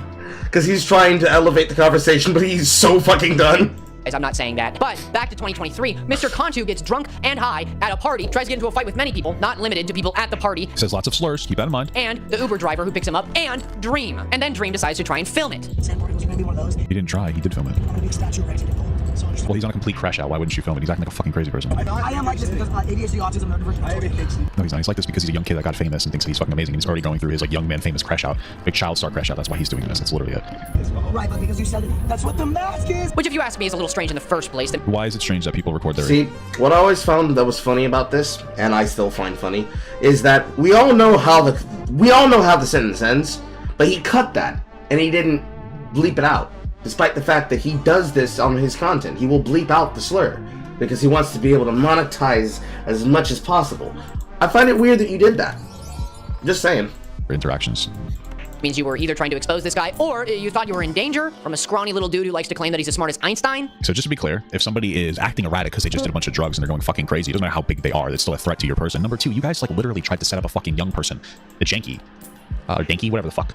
What are you talking about? Like, you're sitting here, oh, it sounds like you're trying to cancel him. Really? That's really interesting coming from you. That's like a super interesting point coming from the person who was trying to cancel somebody. That's so strange and weird. Don't pull a Lewis. Guys, by the way, if you're small, you're not a threat to anybody. That means that if you're a man and you get sexually assaulted, it was your fault. That's Lewis's logic, by the way. I just want you to be clear. We're taking his logic and we're extrapolating it. He probably doesn't feel this way, but he's so fucking stupid and anti-dream brain because he wants to hate somebody that it seems like he should be hated that he will throw away all of his moral consistencies. If your argument is that this guy's really scrawny, why should Dream be afraid? That means that anybody who gets sexually assaulted by somebody physically weaker than them, it was their fault. It was their own fault. That is your logic. It might be to a greater extreme, but that's your logic. That's your logic. Your logic is to invalidate survivors of assault Because if the person's small, they can't hurt you at all. That's the logic here. This is called nuance, Lewis. Lewis, I don't know if you know what that word means, but that's what this is. Man, don't be stupid. Don't be stupid like that. Basically, the whole internet was on Contu's side, or as they would say, Gumball's side. You know, it's just... You like how he left out the slur part? Yeah, interesting. Yes. Don't you just virtue... Exactly. I'm glad you noticed. Thinking about how horrible slurs are and how immature they are. Much fun to watch Gumball just dog on Dream. Oh man, it's so good. Until they realized that Contu had called the Uber driver the F slur, There one you go, commonly dude. used to put down queer people for just existing. And he also didn't tip the Uber driver, and he was a piece of shit. I think you're a alright? So that's why. You're really cool, Dream. I still want to fight you.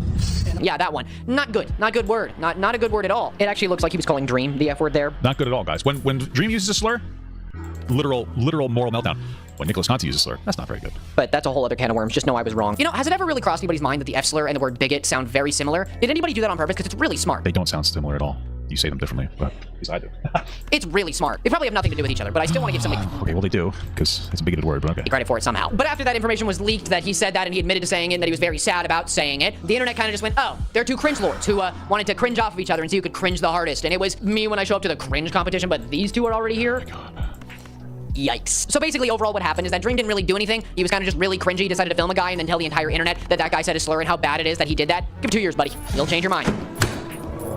I'm out. This might feel familiar for some of us, but this is definitely not a closet. No, this is the in-between times where I'm going to talk about some miscellaneous stuff that Dream has gotten himself involved with. He's been in so many different little controversies over the years, and he frankly can't stop. These all happened between 2023 and November, all the way to about now. We already talked about his problem with doxing that happened somewhere in there, and he also had a problem with taking blame. He would never really take blame. He always passed it to somebody else. But he also knew. Please call him out. Please call him out. Please call him out.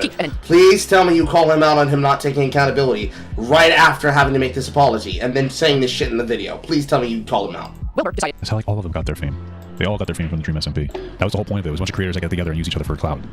Who used his now ex-girlfriend. And that was huge. Oh my god, it was a huge debacle. Oh my god, I have a video on it. I'm gonna go watch it. But related to Dream is related to Dream SMP, okay? Wilbur also pelted his dying friend with apples when he got slightly mad at him for doing literally nothing at all. This is the only time I'll mention him, but he deserves to rest. Yes, there are plenty of other things that Dream has done involving him or allegedly involving him that are gross and diabolical, but technically deserves to rest and not have people mention that bullshit with his name on it, okay? I'm just not gonna do it. If you know it, you know it. If you don't, I'm not gonna talk about it. Then there was George, not found. If you know I'm sure this is where it's going to get interesting. anything about this I don't remember anything about the Wilbur shit, so. situation. Again, I had a video up on it, but I decided to get rid of it because people like Turkey Tom or whatever he goes by, Tom Dark. I don't give a shit. A lot of people Seems to know a lot about Tom there. like him, like call men soy boys and stuff like that when they defend women, decided to say, yeah, but there's no proof of George not found being an asshole. Well, let me explain to you what happened. George, very famous guy, almost as famous as Dream was. They had a party going on. Katie Bugs Showed up drunk with her friends. She was an 18-year-old consenting adult. If you decide to drink at 18, you're making an illegal choice, just to be clear.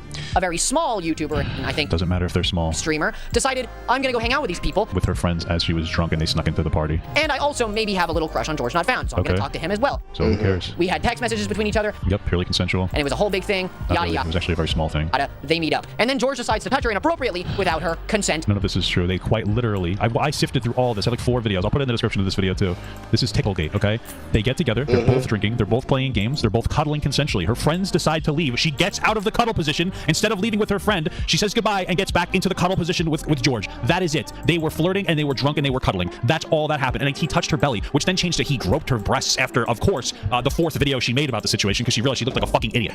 This is not sexual assault. There was nothing non-consensual happening. He's like, hey, you want to go back to your room? And she said, no, thank you. And it ended there. And they still texted friendly for a while. There's nothing here. There's nothing here. It doesn't exist. It doesn't exist. We're back to fucking Ticklegate here. He just makes things up. He doesn't know what sexual assault is. He's gonna make me start using slurs. It's actually fucking making me so angry right now. There's no sexual assault. Stop sensationalizing things. I guarantee you, he didn't even listen to what she said. I went through all of it. He, like every other video he makes, waited for the take that his community was supposed to give, and then he gave that take. That's all it was. That's literally what he did. He waits for his community to have the safe take, and then he makes that take. That's it. And when he fucks up, he just takes the video down. He fucked up, obviously, with that George Not Found situation. He fucked up with the Janky situation. He fucked up with the Blake Lively situation, and he doesn't sit on top of it. He doesn't sit to it. Because he doesn't actually believe in his take. He doesn't care. He doesn't believe in any of the takes that he has because they're given to him. They're spoon-fed to him. They're spoon-fed to him. And then when they happen to be wrong, he's like, well, everybody told me I should say this. Not my fucking fault. Well, you're pathetic. You're a coward. At all. He then claims, well, she didn't say anything, so there wasn't a problem, and so did the rest of the internet for some reason. She didn't resist. She still sat there with him and cuddled with him. I didn't fucking ask. It's so weird because didn't this guy just say that if somebody's smaller than you, then they're not a threat to your person?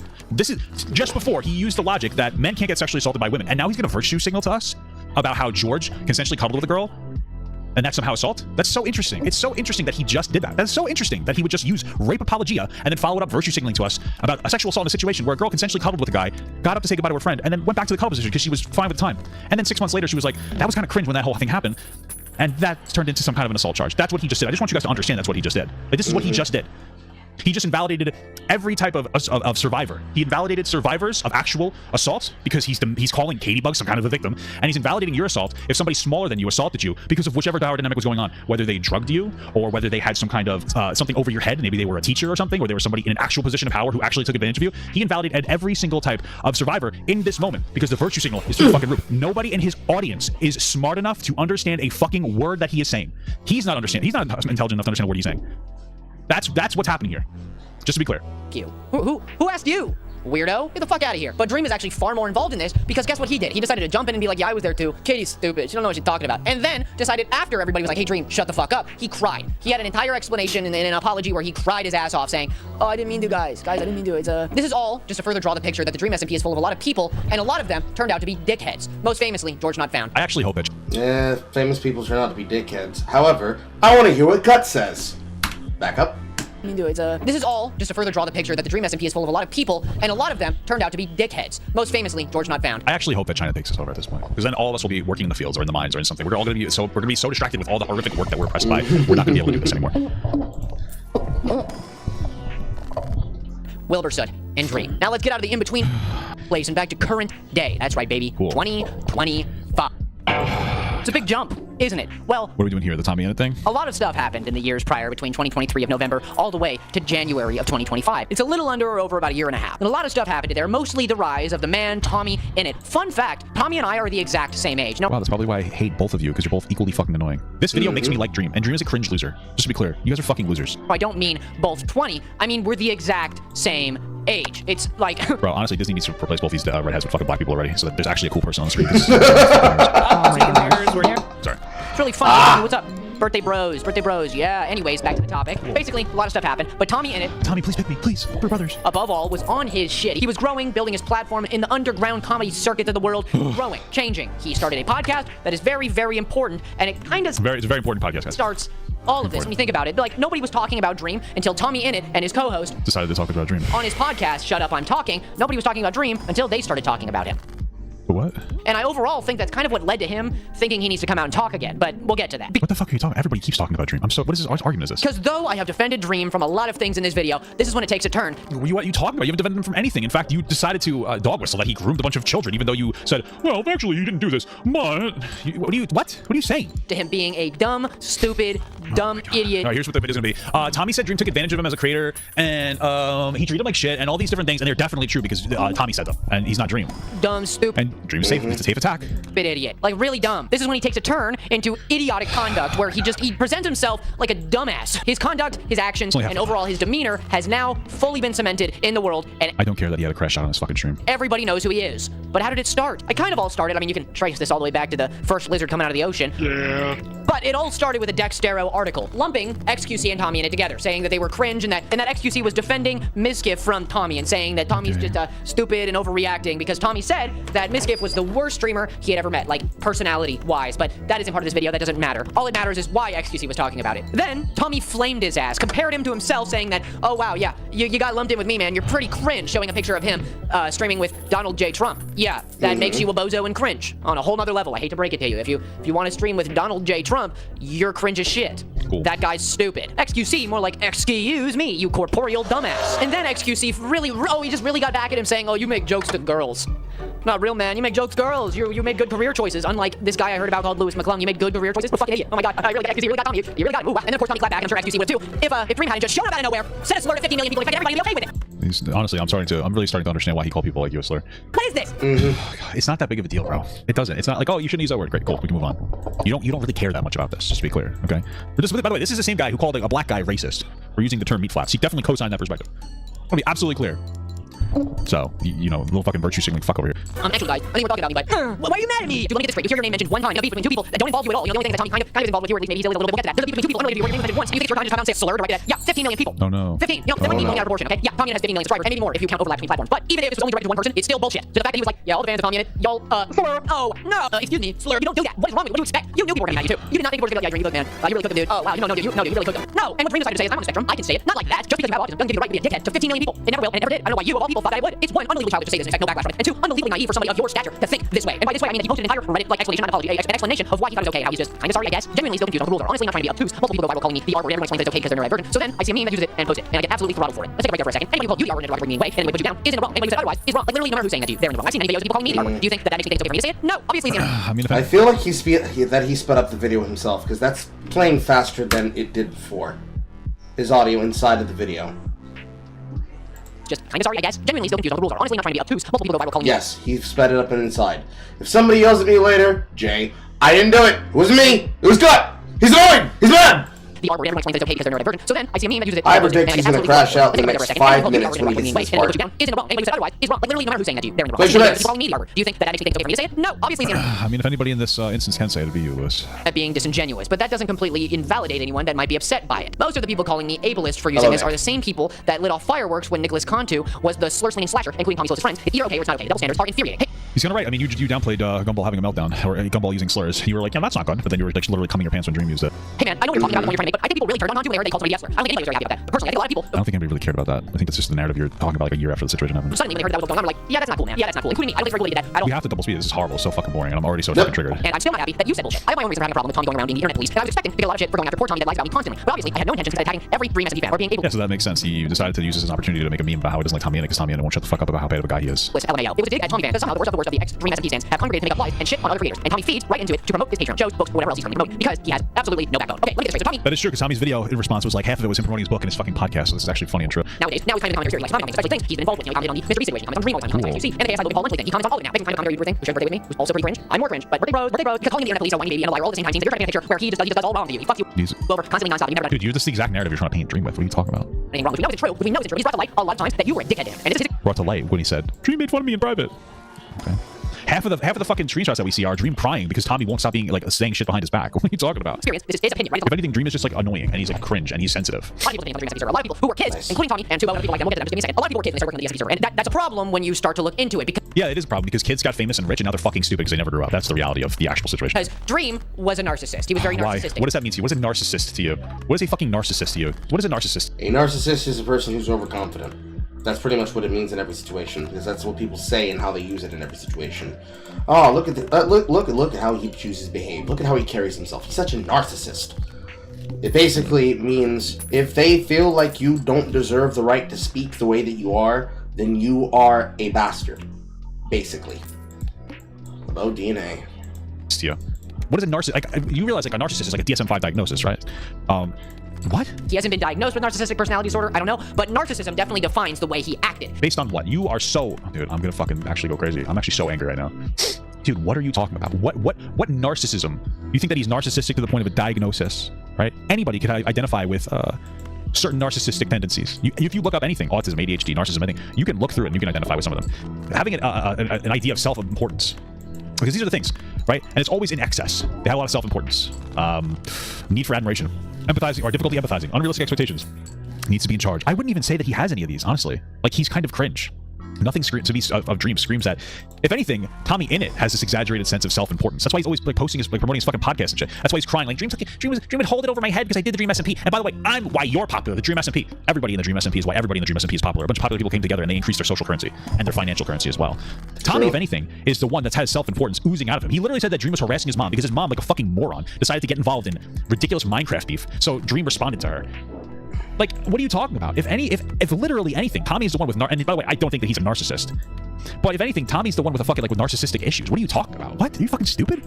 He would be very controlling and very center of attention and very much feels like he was owed things for giving people their fame. So what? Show me what is he owed? What does he ask for in private? What screenshot do we have of him trying to siphon something out of somebody because they're owed something? But then to come forth only with, yeah, he lies about it. Yeah, prove it, dude. Either way, my lesson from this is that Twitter is somehow...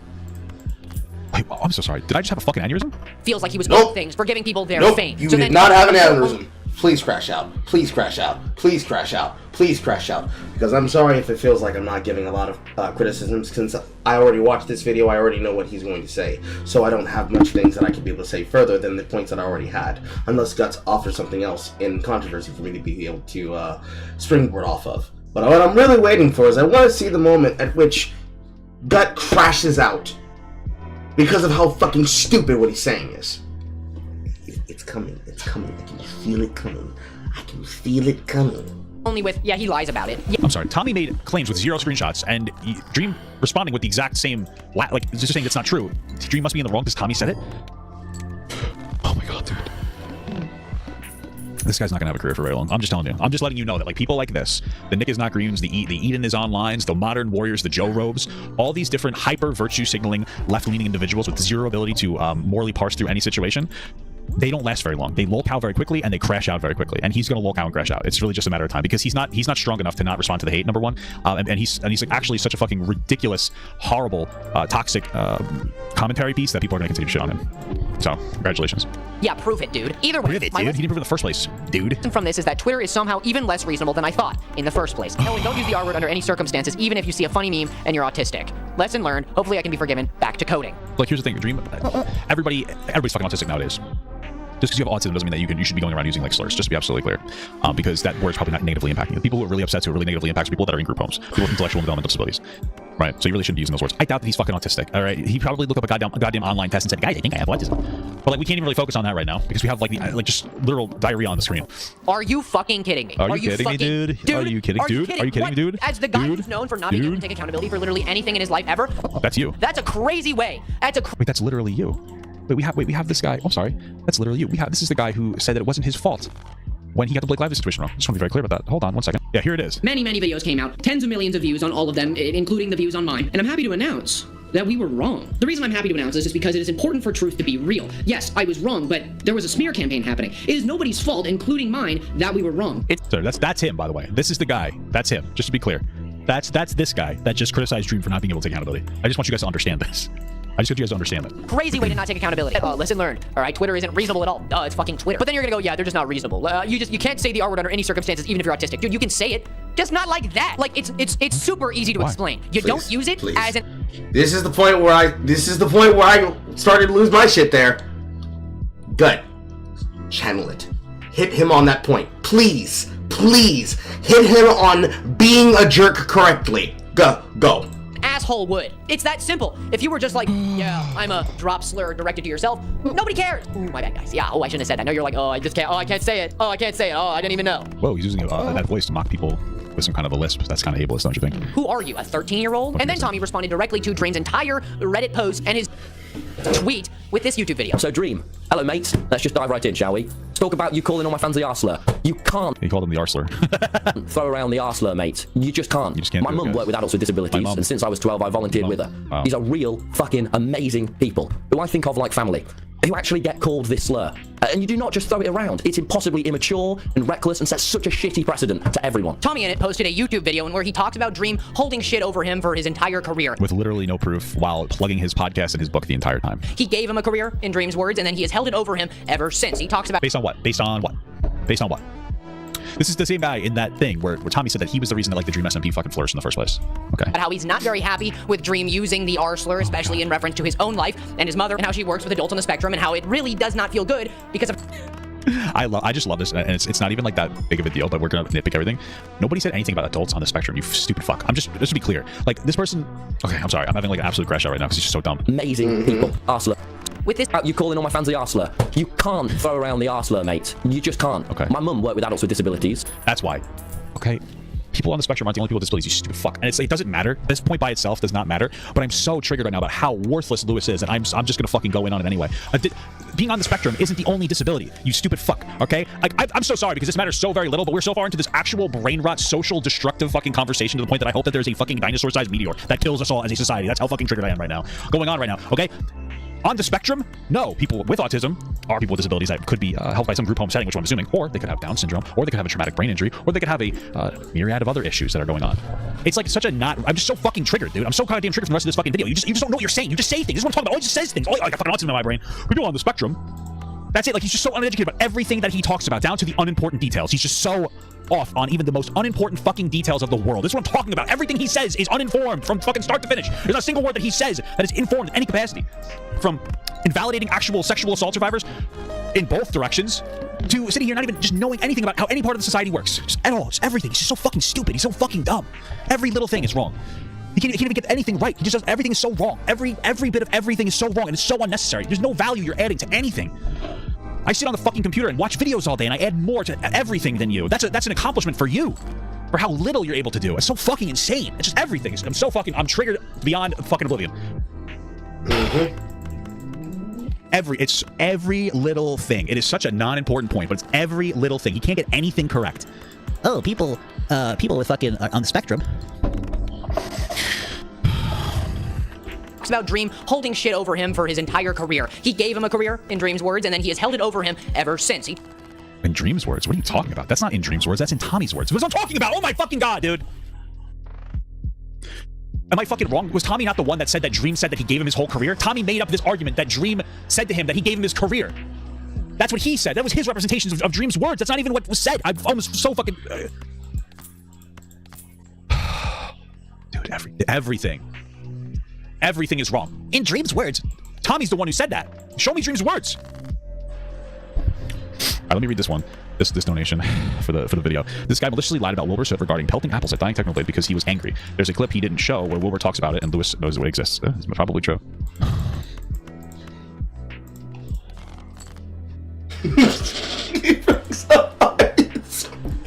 He brings up Minesweeper to keep himself from getting even further angry. Oh my god.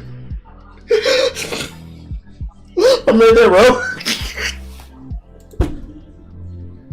You have, in fact, missed a lot, just a girl. And his mother... I just need a break. Fucking... Okay. He doesn't do it for long. I just need a break. I'm fucking so triggered. Okay. Talks about how he's not very happy with Dream using the R slur, especially in reference to his own life and his mother, and how she works with adults on the spectrum, and how it really does not feel good. Adults on the spectrum, guys. Because of how much home it hits for him. Adults on the spectrum, guys. They don't have Down syndrome. They don't have a traumatic brain injury. On spectrum. 4 years ago, you were awful to me. Whoa. When I was 16, you gave me YouTube advice, and you held that over my head for years. Wow. You didn't treat me like a... In what way? Give me like an example of how he did that. You notice how he doesn't give an example? He doesn't show proof, and he doesn't give an example. He's not specific about it at all. You wanna know why? Because it's not true. Okay?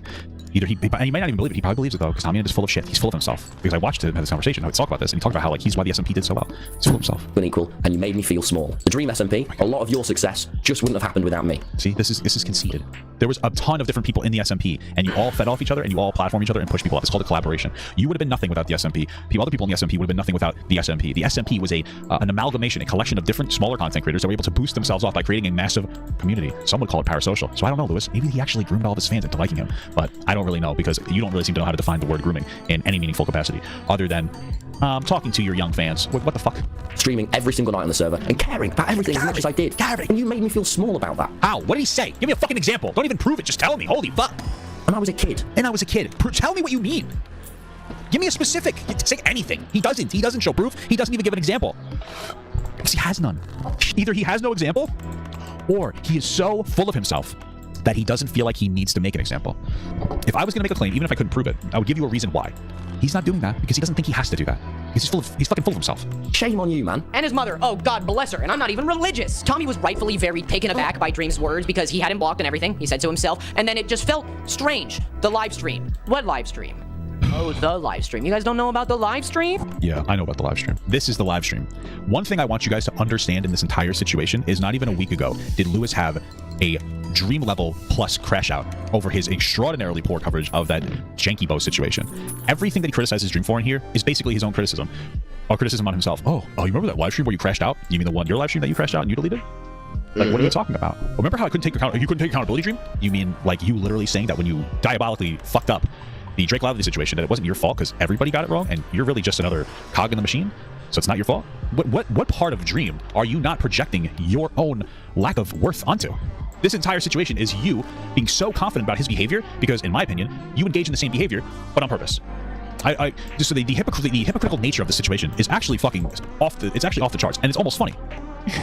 Baby, basically, in the craziest live I've ever seen in my life. Second only to Lewis McClain's live stream. Straight from Dream himself. He decided to stream about everything that had ever happened in his life regarding the Dream SMP dramas, and also not let anybody say words in the chat whatsoever. A decision. It's one of the decisions. I'm not going to sit down and watch this 2-hour stream with you because we all have places to be. Wasn't this guy like fucking deleting messages from people that sent into his live stream where he was having his crash out? Like, I mean, I don't care if you delete messages or I don't give a shit. I'm just saying, like, everything that the Dream apparently did so to you. And it's not listening to Dream for 2.5 hours. He starts the stream off by saying, guys, I just wanted to keep this private. I really did. Would I ever have another conversation conversation with Lewis, I guess. Like, about what? I'm not going to approach him. I have no interest in, like, forcefully inserting myself into any, like, drama. He came into my stream and, like, wanted to have a conversation. That's fine.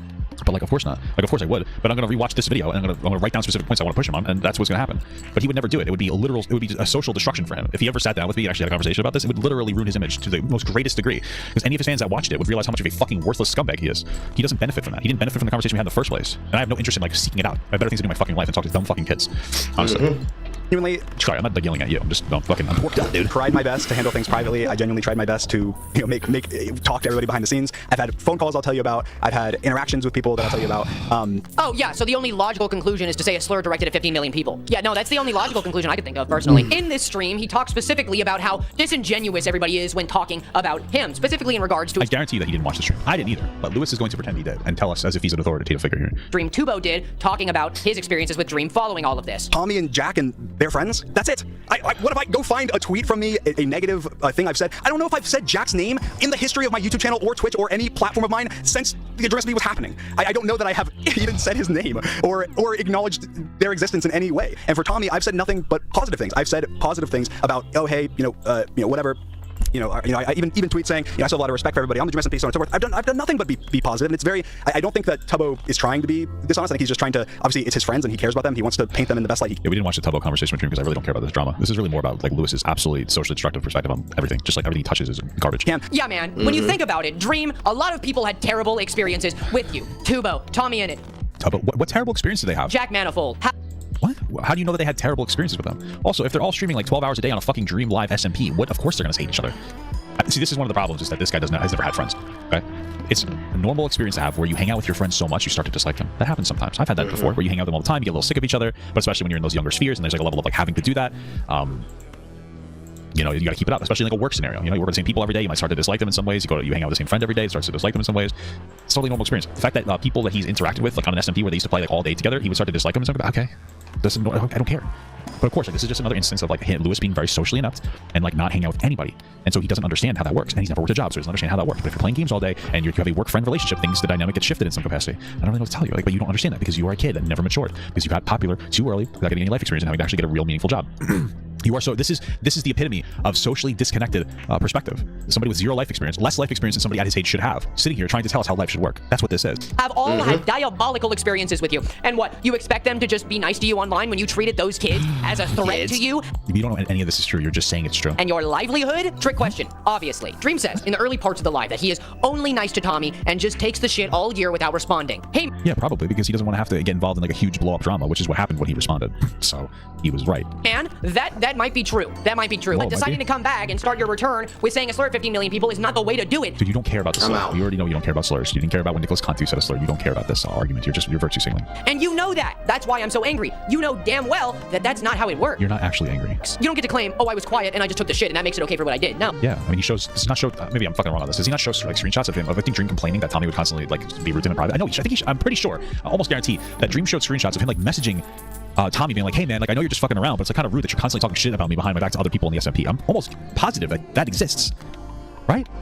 Like Dream actually showed screenshots. His narrative actually has weight to it, where Tommy just says a thing and expects people to believe him. Oh, no, man, no. Stop it. That's all filler. Very much later in the stream, we can hear Dream talk about how there were a lot of 17-year-old and younger people in his Discord for the Dream SMP server. A lot of people who worked on the show. So why? Yeah, young people like Minecraft. A lot of people were young. Okay. And yeah, so was Dream. I don't understand. The Dream SMP was created in 2020 when Dream was 20. So, okay. And there was often pornography shown. In an incident he talks about, there was a image of two men being sexual, naked, I'm presuming. It was categorized as porn or corn for YouTube by him. And he says that he felt uncomfortable with this happening. But he always remembered that Tubo always, and all the other kids would always tell us just how, looking back on some interactions that he had in the Dream SMP Discord, that he was uncomfortable because he was 17 or whatever at the time. And the interaction that he brought up was that in like one of the Dream SMP chats or whatever, there was like a fan art image shown. Now, obviously, that's not something that should be shown regardless to anybody. It doesn't matter what the affiliation is, but for like whether I guess ages, unless they whatever. But to give context, because I think it is important to this situation, is it was a bunch of Dream SMP people in a call looking at the fact that fans were drawing crazy art like that and making fun of it and being like, oh my god, this is crazy, this is disgusting. No one should do this, essentially. And to give context, like an image, I guess I don't know how to say. Who cares? I saw a girl's whole prolapse asshole before I was 18. I don't care. Okay, if you have people and they shouldn't be doing this, you want to monitor your Discord, well, but I'm sure there's like millions of people there, hundreds of thousands of people there. if there was a couple of weird pictures of people kissing or two black dudes kissing on the mouth or something in your Discord, and it was most likely shown as a joke, and it wasn't used to try to wear boundaries down to actually groom somebody, I don't care. Who cares? Who gives a fuck? We used to look at Lemon Party for fun. People used to send meat spin to each other. As True. Some still try to. Joke. 2 Girls, 1 Cup was a huge meme for a while, sending that to people. Mr. Hands was another thing that people sent. I don't care. I don't care. I don't care about the incoming virtue signal I'm about to get from Lewis here. That's what I'm trying to say. Say this without it being kind of, it's not graphic like it is. I think it was like a bad boy Halo Minecraft character with like a penis and a skinny Minecraft character. Obviously, again, I validated Tubbo's concerns and was like, yeah, obviously that's something that could make someone uncomfortable, and I totally see that. And obviously, if you're a minor being around something shared like or shown like that, then you wouldn't want to be. But I also did express to him that most minors wouldn't care. Let's be clear. I mean, you should do it. I'm just saying.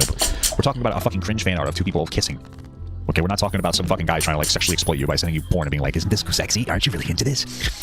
The way that's being brought up, even in this context, is like almost as a way of like, therefore, these people are predators or whatever. Again, that's not me. Wasn't something that I did. But it's also something that this might just be something I'm picking up on that isn't real and isn't there. But he keeps saying that something is okay and then clarifying that it definitely wasn't him that did it. But it's okay. But I didn't do it. But it's okay. But I don't even know what you're referring to. Did I melt out? I don't think this kind of commentary is meaningful. Am I wrong about this? I don't understand the criticism. Be something I'm picking up on that isn't real and isn't there. But he keeps saying that something is okay and then clarifying that it definitely wasn't him that did it. But it's okay. But I didn't do it. I don't think he said it was okay. What he's saying is that, like, yeah, there are people in the Discord call making fun of the fan art. People were drawing some of it was sexual.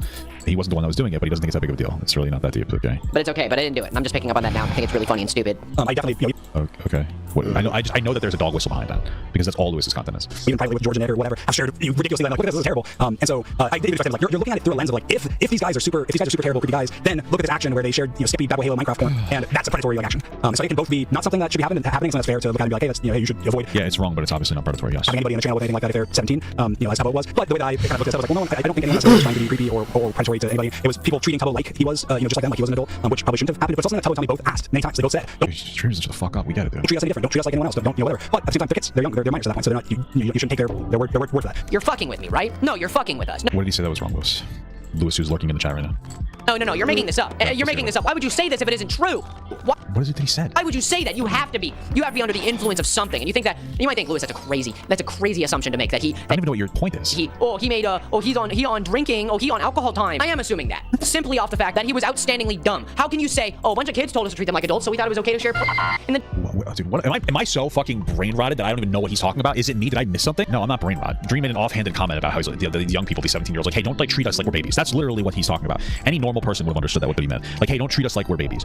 Okay, that's it. They're not saying treat us like we're adults. Show us your cocks. Let me suck it. That's not what they said. They're like, don't treat us like kids. They don't want to be infantilized. And nobody at that age wants to be treated like a kid. Even if they are a young person, then they're a kid, right? That's just the reality. They want to be treated with the same level of respect as everybody else. That's literally what they're asking, and they're trying to accommodate, but they're still acknowledging that they're minors.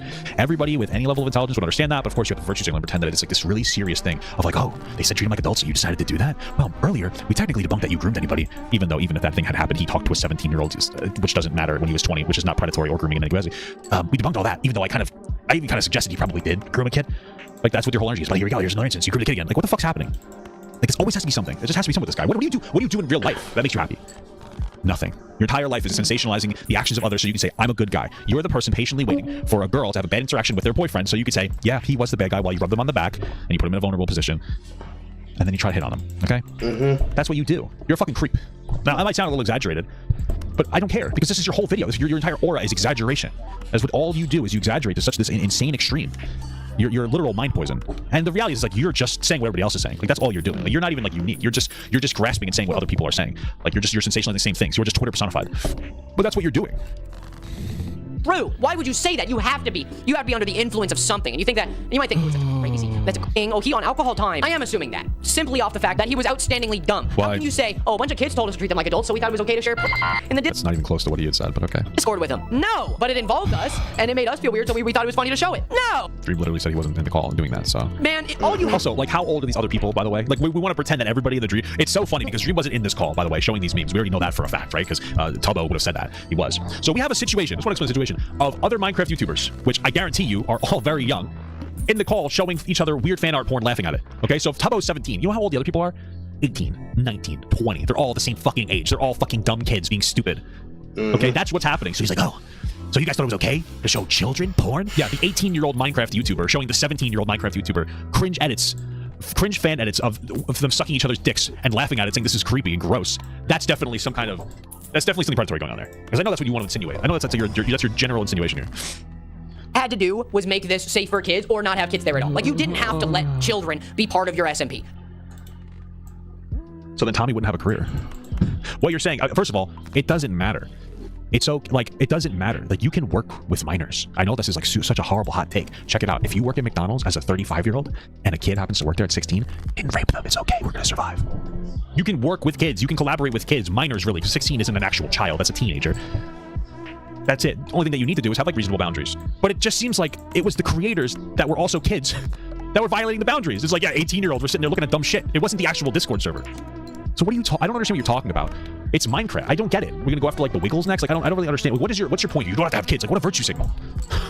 It's a fucking Minecraft story. And like it's so interesting. Like so I really don't get it. So if you have a popular 16-year-old content creator that plays Minecraft and they're like, oh, I really want to like make something of myself playing Minecraft. You say no because you're 16? Like I don't understand. If anything's self-report on you. Like I can exist around children without fucking sexualizing them. It's actually it's an impressive talent that I have, Lewis. I don't know if you do the same apparently. Interesting question. Say it again so I can understand it. 16? Like I don't understand. Yeah, so if you have a popular 16-year-old content creator that plays Minecraft and they're like, oh, I really want to like make something of myself playing Minecraft. You say no because you're 16? Like I don't understand. If anything's self-report on you. Like I can exist around children without fucking sexualizing them. It's actually it's an impressive talent that I have, Lewis. I don't know if you do the same apparently. Let's see here. Link is 7 and what was the name of his kid? What was the name of the kid that Cinepi groomed? Puppy entered into their prospective audiences, the FGC, and speedrunning at the relative young age, young enough to be able to remember and or have played their prospective games.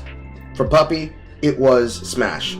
For Linkus, especially when his mother started supporting him more, it was Wind Waker speedruns. He's now at an age where he is relatively mature. I don't remember exactly how old he is, but I know that he's past the age of 18. At the time, there were plenty of people before Cinepi was exposed alongside everybody else, alongside Mr. Wizard Dewey Claire, Mr. Core Values from Dead or Alive 6, with having women serve as both booth babes, and the advertisement is wrong, so let me just go over here and have some puerile teenage butt real quick. Long before Cinepi was exposed as having been fucking the dog shit out of this kid, I mean riding him for fucking dear life, pumping every single bit out of him, it was effectively established and agreed upon that the reason this was all possible to happen was because there was not enough protections around him concerning their involvement. And if there had been, he wouldn't have been groomed that way. Regardless of all that, people would consistently continue to say that there was nothing that could have been done, it was a hard situation, nobody could have seen it coming. Despite the fact that we then found out that it would have been reported that someone was watching her do this to Puppy for years, and they ignored it because they thought that it was jealousy, because it was another black male competitor in the scene. Regardless of how one goes about that, nice straight. Regardless about how one goes about that, at the end of the day, there is a serious problem that surely reflects when you're talking about the reality of how you address that issue. And really, at the end of the day, the simplest part of that problem is Linkus is probably that close, historically, to being a case example of a person who was involved. You probably can't see it. Let me get close. Let me get a little closer. He was about that close to getting fucked by one of the trans AGPs. That close, historically. Year after year after year after year. He was that close to getting diddled. Meanwhile, Puppy, physically, the entire time. Most spaces are not welcoming to minors because of this reality that we've had to see happen time and time again concerning video game audiences and spaces. If a young child comes up to me, 16-year-old or so, and says, "Hey, single player Carl, I am a fan of your work, and I'd like to be able to collaborate you with anything and everything you do. I have all the time in the world. My parents home trained me. I am a heir to a fortune. I want to be able to make content with you non-stop. I will do anything that you want me to, and I will do everything you ask for, and I will never fight against it. I know that I don't have the desire to be like, child, I'm going to groom you. That clip from fucking Two Stupid Dogs. You don't have that desire show up in the middle of your fucking head. Everywhere else on the internet, I can't be certain. You go far enough left and you go far enough right. BreadTube, Cornbread Tube, and I guess AGP Tube would not only bring in those people, but every situation has had somebody demonstrate that they are more than happy to do that because they feel that it's acceptable. We know that this happened with Demon Mama. We know that this happened with Vosh. We know that this has happened multiple times with Destiny. We know that this has happened with other people inside of the debate sphere and the debate pedophiles. You go enough right-wing, we know that it happens with the Wignots. We know that it happens with the crypto-fascists. We know that it happens with the Black Sun tributes. In the middle, they might put extra work on the kid, but they wouldn't touch him. It's an interesting question. It's an interesting question. I don't get it. I don't understand. What about Dev Discord Blue Buffer? And who cares if you collaborate with 16-year-old content creators in Minecraft? Who gives a shit? It doesn't matter. It doesn't matter. None of this matters. And then those dumb kids, those are the ones that were sitting here joking around about stupid pictures. That's literally all that happened.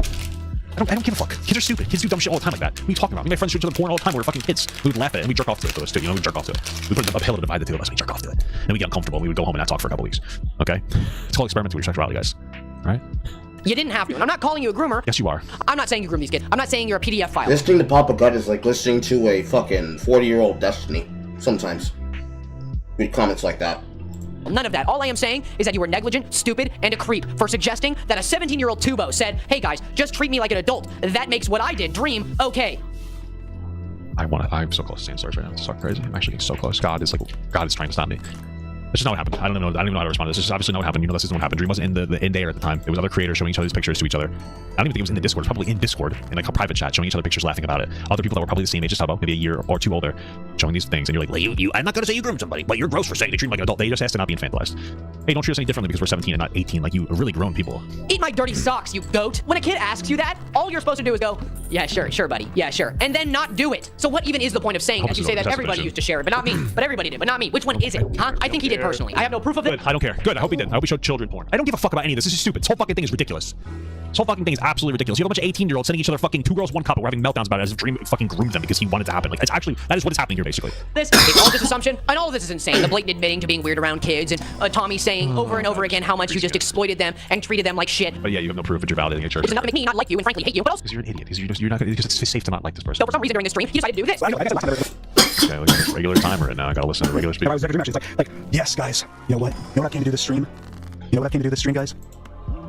I came to admit, finally, to all of my evil plan. It's come together. All of the members of the Dream SMP are under NDA, and they have been for years. And I've been siphoning every dollar they made from all the club that I gave them, because I made every single one of them. And I have their parents' numbers, and I will have them executed. Executed. If they say another bad word, another bad word. And also, secretly, I hate all of you, because of your gender and your sex, and because I'm homophobic. I hate all of you, and I always have. You got me. But it's too late. This is actually awesome. It's gone through. The plan has been executed. I'll see you guys soon. In hell. Like one. That was the funniest crash out I've ever seen. Not really that funny, but that was funny. Okay, he's obviously being stupid and mocking people for being dumb. You sound like Lemon Grab. And 2, if any of that is true, go to loser hell. What? It's a joke. Okay, I mean, I don't even know why I expected Lewis to do anything smart. Like, actually get the hell out of here. Like, oh, but frankly, dude, you need to shut up. And this clip is the reason I think he was under the influence of something, because you just showed like a joking crash out and you're trying to make it seem like it's real. Everybody's gonna take. Yep. So, he and Sue was tired. I'm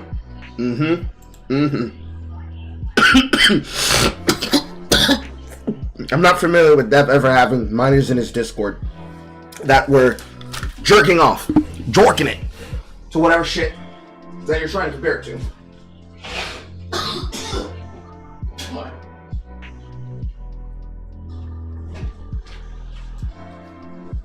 Because that would definitely be news to me. The late joiners are reacting to how fucked up that was. Yes. We too also had the same reaction, Just a Girl.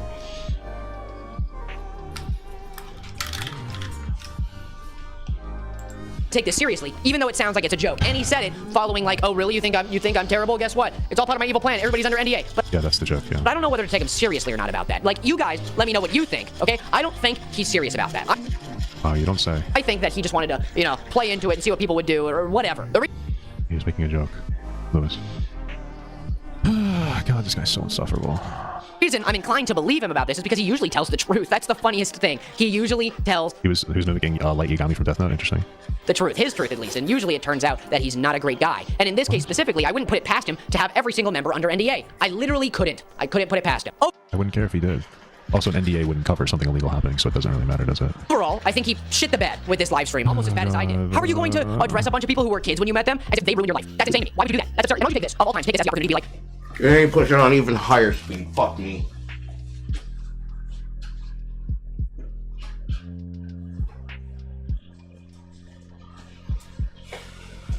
This did not go over with the gut.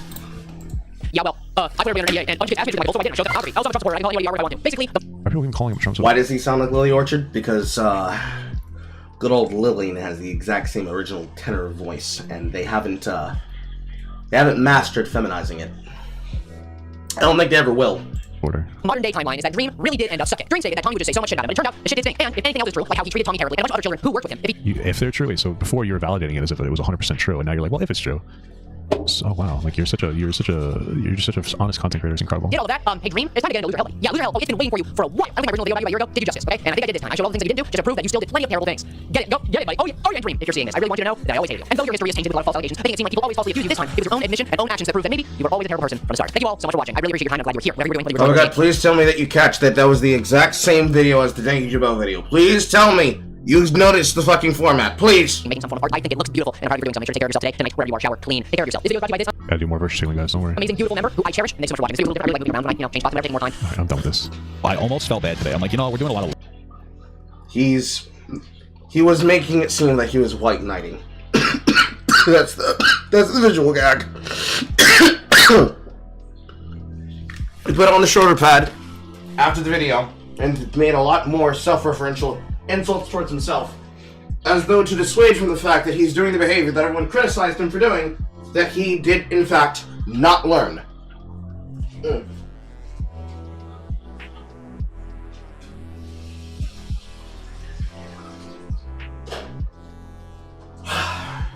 And before we close out, let's take a stroll through his community tab. Let's see if the young man has been saying anything stupid. Trust me, you could not facepalm hard enough. If you could, you would hurt yourself. Don't do it. Do that. That's what I've been doing. That he did, in fact.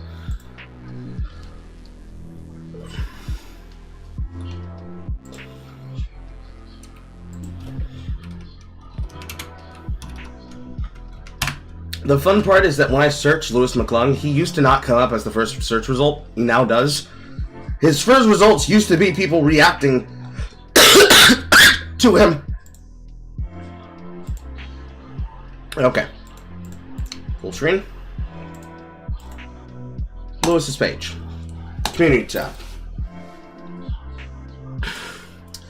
So, he celebrates 3 weeks ago 300,000 and counting. He's now sitting at 302k.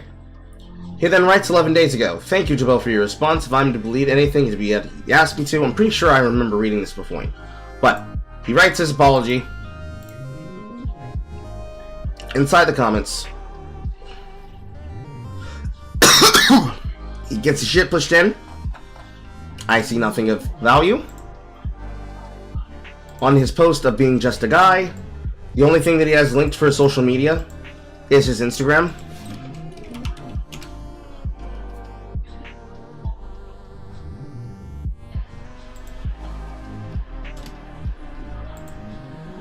He has 9,074 here. And he has not posted another image of himself since January 1st. However, as you can clearly see, there are people who returned after his drama to shit on him in his Instagram post. I'm gonna have to zoom this all the way in so that everybody can properly read it.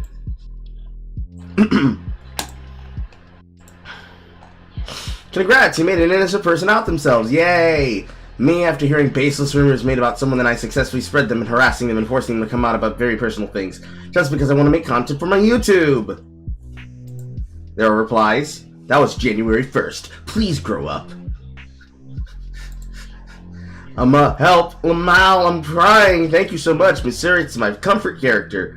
No problem. I think the main issue is how avoidable it all is. I'm glad he apologized, but in the live stream he was deflecting everything the entire time. Like, I really want to know what Danky Jabot said to him afterwards, because he changed his mind from night to day. More replies. Believe they were fighting in here. I think he'd eat the person first. Was that too mean? I know people make fun of him, but I don't know if that was mean. I also like the profile picture. It was cute. Unfortunately so. I missed when the platform administrators kept it real and there wasn't constant drama or controversy about things. We need the funny, lighthearted videos back. So thankful that Queso isn't like this. I hope he never does something like this either. Yeah, I feel like the YouTube drama is getting more and more common nowadays. No, dude, you're good. Don't worry. I'm not pissed at you. Yes, he should, excuse me, has apologized. The issue is that his apology is so incredibly disingenuous, and he can't admit that Danky Jabot was completely innocent, and that he did attempt to ruin his career. The whole apology is just truly him deflecting instead of taking true accountability. This was a mistake that shouldn't have ever been made because it was completely unfounded. Yeah, he may have fucked up, but wouldn't not apologizing have made it worse, and I'm sorry for sounding rude. Apology doesn't make up for the potentially career-ending accusations. He's a terrible person and an even worse content creator. And he has apologized for it as well. Ultimately,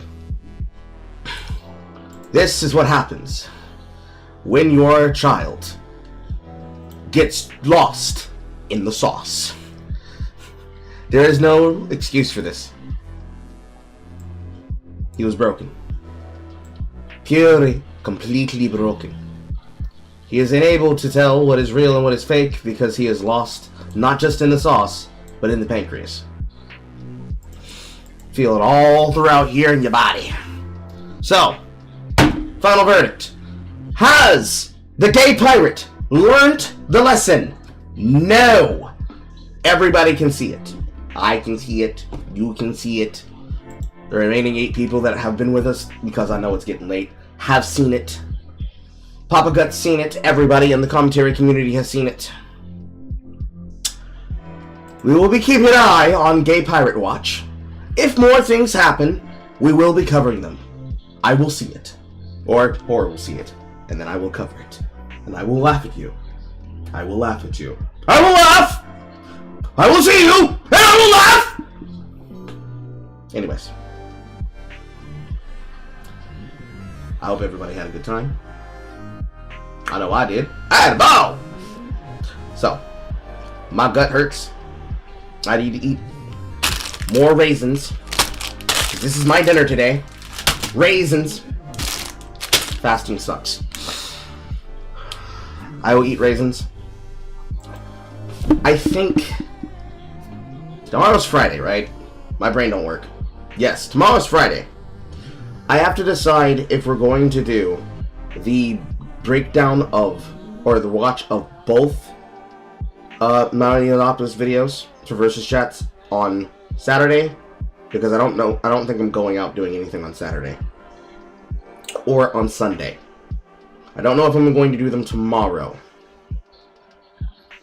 We'll have to play it by ear. But there is going to be great mogging content that was given to me by way of my friend, Gasog, concerning Miley Panopoulos going on Pod Awful. Shit that has been seen and heard around the sector, but hasn't been seen in the mainstream, because nobody's aware of this podcast. I want to watch it because he is shitting on Vito Giswalti, and effectively by proxy, Dick Masterson. I want it to be seen. I want it to be watched. I know that Horror will not want anything to do with it because it has to do with the sector, which I respect. I have no idea if it's going to be safe for television, so I'll have to play that by ear too. If I deem that it's not it'll be live streamed from inside the server, and I will probably have to clip an episode out of the footage that I get. Or it will be streamed to X, and then I will have to edit off of that. Either way, thank you for coming with us tonight. I shall now be leaving you. Bon nuit. Bon nuit to you all. Remember to eat your vegetables. And spay and neuter your pets. This has been CNN News. Goodbye, everybody. Smooches!